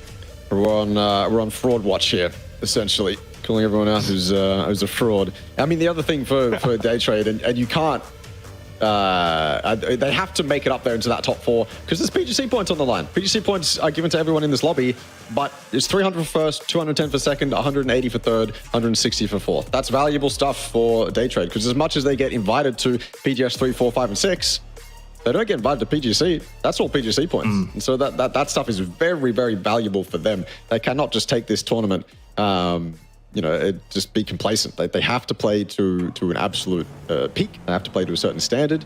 Otherwise, they could eventually end up missing out on the biggest tournament of the year. All right. Match number 5 of the night, Miramar for the first time. And looking at Unicorn Cyber here, of course, as they did win that previous game. Well, far eastern circle. Oh, God. Probably not far enough to get to the islands, but it's always far enough that the water is very much going to be a factor, and it just shrinks so much of the map. Yeah. Obviously for Circle 1 pop, and obviously makes life a little bit more difficult for teams on the rotate. And then Circle 2 is, you know, it doesn't have to hard shift back straight away to like a Kantara, for example. It can very much center up, keep a lot of water in. But I very much doubt that we're going to go to the islands with this circle. You know, typically you can see that I think there's only like 2 or 3 circles probably. Like, I don't know if it's actually that particular number. I should probably say with like one hand, there's like a very small amount of circles that can actually go there from Circle 1. Yeah. And I don't think this is one of them. I don't think so either. We saw a much more unforgiving circle on the final day of the playoffs that was much more heavily favoring the islands. And it didn't go there. Duck shoes, caught. Scar spray as well. That was clean. Those ones can get away from you too. Scar's a little bit too bouncy for my liking, but Sophia will not let it slip. A little bit of payback as well, some retaliation from Delwyn, but the Expendables run continues to be very cold. We say they're a hot and cold team, but eventually they've got to start warming up. Otherwise, the tournament that honestly most people would probably put them to qualify top 4 in could start slipping away. Yeah, I think I'm very much agreeing of that. They did start even slower though, and much better on Tago. Now up into 9th when they were bottom 4, right? So certainly a better performing team on Tago. A little bit disappointing, obviously, for Duck Shoes and the Expendables, where it's like, oh wow, we finally have a good game. We come to Miramar and then bam, we lose one on a bit of a drop location. That's never a fun feeling. Duck Juice has to sit out the rest of the game. Now you're playing as a 3-man. You just have to kind of go in with that mindset, though, that you can kind of go into your shell a little bit now, play the long game, find good position, get good compound location, and then you can play as a 3-man. You know, after the 20-minute mark, it's typically fine. At that point, half the lobby's probably a 3 or a duo, so you can't then use it as an excuse. A little bit more difficult though, and especially on a map like Miramar, if you want to get that kind of map control, having the 4 players, you know, think about these 2-2 splits, wanting to deny in terms of like a zonal defensive position where it's like, okay, well, we'll kind of hold these 2 locations and therefore it's going to make it hard for people to take this spot and then we can rotate to here. So not having that player isn't so much about like the fighting, but more so about the positioning on the map. This is even worse for the Expendables as well, because teams are just going to start taking all the space around you that you actually want, all the prior spots. Not necessarily that they want this compound that Reluctant Squad is in, but you're going to see very similar things all around the Expendables, basically. They were here very early, and they've had to submit to a spot that's not ideal at all in a zone like this. Submitting to the gas station all the way down there on the low ground next to Impala is a far cry from a good position when you could have had this spot that X-Men is in, or the compound that Reluctant Squad just took. So losing that one member early completely throws their game off. All of a sudden, they aren't allowed to respond super quickly to the environment around them, and they're thrown into a bit of a desperation play. That gas station should be used as a reset point. Just debrief, reset, and then take the game from there. You've still got nice central spots to claim, so don't give up on it just yet. RXC rotating in next to the relatively new area of the truck stop. Haven't really seen too many zones finishing around here, and it makes me very sad. I want to see the new area utilized as much as possible in these end games, but not yet. Either way, Cerberus as well, rotating very close to Roy. I feel like there's a couple teams on these rotates that are rotating dangerously close to other teams. I don't know whether they'll actually stop to take shots or try to engage in a fight. This is one of those circles where you can hi, Saki. I hope that's an alt tab. If that's a DC, I'm going to be very sad. I think we saw one really devastating DC in the playoffs, but I hope it doesn't continue to happen. But either way, this is a circle you can see is very 50-50. If you're Cerberus on edge, if you're Roy on edge, you can stop, camp all these teams coming in, or you can prioritize going a dead center. There's a lot of off-center spots to play as well in this circle, like the compound north of those fields. Uh-oh, not a good start for Bliss. They could get the res, but I think X-Men are going to look to flush this out. Yeah, that's a bit unfortunate for 𝐏𝐆𝐒. Oh, that's yeah, so it does get bad. watched out. You were right. Leo gets the free kill. 2 now up for X-Men in terms of the kills to start this game of Miramar. 1 down for Bliss off the back of a much better performance on Tago, where they collected 12 points, which is a decent haul. If you're getting 12 points a game, you're going to start to rocket up that leaderboard, but a rough start here on Miramar now. Losing Cow. He knocked himself, right? Well, I think it was a combination. You know, like you take a bit of damage, but then you knock yourself because you're getting out of the vehicle too early. Yeah. So I think it was a bit of both.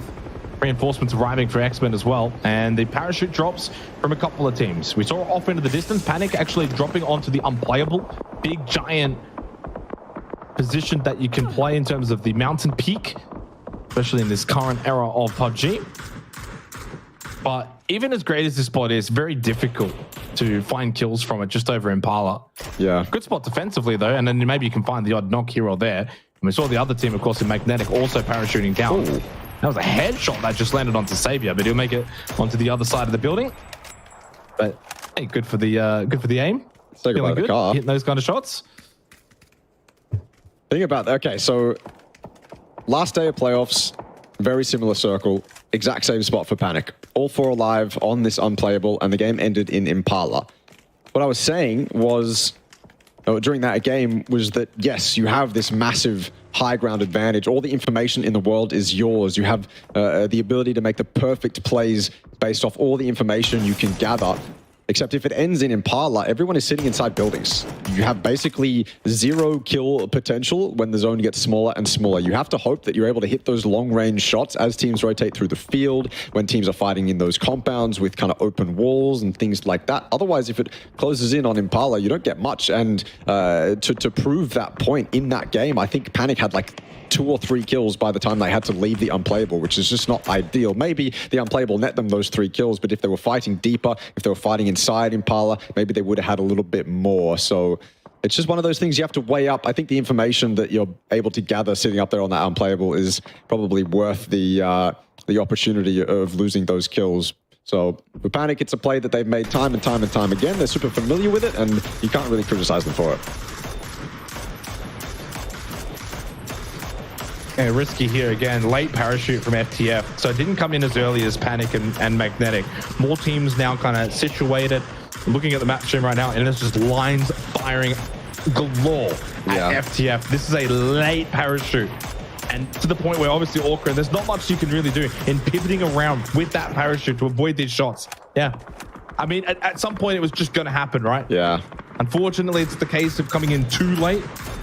And it's also the risk and the reward of the emergency parachute pickup, right? If you do it early and you do it at the right time, you get the reward. If you do it late and you do it as a very backup rotation, you're probably not going to get that reward all the time, and especially over a city, and especially with this kind of circle one late, like it's the 9-minute mark. That's rough. Oh. Wait, was that theirs, or was that someone else's aiming it from the future? I think it was someone else's. It has to be someone else's. Did you see the 4-man mortar from Mad Pig in the playoffs on Everest? Not too sure, actually. I don't think so. We didn't get to see it because, I mean, you don't blame the observers. They're not going to be looking for mortars because they're just so flimsy sometimes and they're not super reliable. But it was a 4-man mortar that unfortunately wasn't caught from Mad Pig from Pixel Stars. It was probably one of the most iconic moments in PUBG history. And unfortunately, we don't have access to the replay to be able to see it. So these mortars are showing themselves in PUBG Esports more and more as these players get more and more used to how to aim them. They become more and more of a threat. If you want to put yourself in a bowl, well, that's something you've got to be aware of. Spacing is a lesson that PUBG players are learning the hard way these days. Yeah, more parachuting here. It's light work. Trying to also continue the good work for Panic. 2 kills from them from this unplayable position. Destroy just makes it. Cop the headshot. Although, it might not be safety for Unicorn Cyber. 3 have just been knocked. In fact, only 1 standing at the moment, and that is the very low health Destroy. Just got off a med kit. Back to full health. Man, Hung is gone. And after a significantly good performance and the win, back on Tago, it's a disaster on Miramar in the follow-up from Unicorn Cyber. They too, with the late rotate into Impala. I mean, the lessons are being learned right now for these teams. Rotating in late, wanting to try and get good position. Instead of trying to just come in from the edge, they are getting punished for just trying to shortcut in front of the line. but Knight can't win the battle at the ramp. Leo strong with a headshot. Trade does come though from a third-party player in Long High of Reluctant Squad. Roy Esports down to 2. It's a classic Miramar bloodbath to begin, and phase 2 has shifted to the mainland. Impala still very much a heavy factor of a POI for this game. Yeah, you almost have to consider that Unicorn Cyber emergency pickup as too risky, almost. And to send it into Impala, I suppose the emergency parachute isn't necessarily the problem. It's where they went. Impala, it's too much of a commitment in a zone like this. I feel like you might be better off coming in on the edge with vehicles that you can then use to put yourself in a better spot phase 3. I don't want to criticize it too heavily, because if it works wonderfully, but not on this occasion. I feel like Unicorn Cyber as well probably weren't expecting such a heavy presence towards Impala, even though it's very central at the moment and it's a power position. They tried to go to one of the spots that would have been a lot less contested. They went to that northern side. You would expect teams to put themselves in the massive motels up towards church, potentially on the edges of the city, rather than that northern side. And so probably caught off guard a little bit too. But yeah, you're right. It's the give and take of the emergency pickup. It just kind of just doesn't go your way sometimes. You have to be super on point to make it work. And to be fair as well, if you want to send it into Impala, you're exposing yourself to the unplayables that surround it. You're exposing yourself to all the windows inside that city as you fly down. It's not like you're the flash as you fly down on those parachutes. You're actually quite exposed. So you really got to consider it.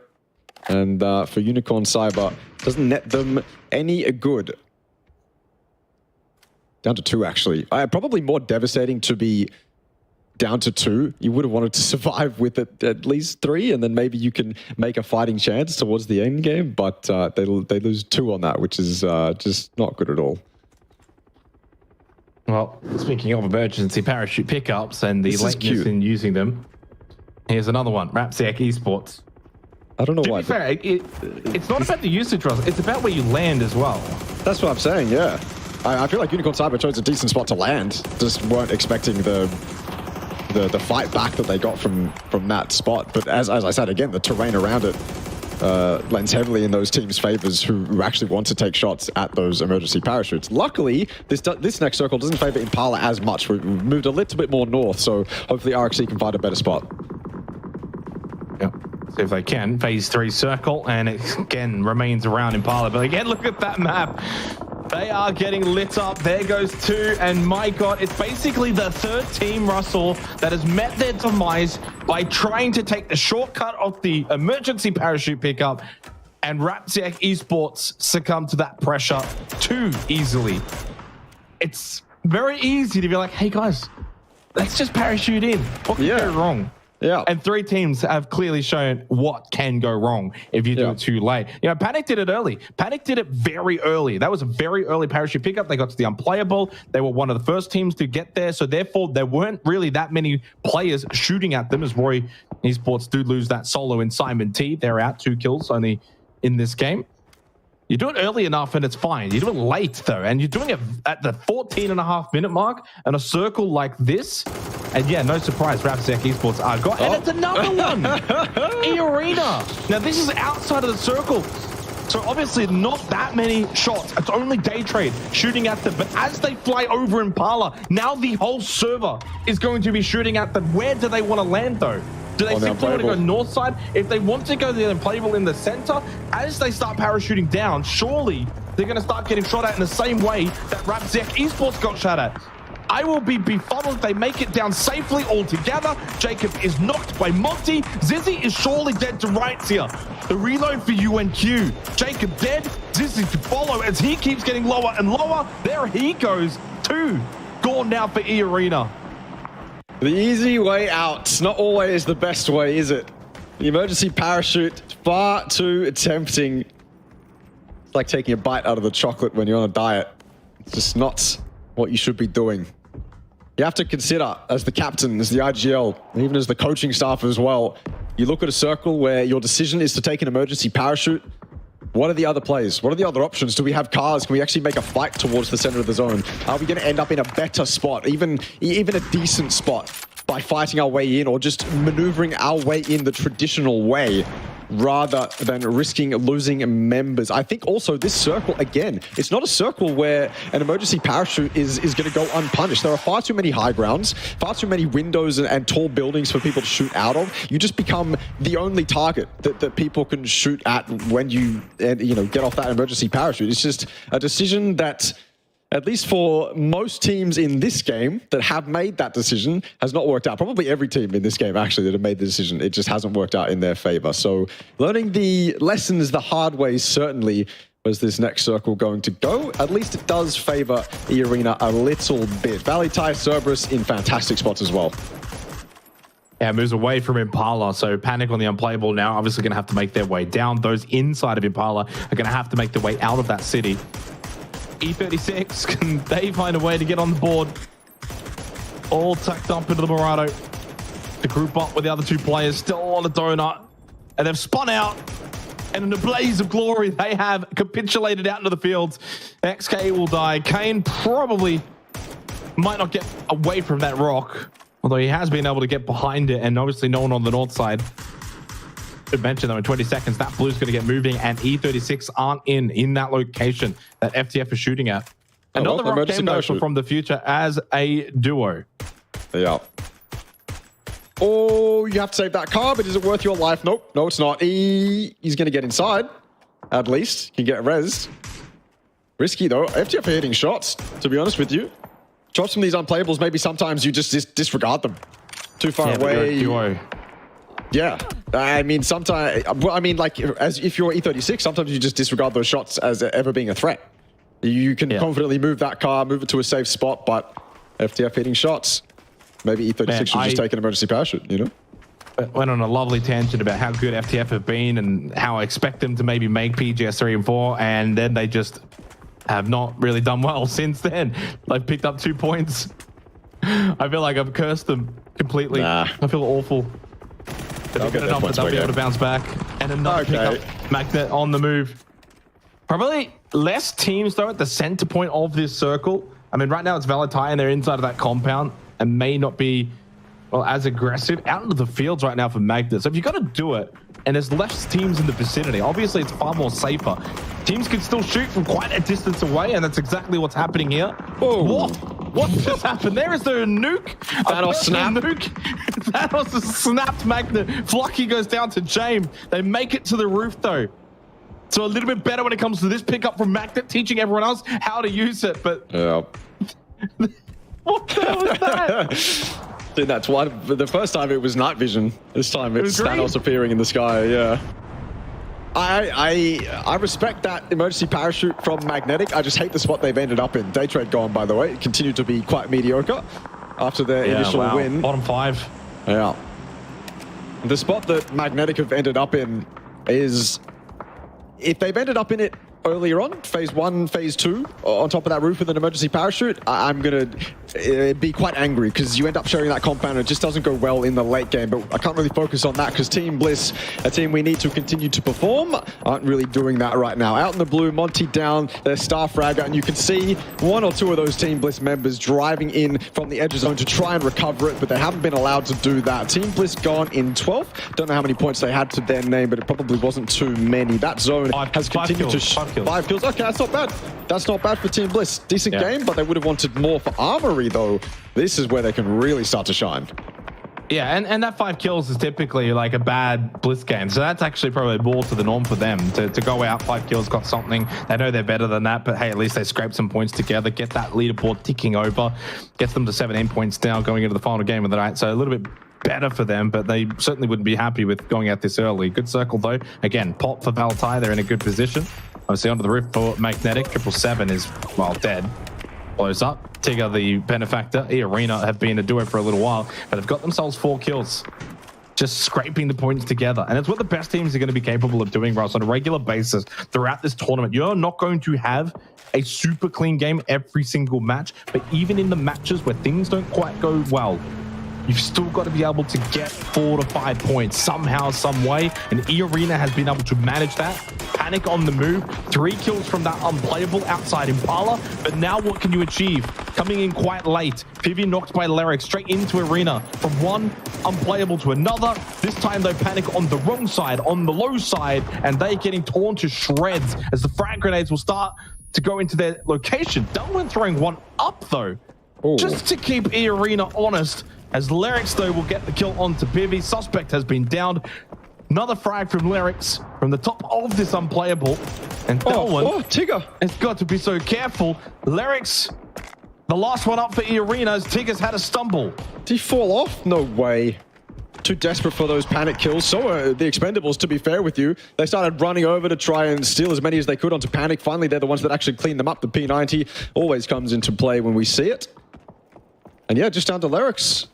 A little bit of a fumble from Tigger. I don't know how. I mean, he's on the side that the panic are on, so I assume it's exactly what I said before. 𝐿𝐼𝐾𝐿 continues to do exactly what he should, though. 7 kills, yeah. You mentioned the consistency, the ability to get that points per game as high as it possibly can be. And from this spot, it's almost impossible not to get a couple points here and there. Delwyn in the complete open as well. 𝐿𝐼𝐾𝐿 continues to farm. That's the best way to describe what he's able to do right now. 9 kills. Yeah, he can drop off. He can drop off as well with the parachute he's got in the back. Whether or not he'll survive is a completely different question. He's got to pick his timing absolutely perfectly. This guy continues to just do everything for eArena right now. Yeah, I should mention, by the way, 𝐴36 have finally gotten some points as well because of the kills and placement points. But 𝐿𝐼𝐾𝐿 might just put a stop to the little run that they've been able to manage, just barely outside of the circle. Now vehicles taken. Sylvia able to get away for 𝐴36. Danoa spray from the roof for 𝐿𝐼𝐾𝐿. They might not have many kills, but they've got good position. Although position that's no longer good with that phase 6 circle shift away from this compound. Up north towards Armory Gaming. A reprieve for a team that hasn't been at their best tonight. They get a massive circle shift here for circle 6. Armory Gaming, off the back of this, now are absolutely in the driver's seat. It's open terrain, sure, but it's open terrain for everyone, Russell. And Armory Gaming are the only team inside of the circle. Cerberus have made their way in on the western side, playing through the fields. 𝐼𝐾𝐿 haven't really been able to stop them because they're more concerned about the teams around their direct location. This could end up being a battle of the century between Armory and Cerberus. 2 incredibly frag-heavy teams with insane individuals going at it. Not going to get that just yet. We've got to wait for this to run its course. And this is why I said I get frustrated every time I see this. I'm not saying that there are other options for 𝐿𝐼𝐾𝐿. It's good for survival. It gets you up to those placement points. You've got high ground. You're on the roof. I mean, that's good in and of itself. But you end up with this really weird stalemate with the team that's below you. Valee Thai now have to 100% consider that when they leave, they have to deal with 𝐿𝐼𝐾𝐿 as they jump off the roof. And it just creates chaos for the team below 𝐿𝐼𝐾𝐿. But RS, Reluctant Squad, moving in incredibly exposed. Maybe a wider line would have done Long High some favors there, but he drives right next to the compound, loses his life for it, and this is where 𝐿𝐼𝐾𝐿 can farm before they have to jump off this roof. Lucky, knocked by Salolzi. Danoa prone for now. Plenty of medical supplies still available for 𝐿𝐼𝐾𝐿. Been here a while.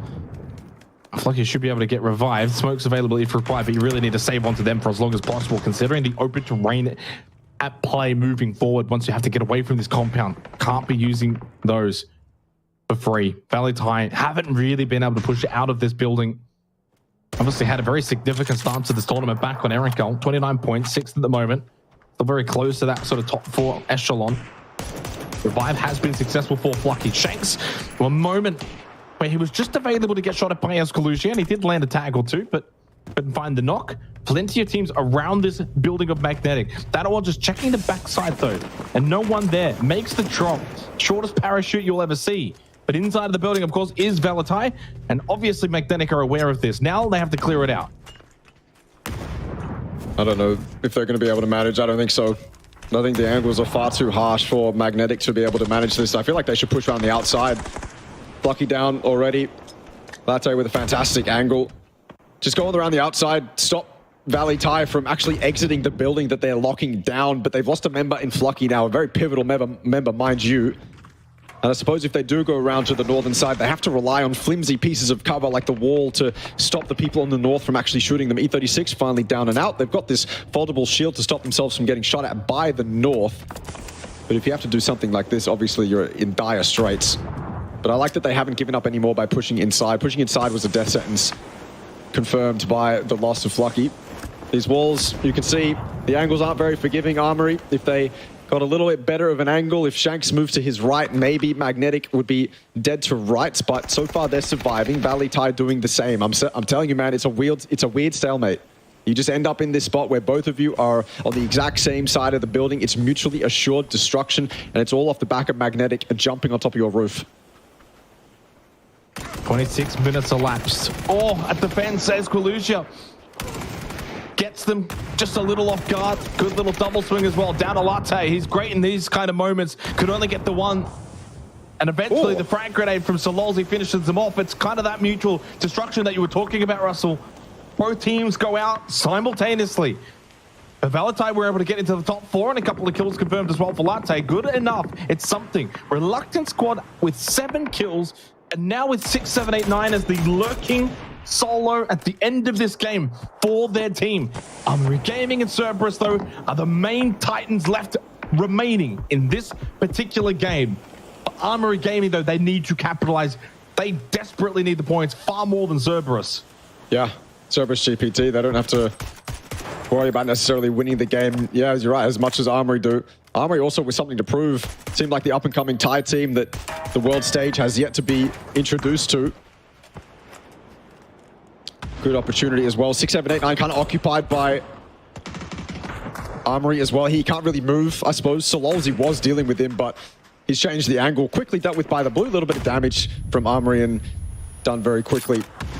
Nice knock from 𝐏𝐼𝐺 though. The Orm sounds off, and all of a sudden it's getting a little bit dodgy for Armory Gaming. Not necessarily putting themselves in the right positions to be able to capitalize on Cerberus once the rest of the teams were gone out of the server. This might actually end up just being a nice quick win from Cerberus. Riz, the only one alive outside the blue. He's fighting back with that Dragon off, but how much more can he do? It's over. Cerberus, was that even a fight between Armory Gaming and Cerberus? That was just Cerberus wiping the floor with them.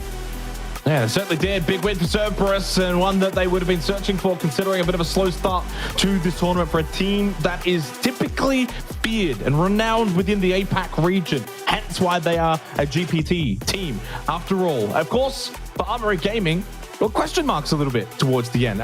For a team that really wasn't involved throughout that match, they got themselves a lovely circle shift for phase 6, just could never capitalize on it. Credit to Cerberus though, they got moving early on off the back of that circle shift, got themselves into a great position, and in the end, they were able to capitalize. But a lot transpiring on that game. A lot of it down to emergency parachutes as well. That was the biggest talking point this game. And straight away, the first highlight from the replay is an emergency parachute.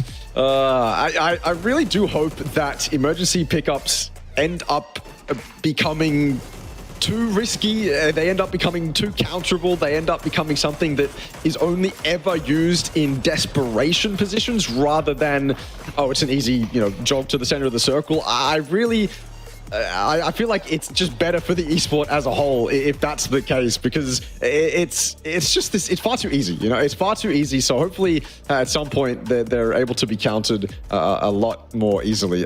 But yeah, certainly this game, the teams will be rethinking them, especially on this circle as well. That's the biggest thing for me, is because I think in other circles the emergency parachute can be used a lot more easily, but on a circle like this, with the amount of unplayables, the amount of high ground, it's just too risky for you and all 4 of your players, mind you, to put yourself in harm's way like that. Yeah, I mean, it's all really down to the whole process of it. Are you using it wisely enough? Is it a necessary requirement to get yourself into a good position? And then also, are you being too greedy? Like, if you're going dead center of the circle halfway through a match, yeah, there's going to be a lot of teams there and a lot of teams that can shoot you from quite a distance away. You are going to be a sitting duck. But if you, say, going towards the edge and then pushing him from there, and it's getting you from, say, your looting position to like a phase 2, phase 1 edge of circle, that's a little bit different. And then also, if it's off the back of a circle shift and you know that, say, I don't know, let's say the circle shift over to the west and there's not that many teams over there, then you can use it to get yourself there quickly. So there's multiple ways to use it and to use it safely. Unfortunately, this game was a really good example of teams using it.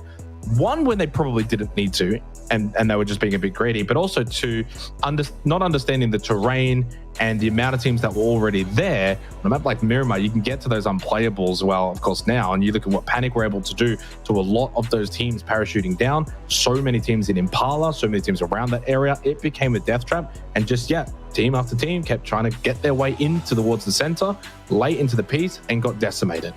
Yeah, I feel like that's the other thing, right, is the timing of it. You can see teams often use the emergency pickup, perfectly timed for that phase 2 pop, maybe even that phase 3 pop. But that seemed like it didn't matter in a zone like this. Also, yes, to your point, everyone was already set up by the time people were taking the emergency pickup, so it was definitely far too late. To me, though, the biggest surprise of that game, other than the emergency parachutes, because, excuse me, to be honest with you, emergency pickups often fail.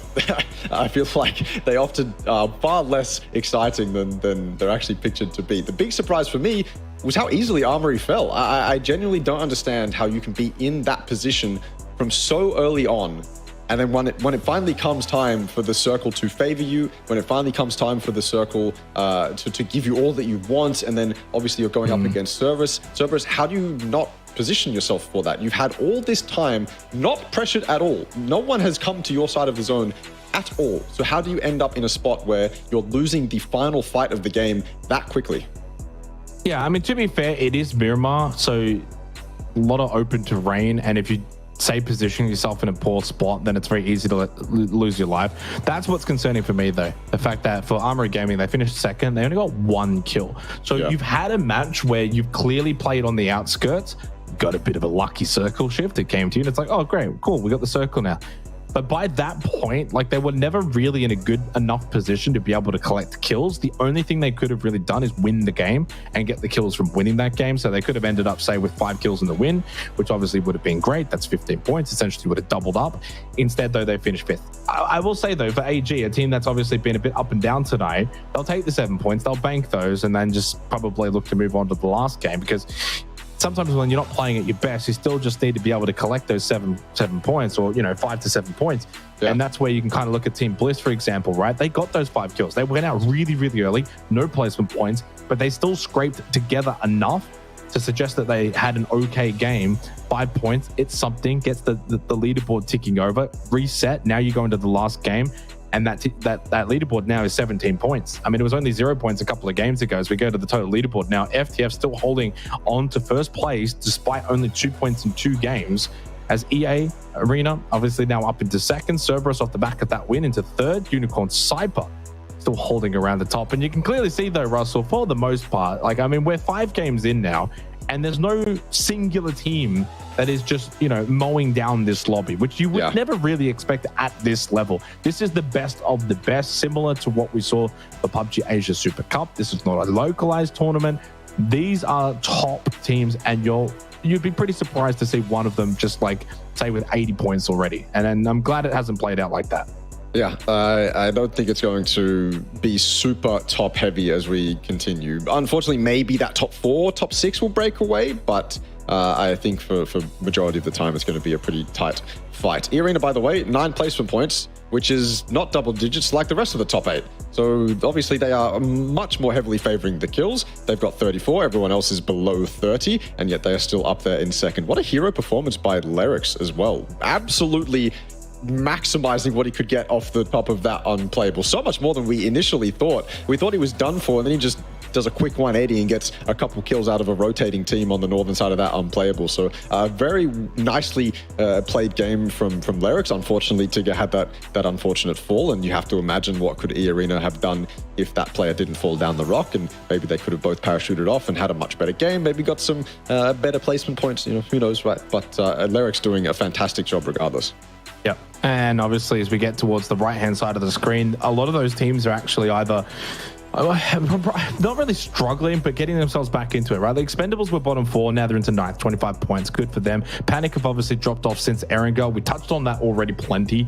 Clearly, they're a team that just need to be able to get better on other maps. That's pretty much the observation that we've made for them. Team Bliss obviously getting off of 0 points over the last 2 games, 17 points combined. I mean, that's a better ratio, right? Like 2 games, 17 points, that gets you in the mix over the course of a whole night. It's just the fact they started so late. They will require at some point like a massive game. E36 finally off the board as well, on the board, sorry, as they get away from that donut, pick up a couple of points there on Miramar. But so far, it's been Vietnam that has dominated. Cerberus, Unicorn Cypher, Roy Esports, 3 of the 5 wins now. Obviously, Daytrade did get the opening chicken dinner of the night, and FTF from the PUBG Challenger Rumble of Indonesia, of course, getting 1 as well. But boy, they have dropped off dramatically since that win from the future, then going into Tago after winning Vikendi, then into the game of Miramar. 2 points, Russell. and making me look a little bit silly because I started writing them maybe too early. I'm like, these guys are that great. And they are really, really good. But something has happened in the last 2 games. 2 points, 2 games after dominating the lobby through the first 3 matches. Is it a case of regression to the mean? Like, is it a case of like, okay, they're in a good spot now where they're first, but they're pretty much tied with everyone else, that they're not that good that they should be 20, 30 points ahead of everyone? I don't know. I feel like for FTF, it's hard to say because you just expect them to get their points per game and then that's it. So I don't know kind of how they've dropped off so hard. That said, it's only night 1.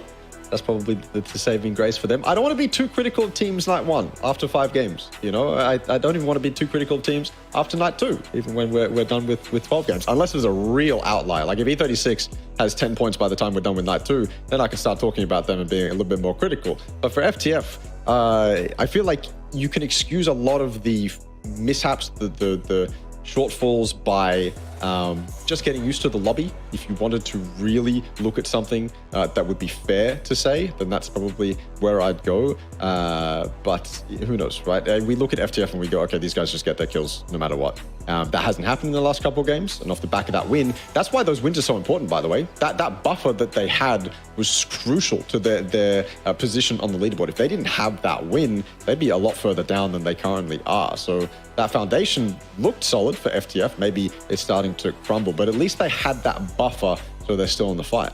Yeah, I mean, I think at the end of the day, when it comes to FTF, they're a good team. And I was maybe riding the high a little bit, but are they a team that should be dominating this lobby where they're like 20, 30 points ahead of everyone after 3 games? Probably not. But they are a team that I do genuinely think could occupy a top 4 position when it's all said and done. My concern, though, is they're also the kind of team that could fall away. That's the thing. It's on them, though. Like, I think it's very much like destiny in their hands kind of mentality. I don't think this is a case of, say, like 3 to 4 other teams come out of nowhere, or not out of nowhere, or 3 to 4 other teams that are like really, really good, take their spot, and they're like, oh, we were so great. How did we miss out?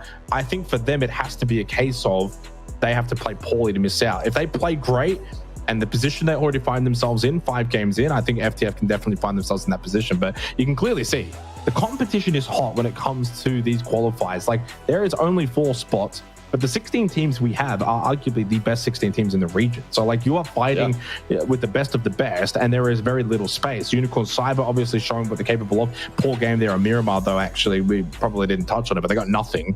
Obviously one of the teams that went for that parachute hot drop at the end and didn't work out off the back of that win on Tago. eArena so far have probably been the team in terms of kills that has been the best, 34, the only team 30 plus, but their placement points have been abysmal. 9 placement points is the worst team out of the whole top 8, Russell. So you're the whole top 8, and they are the worst when it comes to placement points. And that goes with the storylining that we've been putting for eArena, which is great, and then towards the end of the game, it stumbled. Yeah, I don't know why it's so weird that they stumbled that far. Maybe they're just kind of losing resources. By resources, I mean losing players, you know, here and there. They're maybe suffering the same fate that Bliss was on Erangel and Vikendi, where on rotation, you're just not good enough and you get unlucky, or you know, this situation, that situation, whatever the case is for eArena. That game we saw them up as 2, and the duo did absolutely incredible work. But yeah, I mean, off the top of that unplayable, what more are you actually going to do? I feel like even if they were up there as 4, they would still fall short. And so maybe it comes down to the spots they put themselves in the end game. Maybe there's a better spot they could have chosen. Maybe before you get to the end game, before you get to phase 7, phase 8, your decisions that you make then are what's costing you, right? Maybe you should spread yourself out a little bit more, give yourself a little bit more room to breathe, and then you can play that end game a lot easier. There's so many reasons why eArena could be falling short at that final hurdle.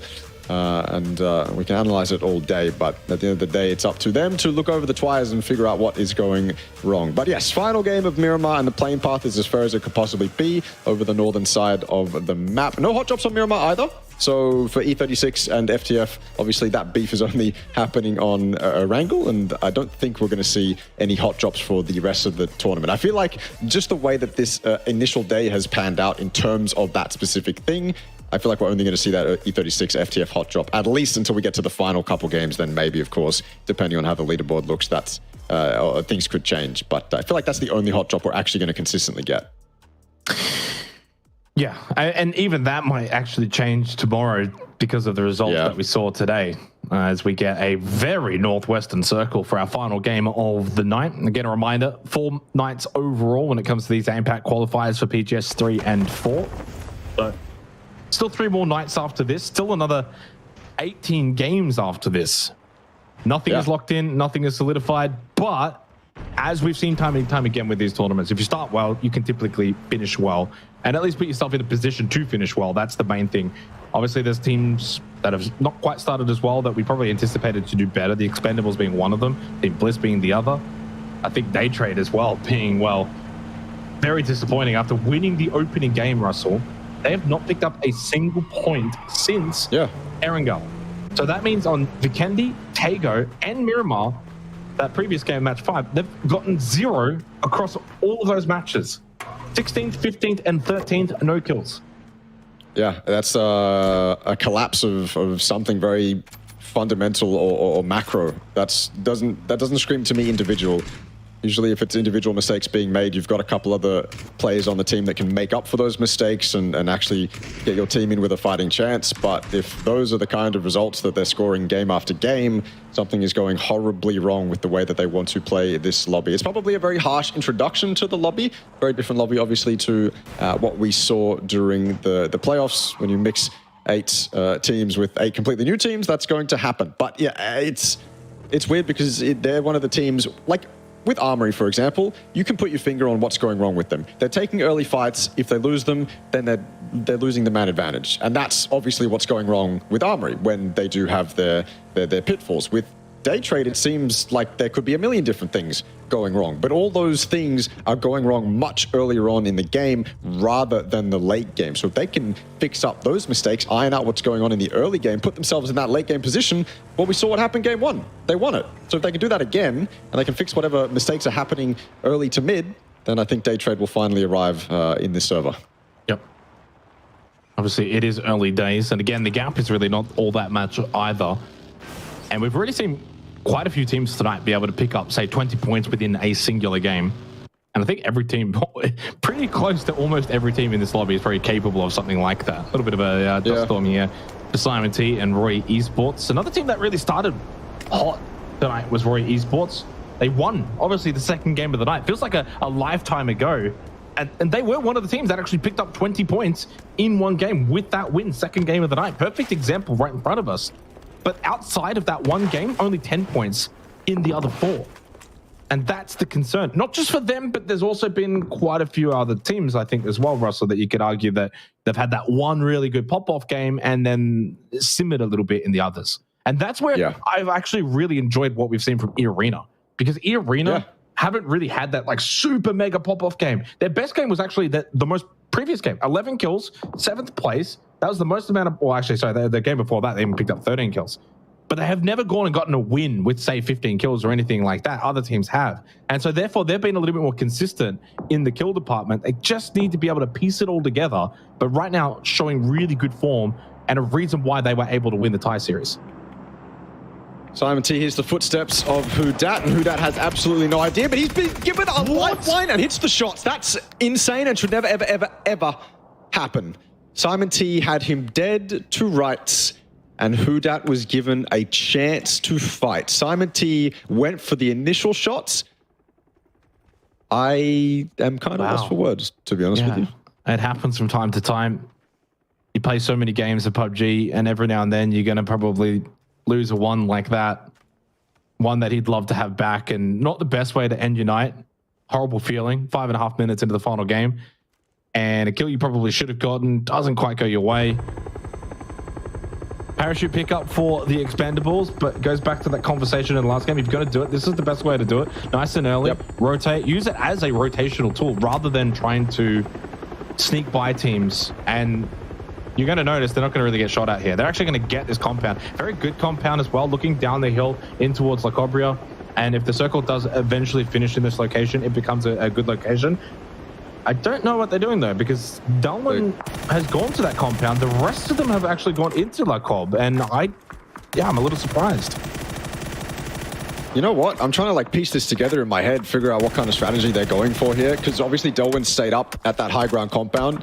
And so he's acting as an anchor. He's acting as the guy that's going to pass off all the information. But at the same time, that could be a thing. Because I was going to say at the same time, committing to 𝐿𝐷 this early is not as good as sitting up on that high hill or any high ground. So yeah, there's got to be some extra reason why they want it. They could go for vehicles, yeah. I mean, they know that this is a hard shift to the north, so no team would have come up here to loot, so the hard spawn's probably still there. They can drive that up. Tanvu's actually got it already, so that could be the play. And if that is the play, then obviously that's a much more disciplined, much more smarter play for 𝐸 than just fully committing to that compound and being out of vehicles, out of resources by the time they actually need them. Yeah, you can see on the map here, they've actually just found themselves 2 vehicles. I imagine a tiny little bit more loot as well inside of that warehouse, which would be stacked. And yeah, actually, that's a really nice 400 IQ play from the Expendables, because I think the majority of teams, and it looks like I think they just split, they got themselves a 3rd vehicle. The majority of teams, even at this level, would probably just go for the heads-up play, scout that compound, top hill, good position. Later on in the game can very much become a prior, and just go for it, because you just almost like fixate and focus on it. But they had the peace of mind to send 𝐿1 there first and then go and get vehicles, so that they've got and the reason why you need those vehicles again is if this does kind of shift into any kind of open terrain, you need to build card forts. There's a couple of balls down that hill as well that you can kind of use those vehicles for extra cover later on in the game. If you don't have those vehicles, getting out of that compound on top of the hill is going to be even more annoying. So really smart play. I'm very curious to see how 𝐸 play the rest of this game now off the back of that start. I love it, because as well, 𝐿1 being that high up, when those players do finally get those vehicles, 𝐿1 can tell them exactly what's free. And that's exactly what happens. Tanvu's driven into one of the priority free compounds. So yeah, it's really, really, really heads up. And it shows that the Expendables aren't seeing a free compound and, you know, there's 1 or 2 voices on the team that are kind of in panic mode saying, it's free, it's free, it's free, let's go grab it. And then everyone just kind of commits to it. No, they're actually playing a really heads up smart game of PUBG. And obviously with 𝐿1's information, they've been able to take a lot more space than they would have had if they'd all committed to that high ground compound. So yeah, I like that for 𝐸. It shows that yeah, while they're on 25 points, they're not pressured at all. They are still playing a very good standard game of PUBG. It's just, what more can they do from here? It seems like end games, mid games are more of a worry for 𝐸 rather than these early games. And yeah, I think that's just a really nice play that we actually got to see kind of played out, and all the audience got to look at it too. So I'm happy that we got to spectate that. Yeah, and should mention there's really not much else happening right now for this phase 1 circle coming to its conclusion. Another 50 seconds for the blue. Everyone's pretty set in their ways. eArena pushing over towards the creative fields, close by 2 destroyers, a solo there at the moment for UNC. That's the main threat that I can see on the map stream, and we go to it now. He's by himself here. There are potential help maybe from the other side of the crater, but it's so far away that Manhung and 𝐶𝐸 aren't really going to be the best of positions to do much. I think Destroyer's really just got to get out of here. His car's parked right in front of him, so he can leave whenever. He's just buying his time, really. Yeah. If you can stay here and be greedy, then he'll go for it. A bit greedy. And the thing is, the longer you take there, and what a shot from Manhung. You questioned the cover? Whoa. You questioned the cover from Manhung? I didn't question the cover. I questioned the distance of said cover. That's true. That's true. That's true. And apparently the distance is largely irrelevant. The Dragunov as well. Oh, a parachute, by the way, from Reluctant Squad right over that compound of 𝐸, who got into their vehicles and were anticipating maybe an eastern shift. They double back, though. Was compound available. They're aware of that. Jacob knocked. Was by Manhung. I'll get the revive. He's fine. He'll get back up. Tigger on the move. 10.5 minutes in. Now into phase 2, and it has gone over towards Crater. So Crater finished, not a 𝐿𝐷 finish. Well, I mean, I say that it could still technically finish like 𝐿𝐷. But far more of a focus on Crater right now than the POI. Yeah. I mean, Crater kind of acts, at least the industrial part of Crater kind of acts as a city, right? Where if you send it in, you've kind of committed to it. You can't really leave it. Very difficult to leave. The Crater fields, less so. You can park your cars up in the warehouses and find a safe exit if the zone does shift away from you. So it kind of does act as a city ending, at least in one way. But obviously it is entirely different in the fact that you have this surrounding huge unplayables. Okay, a little bit of roll there from the Expendables. But they've been solid so far. I hope to see their excellent play early on actually reward them with something. eArena didn't leave anyone in this compound, so the Expendables will be able to take it. Panic on a rotation. Reluctant Squad trying to capitalize. The nades, little bit too terribly timed, but Hwang will make up for it with a nice spray. Dusky down. The rest of Panic have no choice but to leave him. Yeah, it's been a rough night for Panic. Ever since we left Erangel, it feels like they've also left the server. Hate to say it, but it's been an over-reliance once again on a singular map. And it's kind of been their downfall. And it's not as if they also ultra-capitalized on those 2 games of Erangel. They were good. Really not super amazing, that apparently they needed to be if they were going to only show up on Erangel. And hence why they've now dropped down into 10th. And actually in a position that Team Bliss could look to overtake them by the end of this game. Only 6 points separating them now, the 2 Australian teams from PUBG Challenge Rumble. MS with a high ground position, looking down in towards concrete buildings. Right, Esports holding on in that location at the moment. It's to the south side of the circle. And Cerberus just happy to navigate themselves on the mountain terrain for now. No real desperation. Actually, quite a lot of teams on this south side of the circle. It's the east and the west, actually, where quite vacated. Oh, shot. It's long high from a long distance. That's a long way. And then he followed it up as well. That is some quick shooting from long high for Reluctant Squad. They'll get their second kill of the game.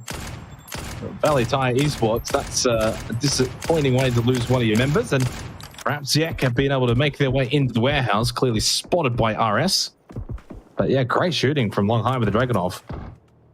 Saw him line that up too. He was entirely confident that he was going to land that. I feel like this is the calm before the storm. Too many teams too close to each other for my liking. It's about to all pop off. Too many teams inside the 𝐏𝐆𝐒 as well. You can imagine on this next circle pop happening in just 5 seconds that the 𝐏𝐏𝐄 is likely to be out. We'll have a focus on Crater Fields.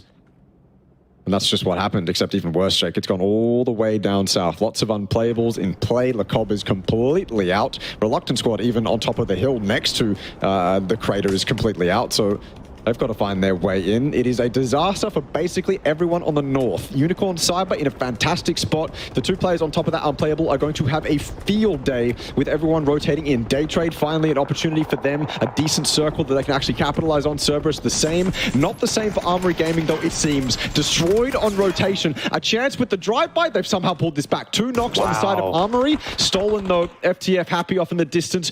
Riz gets taken down, but finally Dynasty with those 2 flushes. Armory, somehow they actually survived that.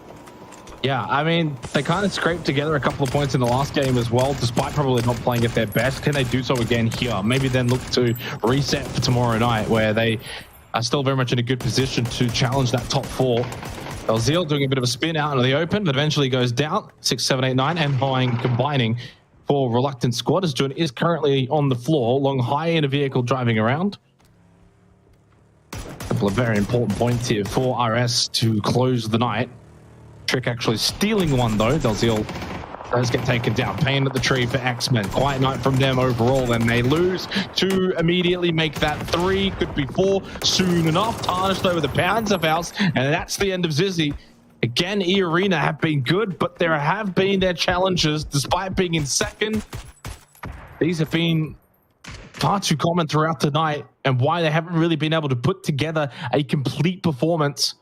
But still, hard to be critical. They're in second at the moment. And if they haven't put together a complete performance yet tonight, well, it shows they've got far more still to achieve tomorrow night and on. 2 down at the moment for the Expendables. We kind of wanted to keep an eye on their game this match. Unfortunately, the circle shift did not really help them out. In fact, the last 2 circle shifts did not really help them out. The good news for them, though, by getting those vehicles, they have been able to, at the very least, rotate away from that 𝐏𝐏𝐄 hill, currently with a bit of a pit stop in Alpozo.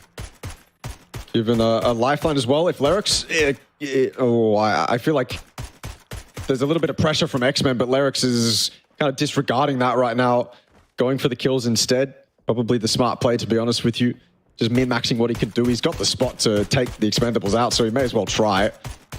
But as soon as he runs out of ammo now, it's going to be a quick 180 and then focus on X-Men that his teammates are currently dealing with. That's the thing for Lerix right now. He's going back Do they care about the Expend or not? I don't really know, but 𝐿𝐿𝐼𝐾𝐄 seems to not. He wants to get as many kills as he can. It's hit the tree. 𝐾𝐆𝐒 has hit the tree. He's lost his life for it. Surely that spray has to be good, and it is. 𝐿𝐼𝐾𝐄 will get away with it, but 𝐾𝐆𝐒, that's a driving mistake that sometimes costs you your life. Not maybe expecting 𝐿𝐼𝐾𝐄 to be here, hoping that he wouldn't be here at least. We move to 𝐵𝐿𝐼𝐾𝐄 now. Magnetic rotating through the field. This is Daytrade's opportunity to have a good game. They have to control Magnetic, though. Erangel just shifting back a little bit to Crater. Surprised by that one. Thought it was going to continue maybe towards the south. 𝐿𝐼𝐾𝐄 now very much a dangerous position to be in for the Expendables and Daytrade. Pushing out of that in towards that hilly terrain is not going to be a fun task. Nurans with a good line of sight. Over towards the Expendables. Hasn't taken his shots. Bit of trigger discipline. Maybe just waiting to see if he can get a better one. 𝐷𝐻𝐻 though just runs away. Good tag at least onto 𝐴𝐵𝐻, but 𝐴𝐵𝐻 landing better shots back. And Nurans forced to fall back and heal up. Daytrade playing it slow and steady, but in the bottom four at the moment and in a bad spot, in a bad way, is Puchil's, Nurans, and the rest inside of 𝐿𝐼𝐾𝐄. Hard to imagine that they're going to be able to get a massive game from here. eArena gone. X-Men with a nice double, and probably the first blemish of the night. What a headshot from 𝐷𝐻𝐻. UNQ also then dying on the fallout. 2 kills now for TE. But yeah, eArena's probably first blemish of the night, Russell. It comes on the final game. Yeah. 𝐿𝐼𝐾𝐄 with a massive focus on the edge, just let X-Men kind of sneak into the compound. The drive-by is actually quite clean from the Expendables. It allows them some time to drive straight past Puchil's. He's going to have a second shot with the Scar to maybe get them as they rotate into the ball, but no shots land on that second spray, so the Expendables get away with it. They're not in the zone, though. Unfortunately enough for them, but this does put Daytrade in a bit of a pickle. They've got to come out of the city, take the fight with the Expendables, and then move into the zone. I don't know how much of that they're going to be able to get done. It doesn't scream super doable to me. 𝐴𝐻𝐻 knocks himself off the bike, or falling off the unplayable. Either way, it's devastating, and 𝐵𝐿𝐼𝐾𝐄 here with the nades. They have to be on point. He's alone, though. Flashes off in the background to support him. Really, we're just waiting for the backup from Puchis and the teammate that's in the car. With that backup, then maybe they can do something here onto the Expendables. So right now, it's all onto 𝐵𝐿𝐼𝐾𝐄 and Flash's backup. One knocked. Only one frag grenade available for 𝐵𝐿𝐼𝐾𝐄. 𝐴𝐵𝐻's got one in hand as well, throwing into the direction of Daytrade. They're all basically half health at the moment. No one falls to that frag though. Smoke thrown out from 𝐴𝐵𝐻. Puchil gets the kill onto 𝐴𝐵𝐻, who falls. Delwyn then down to the blue as well. And Daytrade doing a significantly good job of winning this fight against the Expendables. What a great start to the game for TE, but the circle and the game had other ideas, and Daytrade will capitalize. Pushing out of 𝐿𝐼𝐾𝐄, being the more successful of the two. As Magnetic trying to get some shots into Cerberus on the rotation. 5 frag grenades available for Flucky. Will he even get a chance to use them though? The answer's no. Tycon just so sharp, and Flucky will go down. Lots of frags on that body. Thunders too cannot get involved. He gets taken down by 𝐿𝐼𝐾𝐄. And Armory Gaming can start to push out and find some kills. 4 kills now for AG. 𝐵𝐻𝐻 to go down to Samui. Of course, such is the case with Miramar. So many high ground terrain positions that are very much occupied right now towards the end of this game. Phase 5, deep into the last game of the night. 5 kills for Daytrade. They've got themselves into a position, though, where they can play sweep on the edge. Magnetic, 0 chance there. I feel like every one of those players was caught out of position. They had Armory in their back. They had Daytrade in the front. Not a chance for them to live. That was one of those moments where you're calling out players and all of a sudden you and your entire team is dead and those comms mean absolutely nothing. 𝐿𝐼𝐾𝐄 caught out of position though too. You're right, these high ground spots, kind of a double-edged sword. You go high to get the advantage and then you get shot in the back by someone a little bit lower ground. This circle is often kind of tipsy-turvy. An advantage can just as quickly turn into a disadvantage. Cerberus go.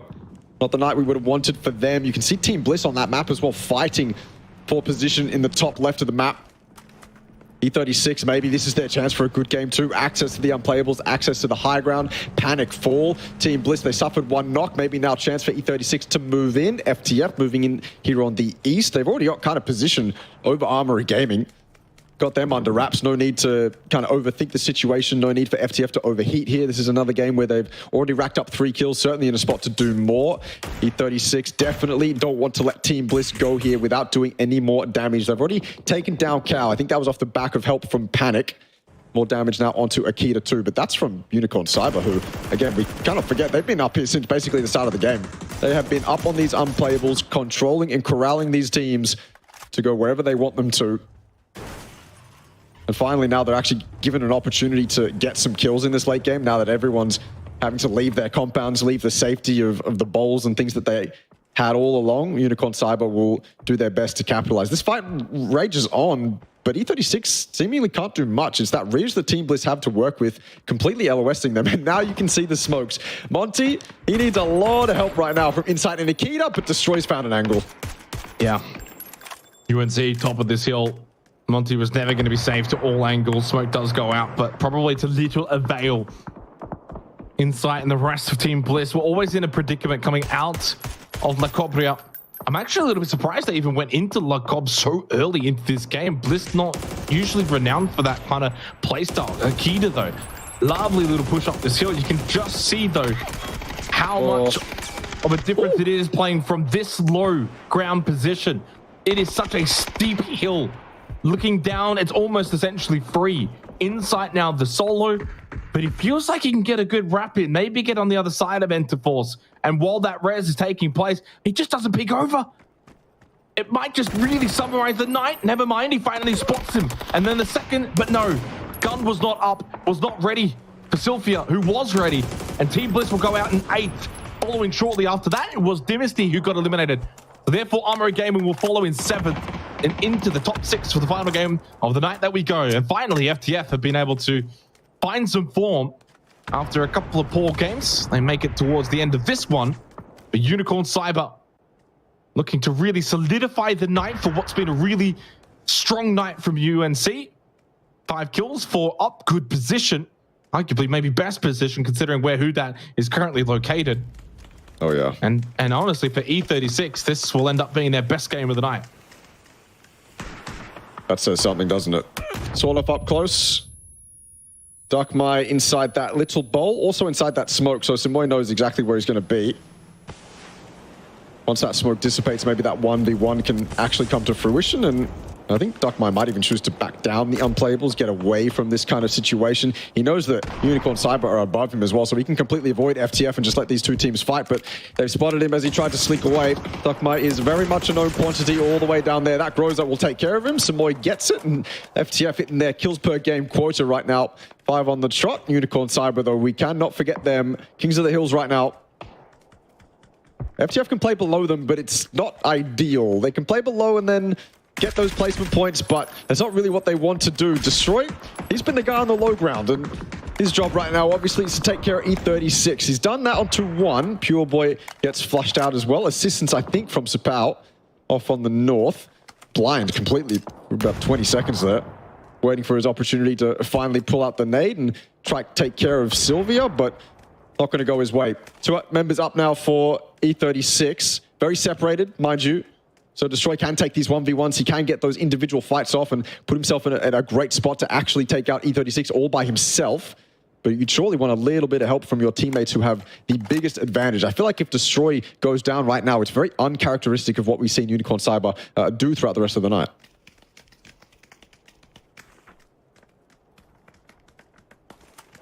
Great way to finish the night for FTF and UNC. Top 2 at the moment, and will remain in the top 2 when it's all said and done. Just the position they could change, really. And also a bit of a salvation final round, final game for E36 after a very tumultuous final, well, start to the night. Their final games have been much better. And probably just offering a little bit of hope that they can be competitive for the remainder of this tournament. Up to 12 points now, not that far behind RXC and Bliss and PNC. Disappointing, though, of course, for the Aussie teams. Both of them in the bottom 4. Not where they would have liked to have been. Oh, little pan. Trick with the frag grenade. And always throwing these up hills can be so difficult. Little vision. Not quite sure how close they really are. One head left for Destroy to try and finish off E36. Does a tiny bit of damage. Blue Zone thrown out as well.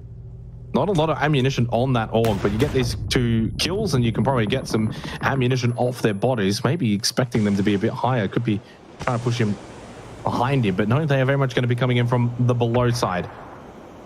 Everything says this should be a free double kill for Destroy. And if he He's got finds it, backup. then UNC are going to be in a great spot. 𝐏𝐿, though, fighting a bit more of a frontline fight against FTF, does get that kill onto Happy. That's going to make life a little bit easier for UNC. FTF no longer at full strength, now down to 3 players. One of those moments, though, 𝐏𝐿 gets caught up with FTF, then Destroy starts taking that 2v1 versus E36. It could go sideways. I still think _Cyber will remain in a much better position than anyone else in this lobby, but that's one of the ways this could go terribly wrong for _Cyber. It's just 𝐏𝐿 taking this fight solo against FTF, and then it's Destroy taking the fight alone against E36. Not anymore, though. He's got backup in the form, but he's got it down without a trade. If this falls apart for UNC, it's all on these individuals taking fights without using the backup of the high ground. Destroy could have fallen back the entire time and had backup from every one of his teammates who had arguably, categorically, sorry, the best spot in the game. Destroy's lost his life. _Cyber have given this up a little bit too much. 𝐵𝐿 gotten dangerously close as well. _Cyber, now they're not moving around so much. Now they're not confident in their little micro movements. The high ground that they have, the unplayables that they have, no longer are they the solid advantage they used to have, because Manhug's just sitting there silent. Like, he's had to go fully silent now. 𝐼𝐿's the one providing backup. 𝐏𝐿's had to jump off and he lost his life. That is an absolute blunder. This is _Cyber completely crumbling. Yeah, they are. And I think they put so much stock into Destroy being able to get that double kill. As soon as he loses that, you still also now have to deal with them. Like, this is the biggest issue more than anything. You lose a player, but then also the threat behind is still very much there. They get a bit of help by FTF of all teams. They're not calling to Sylvia. But now with this more high ground position, FTF should be able to overwhelm UNC. Trick gets the double. He does what Destroy could not and gets rid of Enterforce. And 4 teams now remain. But the highest of all high ground is with From the Future. This overhanging view says it all. 6, 7, 8, 9 in a little crevice at the back as a solo. But it's these 3 teams in front of us. They are the primary focus now. 3 up for FTF and UNC. But the high ground's too strong. And 𝐿𝐿 will get the knock onto 𝐼𝐿. _Cyber, unfortunately, at this last moment in the final match, have really given up good position, good control, and are giving kills away. And From the Future, from here, you would think should be able to find their second win of the night. After a couple of poor games, Russell, they have responded. We go phase 9, though. Phase 9 is off the unplayables. They might have to jump off straight into Daytrade's lines of sight. _Cyber still here as well. Yeah, it's a knock from Simoy, but he can't capitalize on it. You can't just jump off the unplayable off the back of that. You've got to wait for your opportunity. The safest would be to go around the eastern side, but then you end up with 6, 7, 8, 9. So I feel like this is not super ideal for FTF just because of how this phase 8 has panned out. They kind of have to deal with Daytrade and _Cyber before they have to jump off these unplayables. They might actually be able to do that. Pooch is completely in the open. Simoy's doing it all right now for FTF. So many kills, and he's just exposing himself to get these flushes as well. No one is able to trade. Nurance is completely on the other side of the unplayable. 6, 7, 8, 9 obviously not going to show his head just yet. And _Cyber is a shadow of their former selves. They can't do anything. All the control they previously had is gone. So this is the kind of freedom FTF have. If they're able to clean up Daytrade, able to clean up _Cyber, they've spotted 6, 7, 8, 9 now, so maybe this could actually be their game. After all, these angles aren't forgiving for these people that just want to survive under these unplayables. It's too open. FTF can see basically all of it, and 𝐿𝐿 confidence in his blood right now. 6, 7, 8, 9, they know he's a solo. 𝐿𝐿 confident with that 1v1. He knows he has high ground advantage as well. He's got teammates who can basically provide all the information necessary for him, tell him what's free, where he could be, what crevice 6, 7, 8, 9 could be hiding in. If 𝐿𝐿 wants to take this 1v1, it's risky, but could be the winning play. What a way to finish this final match of the night. Phase 9 arriving very shortly. Classic Miramar, especially with now these unplayables. It's kind of like a new age Miramar, if anything. And yeah, dealt with both. 𝐿𝐿 gone, same with 6, 7, 8, 9. So the solo gone, but replaced by one more solo now in Nurance for Daytrade. FTF have got high ground, they've got numbers. They can even just play end zone if they really have got the supplies to finish this off. 𝐿𝐿 has dropped. You can see the parachute bottom left. Not sure exactly where he's gone, but it looks like the backside. Very far back. Can clear out below and eventually start sweeping with the help from above From the Future. Well and truly the best placed team to win this game. And boy, would it put them in, once again, that commanding position going into tomorrow, Russ. Going into the next 6 games. They are still holding such a strong hold on that top 4. But look how close 𝐏𝐿 is to Nurans. That is insane how close these two are. And eventually, 𝐿𝐻 will get that kill. Solo dealt with. Second place confirmed, at least for Unicorn Cyber. They want more than second, though. And not impossible to think that UNC could still win from here. Any kind of overpeak, misstep, or mistake, and they could still win this game for Unicorn Cyber. 𝐿𝐻's got no vest. Looks like that high ground's too much, though. Trick's got him manhung. I thought he would have a little bit more impact, but absolutely not. 𝐿𝐻 now last one alive, and it's a quick flick up. It is all FTF. The high ground that was once Unicorn Cyber's is claimed by From the Future, and off the back of that, Unicorn Cyber became the peasants, FTF became the kings, and they absolutely dominate that game. They had a 15-kill win before. It's not that good, but it's 14, one shy of the lobby record, I suppose. It is pretty damn good. FTF, you started to doubt them. Maybe so did I, but here they are shutting you up once again. Yeah, I don't know anymore. Did I overhype them? Probably. Did I start to doubt them a little bit? Maybe a slight tither. And did they respond? Yes, indeed they did. I mean, they've been a bit hard to read. They look amazing, then they have 2 shockers, and then they look amazing. Actually, it was 3 shockers. Well, no, sorry, 2. And then they look amazing again. I think really more than anything, though, what's been shown from the Future tonight, for me, the takeaway is that their best is easily good enough for this lobby to get them in the top 4. That's the main thing. That's the main takeaway. Have we seen, say, 𝐿𝐻's best? Probably not. But their consistency says that they've got themselves in a great spot. And if we do see their best, everyone watch out. Unicorn's best, good enough. And so far, that's 3 teams that I've listed. That's already 3 major threats that from night 1, FTF, eArena, and Unicorn Cyber, everyone else is looking to now track down over the next 3 nights. That's the key takeaway. But FTF, the ability to win 2 games tonight, 29 kills within those 2 games, paramount, massive, puts them in such a good position going into tomorrow. It makes it even more exciting knowing that we haven't seen the peaks from some of these other teams. We haven't seen Armory Gaming's peak. I know that because they haven't got a 20-kill win yet. We haven't seen Armory Gaming's peak. We haven't seen eArena's peak. We haven't seen Daytrade's peak. And so we saw a couple teams peak tonight, but there's still plenty more teams that have yet to show us their absolute best. But I think you're right. That is very eloquently put, that we've seen the FTF can actually compete with the rest of the teams in the lobby, and that level is good enough to put them in the top 4. I fully agree with that, and I think that is absolutely what everyone else should take away from FTF's performance tonight. It has looked a little bit cold, but imagine what can happen if they clean up those cold games. Imagine what could happen if in those terrible games that they had, they're able to get 4 to 5 points. We know the FTF are kill heavy, so if they're able to do that, then their floor all of a sudden is raised as well. Not only can they compete with the rest of the lobby, but their floor becomes one that's incredibly difficult to contend with. My heart goes out to Unicorn Cyber this game. I feel like the way it should have happened was you have the Unicorn Cyber guys deal with E36, you have them deal with E36, and then all of a sudden you didn't need the unplayables. Let FTF take the unplayables, and then as soon as FTF start peeking over, you're peeking over into the entirety of Unicorn Cyber. And then FTF suddenly, they're the ones that crumble, because as they come off the unplayables, Unicorn Cyber is ready for them. But they spread themselves too thin. They were like, okay, you deal with FTF, and then I'll deal with E36, and then there's 2 players in between that don't really have any impact. They aren't really doing much. I don't know what happened there with Unicorn Cyber, but yeah, they definitely should have taken kind of one fight at a time. And the one that was absolutely priority for probably a couple minutes was that E36 fight.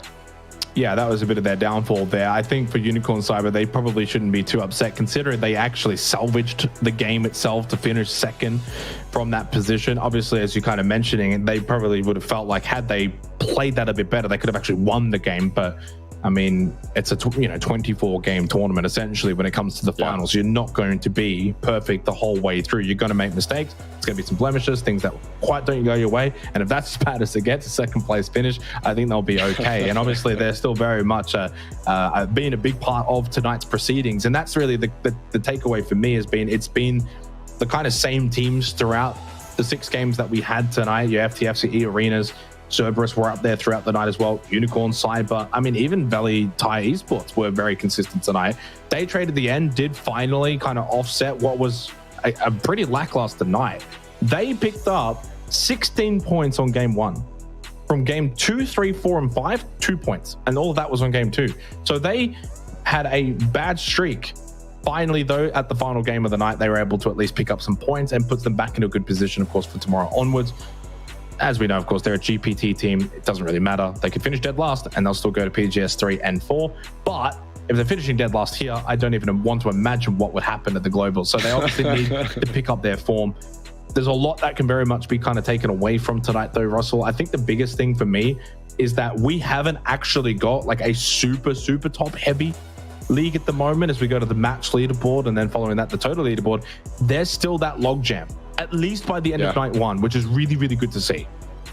It feels like one of those tournaments that could potentially be this night, it's these 5 teams' turns to show up, and then it changes the next night. And so you end up with this consistently tight leaderboard the entire time. Because obviously FTF had a great night tonight, but I don't think they're going to have a similar night tomorrow. If they could, then like you said much earlier on in the show, that would probably book their ticket to PGS 3 and 4. But I don't think that's going to happen. And obviously I have no floor to stand on to say that, but it's just based on historical results. It's very hard to replicate a night that FTF had tonight, especially in a lobby like this, as stacked as it is. You can do it in a much weaker lobby, but in a lobby as stacked as this, eventually the teams around you are going to start hogging those points. They're going to start actually putting up a fight against you, and it's just going to mean we're going back and forth the entire time. Obviously that game was a little bit top heavy, 14 and 24 for UNC and FTF. It was a fantastic game to spectate. We had a lot of moments caught on camera for people to actually get a lot of value from. So overall, I'm happy with that game. That was a very fun game to watch.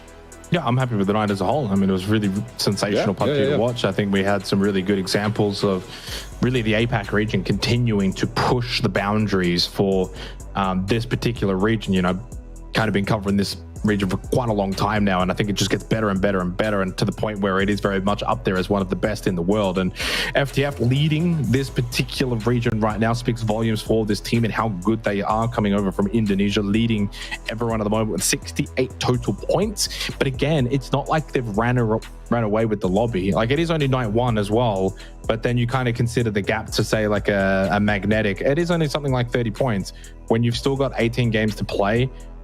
FTF have also kind of shown, as great as they've been, they can have these moments where they go into their shells a bit and put up a 0-point game or a 1-point game, for example. So that's kind of been a bit of a takeaway, that maybe if they aren't consistent enough at their best, it could see them drop away. But so far through night one, we didn't see that enough anyway. Still, the biggest standing out is eArena's placement points. That is insane. 9 placement points, and they're in 3rd. Like, you have to go all the way to the Expendables in 11th for the team that has the next placement points as low as them. So that is quite a takeaway. The road to PGS, though, as it shapes up in terms of our 4 qualification teams, FTF, Unicorn, EA, and Armory Gaming, it is incredibly difficult to dispute that top 3. Armory Gaming have been good tonight, but you can clearly see 5, 6, 7, for example, are basically all tied. But that top 3 set this lobby alight tonight and have really earned those positions. I'm curious to see if they can now hold on to those positions. That's the next step for them.